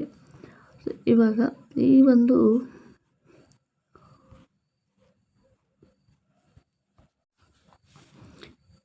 ಸಸ್ಯ ಜೀವಕೋಶದಲ್ಲಿ ಕಂಡುಬರುವಂಥ ರಸಧಾನಿಗಳು ಸಸ್ಯ ರಸದಿಂದ ತುಂಬಿಕೊಂಡು ಜೀವಕೋಶಕ್ಕೆ ಉಬ್ಬಿದ ರಚನೆಯನ್ನು ಅಥವಾ ರಿಜಿಡಿಟಿ ಅಂದರೆ ಇದು ಉಬ್ಬಿದ ಭಾಗವನ್ನು ಇದು ಕೊಡುತ್ತೆ. ಅದೇ ರೀತಿಯಾಗಿ ಇದು ಏನು ಮಾಡುತ್ತೆ, ರಿಜಿಡಿಟಿಯನ್ನು ಕೂಡ ಇದು ನೀಡುತ್ತೆ. ಸಸ್ಯ ಜೀವಕೋಶ ಜೀವಂತವಾಗಿರಲು ಅಗತ್ಯವಾಗಿ ಬೇಕಾದ ಅನೇಕ ವಸ್ತುಗಳನ್ನು ರಸಧಾನಿಗಳಲ್ಲಿ ಸಂಗ್ರಹವಾಗಿರುತ್ತೆ. ಅಂದರೆ ಉಳಿದ ಒಂದು ಘನದಂಗಗಳು ಉತ್ಪತ್ತಿ ಮಾಡಿರುವಂಥ ಸಸ್ಯ ಜೀವಕೋಶಕ್ಕೆ ಬೇಕಾಗಿರುವಂಥ ಎಲ್ಲ ಒಂದು ಸಂಗ್ರಹಣೆಯನ್ನು ಯಾವ್ದು ಮಾಡಿರುತ್ತೆ ಅಂದರೆ ಈ ರಸಧಾನಿ ಮಾಡಿರುತ್ತೆ. ಅವುಗಳೆಂದರೆ ಅಮೈನೋ ಆಮ್ಲಗಳು, ಶುಗರ್ ಕಂಟೆಂಟು, ವಿವಿಧ ರಾಸಾಯನಿಕ ಸಾವಯವ ಆಮ್ಲಗಳು ಮತ್ತು ಕೆಲವು ಪ್ರೋಟೀನ್ಗಳು. ಅಮೀಬಾದಂತಹ ಏಕಕೋಶ ಜೀವಿಗಳಲ್ಲಿ ಇದು ಆಹಾರ. ರಸಧಾನಿಯು ಕೂಡ ಅಮೀಬಾ ಸೇವಿಸುವಂಥ ಆಹಾರ ವಸ್ತುಗಳನ್ನು ಕೂಡ ಇದು ಹೊಂದಿರುತ್ತೆ. ಇನ್ನು ಕೆಲವು ಏಕಕೋಶ ಜೀವಿಗಳಲ್ಲಿ ವಿಶೇಷ ರಸಧಾನಿಗಳನ್ನು ನಾವು ನೋಡ್ತೀವಿ. ನೀರಿನಲ್ಲಿ ಅಧಿಕ ಅಂಶ ಮತ್ತು ವ್ಯರ್ಥ ಪದಾರ್ಥಗಳನ್ನು ಜೀವಕೋಶದಿಂದ ಹಾಕಲ್ಪಡುತ್ತೆ. ಸೊ ಇಷ್ಟು ಕೆಲಸವನ್ನು ರಸಧಾನಿ ಮಾಡುತ್ತೆ. ಏನೆಲ್ಲ ಕೆಲಸವನ್ನು ಮಾಡುತ್ತೆ, ಅಮೈನೋ ಆಸಿಡ್ ಆಗಿರ್ಬೋದು, ಸಕ್ಕರೆ ಅಂಶ ಆಗಿರ್ಬೋದು ಮತ್ತು ರಾಸಾಯನಿಕ ಆಮ್ಲಗಳಾಗಿರ್ಬೋದು, ವಿವಿಧ ರೀತಿಯಾದ ಪ್ರೋಟೀನ್ಗಳನ್ನು ಕೂಡ ಇದು ಸಂಗ್ರಹಣೆ ಮಾಡಿರುವಂಥದ್ದು. ಹಾಗಾಗಿ ಈ ಒಂದು ವಿಶೇಷ ರಸಧಾನಿಗಳು ನೀರಿನಲ್ಲಿ ಅಧಿಕ ಅಂಶ ಮತ್ತು ವ್ಯರ್ಥ ಪದಾರ್ಥಗಳನ್ನು ಜೀವಕೋಶದಿಂದ ಹೊರಹಾಕಲ್ಪಡುತ್ತೆ. ಓಕೆ, ಈಗ ಧಾನಿಗಳ ಬಗ್ಗೆ ನೋಡಿದ್ವಿ ನಾವೀಗ. ಈ ರಸಧಾನಿಗಳಿಗೆ ಸಂಬಂಧಿಸಿದ ಹಾಗೆ ನಮ್ಮ ಒಂದು ಜೀವಕೋಶದ ವಿಶೇಷತೆಗಳು ಏನಿದ್ದಾವೆ ಅಂತ ನೋಡ್ತಾ ಹೋದಾಗ, ಜೀವಕೋಶವು ತನ್ನ ಪೊರೆಯನ್ನು ಘನದಂಗಗಳನ್ನು ನಿರ್ದಿಷ್ಟ ರೀತಿಯಲ್ಲಿ ವ್ಯವಸ್ಥಿತವಾಗಿ ಹೊಂದಿರೋದ್ರಿಂದ ತನ್ನ ಮೂಲಕ ಆದ ರಚನೆ ಆಗಿರ್ಬೋದು, ಕಾರ್ಯನಿರ್ವಹಣೆ ಆಗಿರ್ಬೋದು, ಅದರ ಒಂದು ಸಾಮರ್ಥ್ಯ ಆಗಿರ್ಬೋದು, ಹೀಗೆ ಜೀವಕೋಶವು ಮೂಲಭೂತ ರಚನಾ ವ್ಯವಸ್ಥೆಯನ್ನು ಹೊಂದಿರುತ್ತೆ. ಇದು ಉಸಿರಾಟ ಆಗಿರ್ಬೋದು, ಪೋಷಣೆಯನ್ನು ಪಡೆಯುವುದರಾಗಿರ್ಬೋದು, ತ್ಯಾಜ್ಯ ಪದಾರ್ಥಗಳ ವಿಸರ್ಜನೆ ಆಗಿರ್ಬೋದು, ಹೊಸ ಪ್ರೋಟೀನ್ಗಳ ಸಂಶ್ಲೇಷಣೆ ಅಂತ ಕೆಲಸಗಳನ್ನು ಕೂಡ ಈ ಒಂದು ಜೀವಕೋಶ ನಿರ್ವಹಿಸುತ್ತೆ. ಈ ಜೀವಕೋಶದ ಜೀವಿಗಳ ಮೂಲಭೂತವಾಗಿ ರಚನಾತ್ಮಕ ಘಟಕವಾಗಿರುವ ಜೀವಕೋಶದ ಮೂಲ ನಿರ್ವಾಹಕ ಘಟಕ ಯಾವುದಪ್ಪ ಅಂದರೆ ಅದು ಜೀವಕೋಶ ಆಗಿರುತ್ತೆ. ಈಗ ನಾವು ಒಂದೇ ಒಂದು ಜೀವಕೋಶದಲ್ಲಿ ಯಾವೆಲ್ಲ ಕೆಲಸಗಳು ನಡೀತವೆ, ಏನೆಲ್ಲ ಇರ್ತವೆ ಅಂತ ಡೀಟೇಲ್ ಆಗಿ ನೋಡ್ತಾ ಹೋದ್ವಿ. ಈಗ ಜೀವಕೋಶ ಯಾವ ರೀತಿಯಾಗಿ ವಿಭಜನೆ ಹೊಂದುತ್ತೆ, ಜೀವಕೋಶ ಯಾವ ರೀತಿಯಾಗಿ ವಿಭಜನೆಯನ್ನು ಹೊಂದುತ್ತೆ ಅಂದರೆ ಒಂದು ಜೀವಕೋಶದಿಂದ ಒಂದಕ್ಕಿಂತ 2ರಿಂದ 4, 4ರಿಂದ 8 ಈ ರೀತಿಯಾಗಿ ಮಲ್ಟಿಪಲ್ ಟೈಮ್ಸ್ ಏನಾಗ್ತವೆ, ಡಿವಿಷನ್ ಆಗ್ತಾ ಹೋಗ್ತವೆ ಸೆಲ್ಲು. ಹಾಗಾದರೆ ಈ ಕೋಶ ವಿಭಜನೆ ಎನ್ನುವಂಥದ್ದು ಯಾವ ರೀತಿ ಆಗುತ್ತೆ ಅಂತ ನೋಡ್ತಾ ಹೋಗೋಣ. ಜೀವಿಗಳ ಬೆಳವಣಿಗೆ ಹೊಂದಲು ಹಳೆಯ ಮತ್ತು ಸತ್ತ ಮತ್ತು ಗಾಯಗೊಂಡ ಜೀವಕೋಶಗಳನ್ನು ಬದಲಿಸಲು, ಸಂತಾನೋತ್ಪತ್ತಿಗೆ ಅಗತ್ಯವಾದ ಲಿಂಗಾಣುಗಳನ್ನು ರೂಪಿಸಲು ಹೊಸ ಜೀವಕೋಶಗಳು ರೂಪುಗೊಳ್ಳುತ್ತವೆ. ಹೊಸ ಜೀವಕೋಶಗಳು ಯಾಕೆ ರೂಪುಗೊಳ್ಳುತ್ತವೆ? ಮನುಷ್ಯ ಭ್ರೂಣಾವಸ್ಥೆಯಿಂದ ಈ ಒಂದು ಶೈಶವಾವಸ್ಥೆಯೊಳಗೆ ನಿರ್ದಿಷ್ಟವಾಗಿ ಏನಾಗ್ತಾ ಇರ್ತವೆ, ಕಂಟಿನ್ಯೂಸ್ ಆಗಿ ಬೆಳೀತಾನೆ ಇರ್ತವೆ. ಸೊ ಈ ಒಂದು ಮನುಷ್ಯ ಜೀವಿ ಬೆಳೆದ ನಂತರವೂ ಕೂಡ ಆ ಜೀವಿಯಲ್ಲಿ ಕಂಡುಬರುವಂಥ ಹಳೆಯ ಸತ್ತು ಹೋದ ಜೀವಕೋಶಗಳು ಮತ್ತು ಗಾಯಗೊಂಡ ಜೀವಕೋಶಗಳು ಮತ್ತು ಸಂತಾನೋತ್ಪತ್ತಿಗೆ ಅಗತ್ಯವಾಗುವಂಥ ಲಿಂಗಾಣುಗಳನ್ನು ರೂಪಿಸಲು ಈ ಒಂದು ಜೀವಕೋಶಗಳು ಏನಾಗುತ್ತವೆ, ಹೊಸದಾಗಿ ರೂಪುಗೊಳ್ಳುತ್ತವೆ. ಹಾಗಾದರೆ ಯಾವ ರೀತಿಯಾಗಿ ರೂಪುಗೊಳ್ಳುತ್ತವೆ ಅಂದರೆ ಹೊಸ ಜೀವಕೋಶಗಳು ಉಂಟಾಗುವ ಪ್ರಕ್ರಿಯೆಯನ್ನು ಕೋಶ ವಿಭಜನೆ ಅಂತ ಹೇಳಿ ಕರಿತೀವಿ. ಅಂದರೆ ಈ ಎಲ್ಲವನ್ನು ನಾವು ತಿಳ್ಕೊಬೇಕಾಗುತ್ತೆ. ಜೀವಕೋಶ ಬೆಳವಣಿಗೆ ಹೊಂದಲು ಹಳೆಯ ಸತ್ತ ಗಾಯಗೊಂಡ ಮತ್ತು ಸಂತಾನೋತ್ಪತ್ತಿಗೆ ಅಗತ್ಯವಾಗುವ ಲಿಂಗಾಣುಗಳನ್ನು ಹೊಸ ಜೀವಕೋಶಗಳನ್ನು ರೂಪಿಸಲು ಈ ರೀತಿಯಾದ ಹೊಸ ಜೀವಕೋಶಗಳು ಉಂಟಾಗುವಂಥ ಒಂದು ಪ್ರಕ್ರಿಯೆಗೆ ನಾವು ಕೋಶ ವಿಭಜನೆ ಅಂತ ಹೇಳಿ ಕರಿತೀವಿ. ಕೋಶ ವಿಭಜನೆಯಲ್ಲಿ ಮೈಟೋಸಿಸ್, ಮಿಯೋಸಿಸ್ ಎಂಬ 2 ವಿಧಗಳಿದ್ದಾವೆ. ಜೀವಿಗಳ ಬೆಳವಣಿಗೆ ಹೊಂದಲು ಅಧಿಕ ಜೀವಕೋಶಗಳು ವಿಭಜನೆಗೊಳ್ಳುವ ಪ್ರಕ್ರಿಯೆಗೆ ಮೈಟೋಸಿಸ್ ಅಂತ ಹೇಳಿ ಕರೀತಾರೆ. ಇನ್ನೊಂದು ಜೀವಿಗಳ ಬೆಳವಣಿಗೆ ಆಗಲು ಹೊಂದಲು ಜೀವಿಗಳು ಅಂದರೆ ಚಿಕ್ಕದಾಗಿರುವಂಥ ಮಗು ಎತ್ತರವಾಗಿ ಬೆಳೀತಾ ಹೋಗ್ತಾನಪ್ಪ ಅಂದರೆ ಇದರ ಜೀವಿಯ ಬೆಳವಣಿಗೆ ಅಂತ ಹೇಳಿ ಕರಿತೀವಿ. ಅಥವಾ ಯಾವುದೇ ಒಂದು ಸಣ್ಣ ಜೀವಿ ಬೆಳೀತಾ ದೊಡ್ಡದಾಗತ್ತೆ ಅಂತಂದರೆ ಇದಕ್ಕೆ ಬೆಳವಣಿಗೆ ಅಂತ ಹೇಳಿ ಕರಿತೀವಿ. ಈ ಬೆಳವಣಿಗೆ ಹೊಂದಲು ಅಧಿಕ ಜೀವಕೋಶಗಳು ವಿಭಜನೆಗೊಳ್ಳುವಂಥ ಒಂದು ಪ್ರಕ್ರಿಯೆಗೆ ಮೈಟೋಸಿಸ್ ಅಂತ ಹೇಳಿ ಕರಿತೀವಿ. ಹಾಗಾದರೆ ಮಿಯೋಸಿಸ್ ಅಂದರೆ ಏನು? ಈಗ ಮೊದಲಿಗೆ ಮುಂದಿನ ಒಂದು ಸೆಂಟೆನ್ಸನ್ನು ನೋಡ್ತಾ ಹೋಗೋಣ. ಈ ಪ್ರಕ್ರಿಯೆಯಲ್ಲಿ ತಾಯಿಕೋಶ ಎಂದು ಕರೆಯಲ್ಪಡುವ ಪ್ರತಿಯೊಂದು ಜೀವಕೋಶವು ವಿಭಜನೆ ಹೊಂದಿ 2 ತದ್ರೂಪಿ ಮರಿಜೀವಕೋಶಗಳು ಉಂಟಾಗುತ್ತವೆ.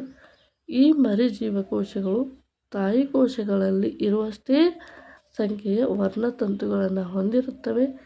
ಈ ಜೀವಿಗಳ ಬೆಳವಣಿಗೆ ಮತ್ತು ಅಂಗಾಂಶಗಳ ದುರಸ್ತಿಗೆ ಇದು ಸಹಾಯ ಮಾಡುತ್ತೆ. ಅಂದರೆ ಒಂದೇ ಒಂದು ಜೀವಕೋಶ ಇರುತ್ತೆ ಸ್ಟಾರ್ಟಿಂಗಲ್ಲಿ. ಇದೇ ಒಂದು ಜೀವಕೋಶ ತನ್ನದೇ ರೂಪವನ್ನು ಹೋಲುವಂಥ ಇನ್ನೊಂದು ಜೀವಕೋಶದ ವಿಭಜನೆಗೆ ಇದು ಸಹಾಯ ಆಗುತ್ತೆ. ಇದರಿಂದ ಜೀವಿಗಳ ಬೆಳವಣಿಗೆ ಮತ್ತು ಅಂಗಾಂಶಗಳ ದುರಸ್ತಿಗೆ ಇದು ಸಹಾಯ ಮಾಡುವಂಥದ್ದು. ಅದೇ ರೀತಿಯಾಗಿ ಪ್ರಾಣಿಗಳು ಮತ್ತು ಸಸ್ಯಗಳಲ್ಲಿನ ಸಂತಾನೋತ್ಪತ್ತಿಯ ಅಂಗಗಳು. ಪ್ರಾಣಿಗಳು ಮತ್ತು ಸಸ್ಯಗಳಲ್ಲಿ ಸಂತಾನೋತ್ಪತ್ತಿಯ ಅಂಗಗಳು ಅಥವಾ ಅಂಗಾಂಶಗಳ ನಿರ್ದಿಷ್ಟ ಜೀವಕೋಶಗಳು ವಿಭಜಿಸಿ ಲಿಂಗಾಣುಗಳನ್ನು ರೂಪಿಸುತ್ತವೆ. ಈ ಲಿಂಗಾಣುಗಳು ನಿಷೇಚನಗೊಂಡು ಹೊಸ ಸಂತತಿಯನ್ನು ಉಂಟು ಮಾಡುತ್ತವೆ.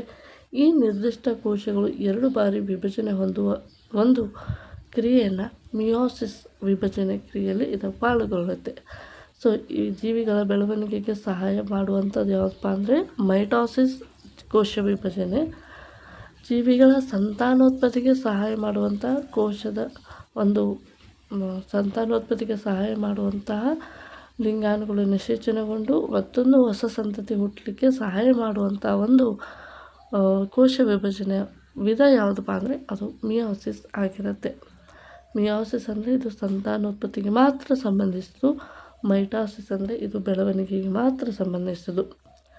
ಹೀಗೆ ನಿರ್ದಿಷ್ಟ ಕೋಶಗಳು ಮಿಯೋಸಿಸ್ ವಿಧಾನದಿಂದ ಕೋಶ ವಿಭಜನೆ ಹೊಂದಿದಾಗ 2 ಮರಿಜೀವಕೋಶಗಳು ಉಂಟಾಗುವ ಬದಲಿಗೆ 4 ಮರಿಜೀವಕೋಶಗಳು ಉಂಟಾಗುತ್ತವೆ. ಈ ಹೊಸ ಮರಿಜೀವಕೋಶಗಳು ತಾಯಿ ಕೋಶಗಳಲ್ಲಿ ಇರುವಷ್ಟೇ ಈ ಮರಿಜೀವಕೋಶಗಳು ತಾಯಿ ಕೋಶದಲ್ಲಿರುವ ವರ್ಣತಂತುಗಳಲ್ಲಿ ಅರ್ಧದಷ್ಟು ಸಂಖ್ಯೆಗಳನ್ನು ಮಾತ್ರ ಇವು ಏನಾಗಿರ್ತವೆ ಹೊಂದಿರ್ತವೆ. ಅಂದರೆ ಮೈಟೋಸಿಸ್ ತಾಯಿ ಜೀವಕೋಶ ಅಂದರೆ ಮದರ್ ಸೆಲ್ ಅಂತ ಏನಿರುತ್ತೆ ಆ ಸೆಲ್ಲಲ್ಲಿ 46 ಕ್ರೋಮೋಸೋಮ್ಗಳಿದ್ದರೆ ಸೆಲ್ ಡಿವಿಷನ್ ಆದಮೇಲೆ ಹೊಸ ಜೀವಕೋಶಗಳು ಏನು ಪ್ರೊಡ್ಯೂಸ್ ಆಗ್ತವೆ. ಹೊಸ ಜೀವಕೋಶಗಳು ಉತ್ಪತ್ತಿಯಾದಾಗ ಈ ತಾಯಿ ಜೀವಕೋಶ ಒಡೆದು 2 ಜೀವಕೋಶ ಆದಾಗ ಇಲ್ಲಿ 46 ಕ್ರೋಮೋಸೋಮ್ ಇದ್ದರೆ ಇಲ್ಲಿಯೂ ಕೂಡ 46 ಕ್ರೋಮೋಸೋಮ್ ಇರುತ್ತವೆ. ಇದು ಯಾವ ಒಂದು ಕೋಶ ವಿಭಜನೆ ಅಂದರೆ ಮೈಟೋಸಿಸಲ್ಲಿ. ಮಿಯೋಸಿಸಲ್ಲಿ ಏನಾಗುತ್ತೆ ಅಂದರೆ ಈಗ ಒಂದು ತಾಯಿ ಜೀವಕೋಶ ಇದೆ, ಇದು ಒಡೆದು 2 ಮರಿಜೀವಕೋಶಗಳು ಏನಾಗುತ್ತೆ ಅಂದರೆ ಈಗ ತಾಯಿ ಜೀವಕೋಶದಲ್ಲಿ 46 ಕ್ರೋಮೋಸೋಮ್ ಇದ್ದರೆ ಮರಿಜೀವಕೋಶದಲ್ಲಿ 23 ಜೀವಕೋಶ ವರ್ಣತಂತುಗಳು ಏನಾಗುತ್ತೆ ಉತ್ಪತ್ತಿ ಆಗುತ್ತೆ. ಓಕೆ, ಇದು ಯಾವುದರಲ್ಲಿ ಮಿಯೋಸಿಸ್ನಲ್ಲಿ. ಅಂದರೆ ಕೋಶ ವಿಭಜನೆ ಹೊಂದಿದಾಗ 2 ಮರಿಜೀವಕೋಶಗಳು ಬದಲಿಗೆ 4 ಮರಿಜೀವಕೋಶಗಳು ಉಂಟಾಗುತ್ತವೆ. ಈ ಹೊಸ ಮರಿಜೀವಕೋಶಗಳು ತಾಯಿ ಕೋಶಗಳಲ್ಲಿರುವಷ್ಟು ವರ್ಣತಂತುಗಳ ಅರ್ಧದಷ್ಟು ಏನಾಗಿರುತ್ತೆ ಈ ಸಂಖ್ಯೆಗಳಿರುತ್ತೆ. ಅಂದರೆ ಮಾನವನ ಕ್ರೋಮೋಸೋಮ್ ಎಷ್ಟಿರುತ್ತೆ 46 ಇರುತ್ತೆ. ಇದರಲ್ಲಿ ಅವು 4 ಮರಿಜೀವಕೋಶಗಳಾದಾಗ ಅದರಲ್ಲಿ ಇರುವಂಥ ವರ್ಣತಂತುಗಳು 23 ಇರುತ್ತೆ.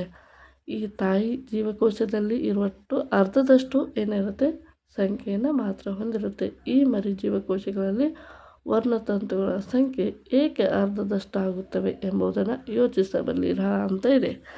ಸೊ ಈಗ ಯೋಚನೆ ಮಾಡ್ಬೋದು. ಯಾಕಪ್ಪ ಅಂದರೆ ಪುರುಷರಲ್ಲಿ ಕೂಡ ಏನಿರುತ್ತೆ ಅಂದರೆ ಸಂತಾನೋತ್ಪತ್ತಿಗೆ ಸಂಬಂಧಿಸಿದ ಜೀವಕೋಶಗಳಿರ್ತವೆ. ಅವುಗಳಿಗೆ ನಾವು ಸ್ಪರ್ಮ್ ಅಂತ ಹೇಳಿ ಕರಿತೀವಿ, ವೀರ್ಯಾಣುಗಳು ಅಂತ ಹೇಳಿ ಕರಿತೀವಿ. ವೀರ್ಯಾಣುಗಳಲ್ಲಿ ಕೂಡ ಏನಾಗಿರ್ತವಪ್ಪ ಅಂದರೆ ಪ್ರತಿಯೊಂದು ವೀರ್ಯಾಣುಗಳಲ್ಲಿ ಕೂಡ 23 ಕ್ರೋಮೋಸೋಮ್ಗಳಿರುತ್ತೆ. ಪ್ರತಿ ಮಹಿಳೆಯ ಅಂಡಾಣುವಿನ ಕ್ರೋಮೋಸೋಮ್ನಲ್ಲಿ ಇಷ್ಟಿರುತ್ತೆ, 23 ಕ್ರೋಮೋಸೋಮ್ಗಳಿರುತ್ತೆ.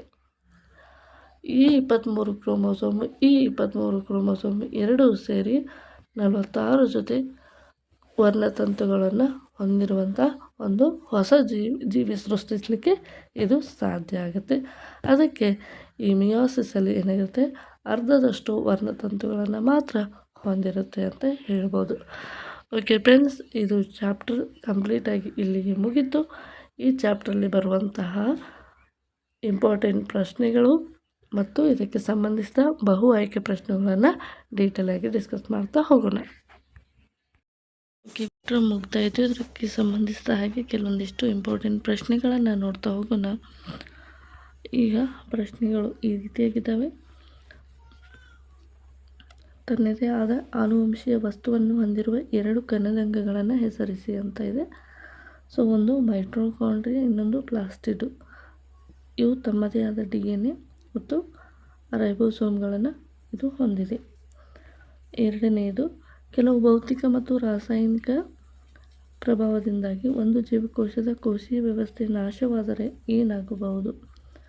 ಜೀವಕೋಶವು ಉಸಿರಾಟ, ಪೋಷಣೆ, ವಿಸರ್ಜನೆ ತನ್ನ ಮೂಲಭೂತ ಕಾರ್ಯವನ್ನು ನಿರ್ವಹಿಸಲು ಸಾಧ್ಯವಾಗುವುದಿಲ್ಲ. ಅಂತಿಮವಾಗಿ ಅಂಥ ಜೀವಕೋಶಗಳು ಏನಾಗುತ್ತೆ, ನಾಶವಂತವೆ. ಅದನ್ನು ಲೈಸೋಸೋಮ್ ಏನು ಮಾಡುತ್ತೆ ಅಂದರೆ ಜೀರ್ಣಿಸಿಕೊಳ್ಳುತ್ತೆ. ಲೈಸೋಸೋಮನ್ನು ಆತ್ಮಹತ್ಯಾ ಚೀಲಗಳಂತ ಏಕೆ ಕರೀತಾರೆ ಅಂತ ಪ್ರಶ್ನೆ ಇದೆ. ಸೊ ಜೀವಕೋಶವು ಹಾನಿಗೊಳಗಾದ ಚಯಾಪಚಯ ಕ್ರಿಯೆಯಲ್ಲಿ ವ್ಯತ್ಯಯ ಉಂಟಾದಾಗ, ಅಂದರೆ ಲೈಸೋಸೋಮ್ ತನ್ನದೇ ಆದ ಒಂದು ಜೀವಕೋಶದಲ್ಲಿ ಇದು ಏನಾಗುತ್ತೆ, ಚಯಾಪಚಯ ಕ್ರಿಯೆಯಲ್ಲಿ ತನ್ನ ಆ್ಯಕ್ಟಿವಿಟಿಯಲ್ಲಿ ಏನಾದರೂ ವೇರಿಯೇಷನ್ ಆದರೆ ಲೈಸೋಸೋಮ್ಗಳು ಸಿಡಿದು ಶಕ್ತಿಯುತ ಜೀರ್ಣಕಾರಿ ಕಿಣ್ವಗಳು ತಮ್ಮದೇ ಆದ ಜೀವಕೋಶವನ್ನು ಜೀರ್ಣಿಸಿಕೊಳ್ಳುತ್ತವೆ. ಆದ್ದರಿಂದ ಇದನ್ನು ಆತ್ಮಹತ್ಯಾ ಚೀಲಗಳು ಅಂತ ಹೇಳಿ ಕರೆಯಲಾಗುತ್ತದೆ. ಪ್ರೋಟೀನ್ ಸಂಶ್ಲೇಷಣೆ ಜೀವಕೋಶದ ಯಾವ ಭಾಗದಲ್ಲಿ ನಡೆಯುತ್ತದೆ? ಪ್ರೋಟೀನ್ ಸಂಶ್ಲೇಷಣೆಯು ಜೀವಕೋಶದ ರೈಬೋಸೋಮ್ಗಳಲ್ಲಿ ಇದು ನಡೆಯುತ್ತದೆ. ಪ್ರೊಕ್ಯಾರಿಯೋಟ್ ಜೀವಕೋಶವು ಯೂಕ್ಯಾರಿಯೋಟ್ ಕೋಶಗಳಿಗಿಂತ ಯಾವ ರೀತಿಯಾಗಿ ಭಿನ್ನವಾಗಿದೆ? ಇವುಗಳಲ್ಲಿ ಸುಸಂಘಟಿತ ಕೋಶ ಕೇಂದ್ರ ಇರೋದಿಲ್ಲ. ಅಂದರೆ ಯೂಕ್ಯಾರಿಯೋಟ್ಗಳಲ್ಲಿ ಕಣದಂಗಗಳು, ಇವುಗಳಲ್ಲಿ ಪ್ರೊಕ್ಯಾರಿಯೋಟ್ಗಳಲ್ಲಿ ಕೋಶ ಕೇಂದ್ರ ಇರೋದಿಲ್ಲ, ಕಣದಂಗಗಳು ಇರೋದಿಲ್ಲ. ಯಾವ ರೀತಿಯಾದ ಕಣದಂಗಗಳು? ಪೊರೆ ಸಹಿತ ಕಣದಂಗಗಳು ಇರೋದಿಲ್ಲ. ಯೂಕ್ಯಾರಿಯೋಟ್ಗಳಲ್ಲಿ ಕೋಶ ಕೇಂದ್ರ ಇರುತ್ತೆ, ಕಣದಂಗಗಳಿರ್ತವೆ. ಮತ್ತು ಇಲ್ಲಿ ಹೆಚ್ಚಿನದಾಗಿ ಮೈಟೊಕಾಂಡ್ರಿಯಾ, ಗಾಲ್ಗಿ ಕಾಂಪ್ಲೆಕ್ಸ್ಗಳು, ಹೆಚ್ಚಿನ ಕಾಂಪ್ಲೆಕ್ಸ್ ಆಗಿರುವಂಥ ಕಣದಂಗಗಳು ಇಲ್ಲಿ ಕಂಡುಬರುತ್ತೆ. ಕೋಶ ಪೊರೆಯು ಛಿದ್ರವಾಗದೆ ಅಥವಾ ಮುರಿದು ಹೋದರೆ ಏನಾಗುತ್ತದೆ? ಕೋಶ ಪೊರೆಯು ಛಿದ್ರವಾಗಿದೆ ಮುರಿದು ಹೋದರೆ ಅದು ಹೊರಗಿನ ಅನಗತ್ಯ ವಸ್ತುಗಳನ್ನು ಒಳಗೆ ಪ್ರವೇಶಿಸುತ್ತದೆ. ಇದರಿಂದ ಜೀವಕೋಶವು ತನ್ನ ಅಸ್ತಿತ್ವವನ್ನು ಕಳೆದುಕೊಂಡು ಇದು ನಾಶವಾಗಿ ಹೋಗುತ್ತೆ. 4ನೇದು, ಗಾಲ್ಗಿ ಸಂಕೀರ್ಣ ಇಲ್ಲದಿದ್ದರೆ ಕೋಶದ ಜೀವಕ್ಕೆ ಉಂಟಾಗಬಹುದಾದ ತೊಂದರೆಗಳೇನು? ಗಾಲ್ಗಿ ಸಂಕೀರ್ಣ ಇಲ್ಲದಿದ್ದರೆ ವಸ್ತುಗಳ ಸಂಗ್ರಹಣೆ ಆಗ್ತಾ ಇರಲಿಲ್ಲ, ಮಾರ್ಪಾಡಾಗ್ತಾ ಇರಲಿಲ್ಲ, ಪ್ಯಾಕೇಜಿಂಗ್ ಆಗ್ತಾ ಇರಲಿಲ್ಲ. ಇವೆಲ್ಲವೂ ಕೆಲಸ ನಿಂತು ಹೋಗ್ತಿತ್ತು. ಆವಾಗ ಎಂಡೋಪ್ಲಾಸ್ಮಿಕ್ ರೆಟಿಕ್ಯುಲಮ್ನಲ್ಲಿ ತಯಾರಾದ ಪ್ರೋಟೀನ್ಗಳು, ಲಿಪಿಡ್ಗಳು ಇವು ದೇಹದ ಇತರೆ ಭಾಗಗಳಿಗೆ ತಲುಪಲಿಕ್ಕೆ ಸಾಧ್ಯ ಆಗ್ತಿರಲಿಲ್ಲ. ಹಾಗಾಗಿ ಇಲ್ಲಿ ಇನ್ನೊಂದು ರೀತಿಯಾದ ಸಮಸ್ಯೆಗಳನ್ನು ಕೂಡ ನಾವಿಲ್ಲಿ ಕಾಣ್ಬೋದಾಗಿತ್ತು. ಯಾವ ಕಣದಂಗವು ಕೋಶ ಕೇಂದ್ರದ ಶಕ್ತಿ ಕೇಂದ್ರ ಅಂತ ಹೇಳಿ ಕರೀತಾರೆ ಮತ್ತು ಏಕೆ ಅಂತ ಕೇಳ್ತಾ ಇದ್ದಾರೆ.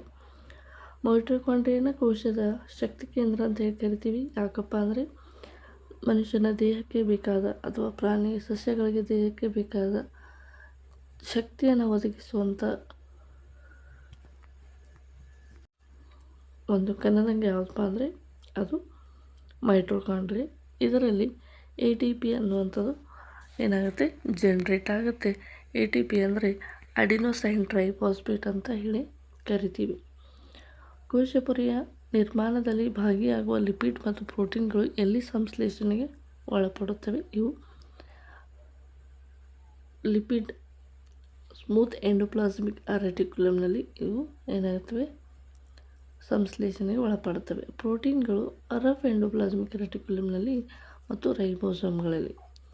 ಅಮೀಬಾವು ತನ್ನ ಆಹಾರವನ್ನು ಹೇಗೆ ಪಡೆಯುತ್ತದೆ? ಅಮೀಬಾವು ತನ್ನ ಕೋಶಪೊರೆಯ ನಮ್ಯತೆಯಿಂದ ಮಿಥ್ಯಪಾದಗಳನ್ನು ನಿರ್ಮಿಸಿ ಆಹಾರದ ಕಣಗಳನ್ನು ಆವರಿಸಿಕೊಳ್ಳುವ ಮೂಲಕ ಆಹಾರವನ್ನು ಇದು ಪಡೆದುಕೊಳ್ಳುತ್ತದೆ. ಈ ಒಂದು ಪ್ರಕ್ರಿಯೆಯನ್ನು ಎಂಡೋಸೈಟೋಸಿಸ್ ಅಂತ ಹೇಳಿ ಕರೀತಾರೆ. ಎಂಡೋಸೈಟೋಸಿಸ್ ಕ್ರಿಯೆಯ ಮೂಲಕ ಆಹಾರವನ್ನು ಪಡೆದುಕೊಳ್ಳುತ್ತೆ. ಅಭಿಸರಣ ಎಂದರೇನು? ನೀರಿನ ಅಣುಗಳು ಹೆಚ್ಚು ಸಾಂದ್ರತೆಯಿಂದ ಕಡಿಮೆ ಸಾಂದ್ರತೆಗೆ. ಇದರ ಒಂದು ಮೂಲ ಪ್ರಶ್ನೆ ಏನಪ್ಪ ಅಂದರೆ ಅಭಿಸರಣ ಎಂದರೇನು? ನೀರಿನ ಕಣಗಳು ಹೆಚ್ಚಿನ ಸಾಂದ್ರತೆಯಿಂದ ಕಡಿಮೆ ಸಾಂದ್ರತೆಯ ಪ್ರದೇಶಕ್ಕೆ ಅರೆವ್ಯಾಪ್ಯ ಪೊರೆಯ ಮೂಲಕ ಚಲಿಸುವುದನ್ನು ಅಭಿಸರಣೆ ಅಥವಾ ಆಸ್ಮೋಸಿಸ್ ಅಂತ ಹೇಳಿ ಕರಿತೀವಿ. ಈ ಒಂದು ಪ್ರಯೋಗದ ಅಗತ್ಯ ಇಲ್ಲ ಅಂತ ಅನ್ಸುತ್ತೆ. ನಾವು ಕೆಲವೊಂದಿಷ್ಟು ಇಂಪಾರ್ಟೆಂಟ್ ಪ್ರಶ್ನೆಗಳನ್ನು ಗಮನಿಸ್ತಾ ನೋಡ್ತಾ ಹೋಗೋಣ. ದೇಹದ ಬೆಳವಣಿಗೆ ಮತ್ತು ಲಿಂಗಾಣುಗಳ ಉತ್ಪತ್ತಿಗೆ ಯಾವ ಕೋಶ ವಿಭಜನೆ ಬೇಕು? ದೇಹದ ಬೆಳವಣಿಗೆ ಮತ್ತು ದುರಸ್ತಿಗೆ ಮೈಟೋಸಿಸ್ ಅನ್ನುವಂಥ ವಿಭಜನೆ ಬೇಕು. ಮೈಟೋಸಿಸ್ ಅಂದರೆ ಮದರ್ ಸೆಲ್ನಲ್ಲಿ 46 ಕ್ರೋಮೋಸೋಮ್ ಇದ್ದರೆ ಡಾಟರ್ ಸೆಲ್ಲಲ್ಲೂ ಕೂಡ 46 ಕ್ರೋಮೋಸೋಮ್ಗಳಿರ್ತವೆ. ಇದಕ್ಕೆ ಮೈಟೋಸಿಸ್ ಅಂತ ಹೇಳಿ ಕರಿತೀವಿ. ಲಿಂಗಾಣುಗಳ ಉತ್ಪತ್ತಿಗೆ ಮಿಯೋಸಿಸ್ ಅಂದರೆ ಮದರ್ ಸೆಲ್ಲಲ್ಲಿ 46 ಕ್ರೋಮೋಸೋಮ್ಗಳಿದ್ದರೆ ಡಾಟರ್ ಸೆಲ್ಲಲ್ಲಿ 23 ಕ್ರೋಮೋಸೋಮ್ಗಳು ಇರ್ತವೆ. ಇದಕ್ಕೆ ಮಿಯೋಸಿಸ್ ಅಂತ ಹೇಳಿ ಕರಿತೀವಿ ಅಥವಾ ಅರ್ಧ ವಿದಳನ ವಿಭಜನೆ ಅಂತ ಹೇಳಿ ಕರಿತೀವಿ. ಈಗ ಬಹು ಆಯ್ಕೆ ಪ್ರಶ್ನೋತ್ತರಗಳನ್ನು ನೋಡ್ತಾ ಹೋಗೋಣ. ಮೊದಲನೇದಾಗಿ ಜೀವದ ಮೂಲ ಘಟಕ ಯಾವುದು? ಜೀವದ ಮೂಲ ಘಟಕ ಅದು ಕೋಶ ಆಗಿರುತ್ತೆ. ಎರಡನೇ ಪ್ರಶ್ನೆ, ಕೋಶವನ್ನು ಮೊದಲ ಬಾರಿಗೆ ಕಂಡುಹಿಡಿದವರು ಯಾರು? ಕೋಶವನ್ನು ಮೊದಲ ಬಾರಿಗೆ ಕಂಡುಹಿಡಿದವರು ರಾಬರ್ಟ್ ಹುಕ್ ಎಂತಕ್ಕಂಥವರು. ಮೂರನೇದು, ಸಸ್ಯಕೋಶದ ಹೊರಪದರ ಯಾವುದು? ಸಸ್ಯಕೋಶದ ಹೊರಪದರ ಅದು ಕೋಶಭಿತ್ತಿ. ಕೋಶದ ಪವರ್ ಹೌಸ್ ಎಂದು ಯಾವ ಅಂಗವನ್ನು ಕರೆಯಲಾಗುತ್ತದೆ? ಪವರ್ ಹೌಸ್ ಅಂತ ಕೂಡ ಕರೀತಾರೆ, ಶಕ್ತಿ ಉತ್ಪಾದನಾ ಕೇಂದ್ರ ಅಂತ ಕೂಡ ಕರೀತಾರೆ. ಈ ಒಂದು ಅಂಗ ಯಾವುದು ಅಂತ ಕೇಳ್ತಾ ಇದ್ದಾರೆ, ಅಥವಾ ಕಣದಂಗ ಯಾವುದಪ್ಪ ಅಂದರೆ ಮೈಟೊಕಾಂಡ್ರಿಯಾ. ನೆಕ್ಸ್ಟ್, DNA ಯಾವ ಅಂಗದಲ್ಲಿ ಇದೆ? DNA ಎನ್ನುವಂಥದ್ದು ಇದು ನ್ಯೂಕ್ಲಿಯಸ್ಸಲ್ಲಿ ಇರುತ್ತದೆ. ಜೀವಕೋಶದ ನ್ಯೂಕ್ಲಿಯಸ್ನಲ್ಲಿ ಇರುತ್ತೆ. ನೆಕ್ಸ್ಟು, ಪ್ರಾಣಿ ಕೋಶದಲ್ಲಿ ಇಲ್ಲದ ಅಂಗ ಯಾವುದು? ಅಂದರೆ ಸಸ್ಯ ಜೀವಕೋಶ, ಪ್ರಾಣಿ ಜೀವಕೋಶ ಎರಡರ ವ್ಯತ್ಯಾಸ ಇರುತ್ತೆ. ಅದರಲ್ಲಿ ವ್ಯತ್ಯಾಸ ಏನಿದೆ? ಪ್ರಾಣಿ ಜೀವಕೋಶದಲ್ಲಿ ಇಲ್ಲದ ಅಂಗ ಯಾವುದು ಅಂತ ಕೇಳ್ತಾ ಇದ್ದಾರೆ. ಪ್ರಾಣಿ ಜೀವಕೋಶದಲ್ಲಿ ಕೋಶಭಿತ್ತಿ ಇರೋದಿಲ್ಲ ಮತ್ತು ಕೆಲವೊಂದಿಷ್ಟು ವ್ಯತ್ಯಾಸಗಳಿದ್ದಾವೆ. ಅವುಗಳನ್ನು ಕೂಡ ಮುಂದೆ ಬಂದರೆ ನೋಡ್ತಾ ಹೋಗೋಣ.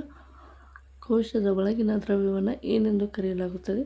ಕೋಶದ ಒಳಗಿನ ದ್ರವ್ಯವನ್ನು ಸೈಟೋಪ್ಲಾಸ್ಮ್ ಅಥವಾ ಕೋಶ ದ್ರವ್ಯ ಅಂತೇಳಿ ಕರೆಯಲಾಗುತ್ತೆ. ಎಂಟನೇ ಪ್ರಶ್ನೆ, ಪ್ರೋಟೀನ್ ಉತ್ಪಾದನೆ ಮಾಡುವ ಅಂಗ ಯಾವುದು? ಇದು ರೈಬೋಸೋಮ್. ನೆಕ್ಸ್ಟ್, ಸಸ್ಯ ಜೀವಕೋಶದಲ್ಲಿ ಆಹಾರ ಸಂಶ್ಲೇಷಣೆ ಪಡೆಯುವ ಅಂಗ ಯಾವುದು? ಅದು ಕ್ಲೋರೋಪ್ಲಾಸ್ಟ್. ಅಂದರೆ ದ್ವಿತೀಯ ಸಂಶ್ಲೇಷಣೆ ನಡೆಯುವಂಥ ಕ್ರಿಯೆ ಯಾವುದಾಗಿರುತ್ತೆ? ಇಲ್ಲಿ ಕ್ಲೋರೋಪ್ಲಾಸ್ಟ್ ಆಗಿರುತ್ತೆ. ಇದು ಏನಾಗಿರೋದಿಲ್ಲ, ಪ್ರಾಣಿ ಜೀವಕೋಶದಲ್ಲಿ ಕಂಡುಬರೋದಿಲ್ಲ. ಕೋಶಭಿತ್ತಿಯ ಮುಖ್ಯ ಘಟಕ ಯಾವುದು? ಕೋಶಭಿತ್ತಿಯ ಮುಖ್ಯ ಘಟಕ ಸೆಲ್ಯುಲೋಸ್. ಕೋಶಭಿತ್ತಿಯು ಸೆಲ್ಯುಲೋಸ್ನಿಂದ ಮಾಡಲ್ಪಟ್ಟಿದೆ ಎನ್ನುವಂಥದ್ದು ಮಾಹಿತಿ ನಿಮಗೆ ಗೊತ್ತಿದೆ. ನೆಕ್ಸ್ಟು, ಕೆಳಗಿನವುಗಳಲ್ಲಿ ಯಾವುದು ಪ್ರೋಕ್ಯಾರಿಯೋಟಿಕ್ ಸೆಲ್ಗೆ ಲಕ್ಷಣವಲ್ಲ? ಪ್ರೋಕ್ಯಾರಿಯೋಟ್ ಸೆಲ್ಗೆ ಲಕ್ಷಣ ಅಲ್ಲ ಅಂತ ಕೇಳ್ತಾ ಇದ್ದಾರೆ. ಸೊ ಇದು ನಿಜವಾದ ನ್ಯೂಕ್ಲಿಯಸ್ ಇರೋದಿಲ್ಲ, ಮೆಂಬ್ರೇನ್ ಬಾಂಡ್ಗಳು ಇರೋದಿಲ್ಲ. ಇಲ್ಲಿ DNA ನ್ಯೂಕ್ಲಿಯರ್ ಮೆಂಬ್ರೇನ್ನಿಂದ ಆವೃತವಾಗಿದೆ. ಯಾವುದು ಲಕ್ಷಣವಲ್ಲ ಅಂತ ಕೇಳಿದ್ದಾರೆ. ಹಾಗಾಗಿ ಇಲ್ಲಿ ಪ್ರೊಕ್ಯಾರಿಯೋಟ್ಗಳಲ್ಲಿ DNA ಅಂತಕ್ಕಂಥದ್ದು ಇದು ಮೆಂಬ್ರೇನ್ ಯಾವುದೇ ರೀತಿಯಾದ ಮೆಂಬ್ರೇನ್ಗಳು ಆವೃತ ಆಗಿಲ್ಲ. ಹಾಗಾದರೆ ಸರಿಯಾದ ಉತ್ತರ ಆಪ್ಷನ್ ಸಿ ಆಗಿರುತ್ತೆ. ಫ್ಲೂಯಿಡ್ ಮೊಸಾಯಿಕ್ ಮಾಡೆಲ್ ಅನ್ನು ಯಾರು ನೀಡಿದರು? ಫ್ಲೂಯಿಡ್ ಮೊಸಾಯಿಕ್ ಮಾಡೆಲನ್ನು ಯಾರು ನೀಡಿದರು ಅಂತ ಇದೆ. ಸೊ ಅದನ್ನು ಸಿಂಗರ್ ಮತ್ತು ನಿಕಲ್ಸನ್ ಅನ್ನುವಂಥವ್ರು ನೀಡಿದರು. ಕೋಶ ಮೆಂಬ್ರೇನ್ನಲ್ಲಿ ಹೆಚ್ಚು ಕಂಡುಬರುವ ಲಿಪಿಡ್ ಯಾವುದು? ಕೋಶ ಮೆಂಬ್ರೇನ್ನಲ್ಲಿ ಹೆಚ್ಚು ಕಂಡುಬರುವಂಥ ಲಿಪಿಡ್ ಯಾವುದು ಅಂತ ಇದೆ. ಪ್ಲಾಸ್ಟೋಲಿಪಿಡ್. ನೆಕ್ಸ್ಟು ಕೆಳಗಿನವುಗಳಲ್ಲಿ ಯಾವುದು ಸೆಲೆಕ್ಟಿವ್ ಪರ್ಮಿಯಾಬಿಲಿಟಿ ಅನ್ನು ಉತ್ತಮವಾಗಿ ವಿವರಿಸುತ್ತದೆ? ಅಂದರೆ ಆಪ್ಷನ್ ಸಿ, ಆಯ್ಕೆ ಮಾಡಿಕೊಂಡ ಕೆಲವು ಪದಾರ್ಥಗಳನ್ನು ಮಾತ್ರ ಒಳಗೆ ಬಿಡು. ಅಂದರೆ ಸೆಲೆಕ್ಟಿವ್ ಅಂತಂದರೆ ಯಾವ ವಸ್ತು ಒಳಗಡೆ ಬರಬೇಕು ಹೊರಗಡೆ ಇರಬೇಕು ಎನ್ನುವಂಥದ್ದನ್ನು ಸೆಲೆಕ್ಟ್ ಮಾಡುವಂಥದ್ದು. ಇದಕ್ಕೆ ಸೆಲೆಕ್ಟಿವ್ ಪರ್ಮಿಯಾಬಿಲಿಟಿ ಅಂತ ಹೇಳಿ ಕರಿತೀವಿ. ಹಾಗಾಗಿ ಈ ಒಂದು ಆಯ್ಕೆ ಮಾಡಿಕೊಂಡ ಕೆಲವು ಪದಾರ್ಥಗಳನ್ನು ಒಳಗೆ ಬಿಡುವಂಥದ್ದಕ್ಕೆ ಸೆಲೆಕ್ಟಿವ್ ಪರ್ಮಿಯಾಬಿಲಿಟಿ ಅಂತ ಹೇಳಿ ಕರಿತೀವಿ. 5. ಆಸ್ಮಾಸಿಸ್ ಪ್ರಕ್ರಿಯೆಯಲ್ಲಿ ನೀರು ಯಾವ ದಿಕ್ಕಿನಲ್ಲಿ ಚಲಿಸುತ್ತದೆ? ಆಸ್ಮಾಸಿಸ್ ಕ್ರಿಯೆಯಲ್ಲಿ ನೀರು ಕಡಿಮೆ ಸಾಂದ್ರತೆಯಿಂದ ಹೆಚ್ಚಿನ ಸಾಂದ್ರತೆಯ ಕಡೆಗೆ ಸಾಗುತ್ತೆ. ಕೆಳಗಿನವುಗಳಲ್ಲಿ ಯಾವುದು ಹೈಪರ್ಟೋನಿಕ್ ಸೊಲ್ಯೂಷನ್ನ ಪರಿಣಾಮ ಅಂತ ಕೇಳ್ತಾ ಇದ್ದಾರೆ. ಅಂದರೆ ಕೋಶವು ಉಬ್ಬುತ್ತದೆ ಅಥವಾ ಹಿಗ್ಗುತ್ತದೆ, ಕೋಶದಲ್ಲಿ ಯಾವುದೇ ಬದಲಾವಣೆ ಇರುವುದಿಲ್ಲ ಅಥವಾ ಕೋಶ ವಿಭಜನೆ. ಯಾವುದು ಹೈಪರ್ಟೋನಿಕ್ ಸೊಲ್ಯೂಷನ್ ಅಂತ ಅಂದಾಗ ಕೋಶವು ಕುಗ್ಗುವಂಥದ್ದಕ್ಕೆ ಹೈಪರ್ಟೋನಿಕ್ ಅಂತ ಹೇಳಿ ಕರಿತೀವಿ. ಅಂದರೆ ಕೋಶ ತನ್ನಲ್ಲಿರುವಂಥ ರಸವನ್ನು ಕಳೆದುಕೊಂಡು ಹೊರಗಿನ ಮಾಧ್ಯಮಕ್ಕೆ ಅದು ಟ್ರಾನ್ಸ್ಫರ್ ಆಗಿರುತ್ತೆ. ಲೈಸೋಸೋಮನ್ನು ಸುಸೈಡ್ ಬ್ಯಾಗ್ ಎಂದು ಕರೆಯಲು ಕಾರಣ ಏನು? ಇದು ಸ್ವಯಂ ಜೀರ್ಣಕ್ರಿಯೆ ಆಗುತ್ತೆ. ಹಾಗಾಗಿ ಇದನ್ನು ಆತ್ಮಹತ್ಯೆ ಅಥವಾ ಸುಸೈಡ್ ಬ್ಯಾಗ್ ಅಂತ ಹೇಳಿ ಕರೀತಾರೆ. ಗಾಲ್ಗಿ ಅಪರಟಸ್ ಅಥವಾ ಗಾಲ್ಗಿ ಕಾಂಪ್ಲೆಕ್ಸ್ನ ಮುಖ್ಯ ಕಾರ್ಯ ಏನು? ಇದು ಪ್ರೋಟೀನನ್ನು ಸಂರಕ್ಷಣೆ ಮಾಡುವಂಥದ್ದು ಮತ್ತು ದೇಹದ ಇತರ ಭಾಗಗಳಿಗೆ ಇದು ಡಿಸ್ಟ್ರಿಬ್ಯೂಟ್ ಮಾಡುವಂಥದ್ದು. ಕೆಳಗಿನವುಗಳಲ್ಲಿ ಯಾವುದು ಸೆಮಿ ಆಟೋನಮಸ್ ಆರ್ಗನೆಲೆ ಆಗಿದೆ? ಆಪ್ಷನ್ ಬಿ ಇಲ್ಲಿ ಸರಿಯಾದ ಉತ್ತರ. ಸೆಮಿ ಆಟೋನಮಸ್ ಆರ್ಗನೆಲೆ ಅಂದರೆ ಜೀವಕೋಶದಲ್ಲಿ ಮತ್ತೊಂದು ನ್ಯೂಕ್ಲಿಯಸನ್ನು ಹೊಂದಿರುವಂಥ ಜೀವಕೋಶ ಅಂತ ಹೇಳಿ ಕರಿತೀವಿ. ಜೀವಕೋಶದಲ್ಲಿ ಇನ್ನೊಂದು ಜೀವಕೋಶ, ಇದಕ್ಕೆ ನಾವು ಸೆಮಿ ಆಟೋನಮಸ್ ಆರ್ಗನೆಲೆ ಅಂಥೇಳಿ ಕರಿತೀವಿ. Option B mitochondria. 10.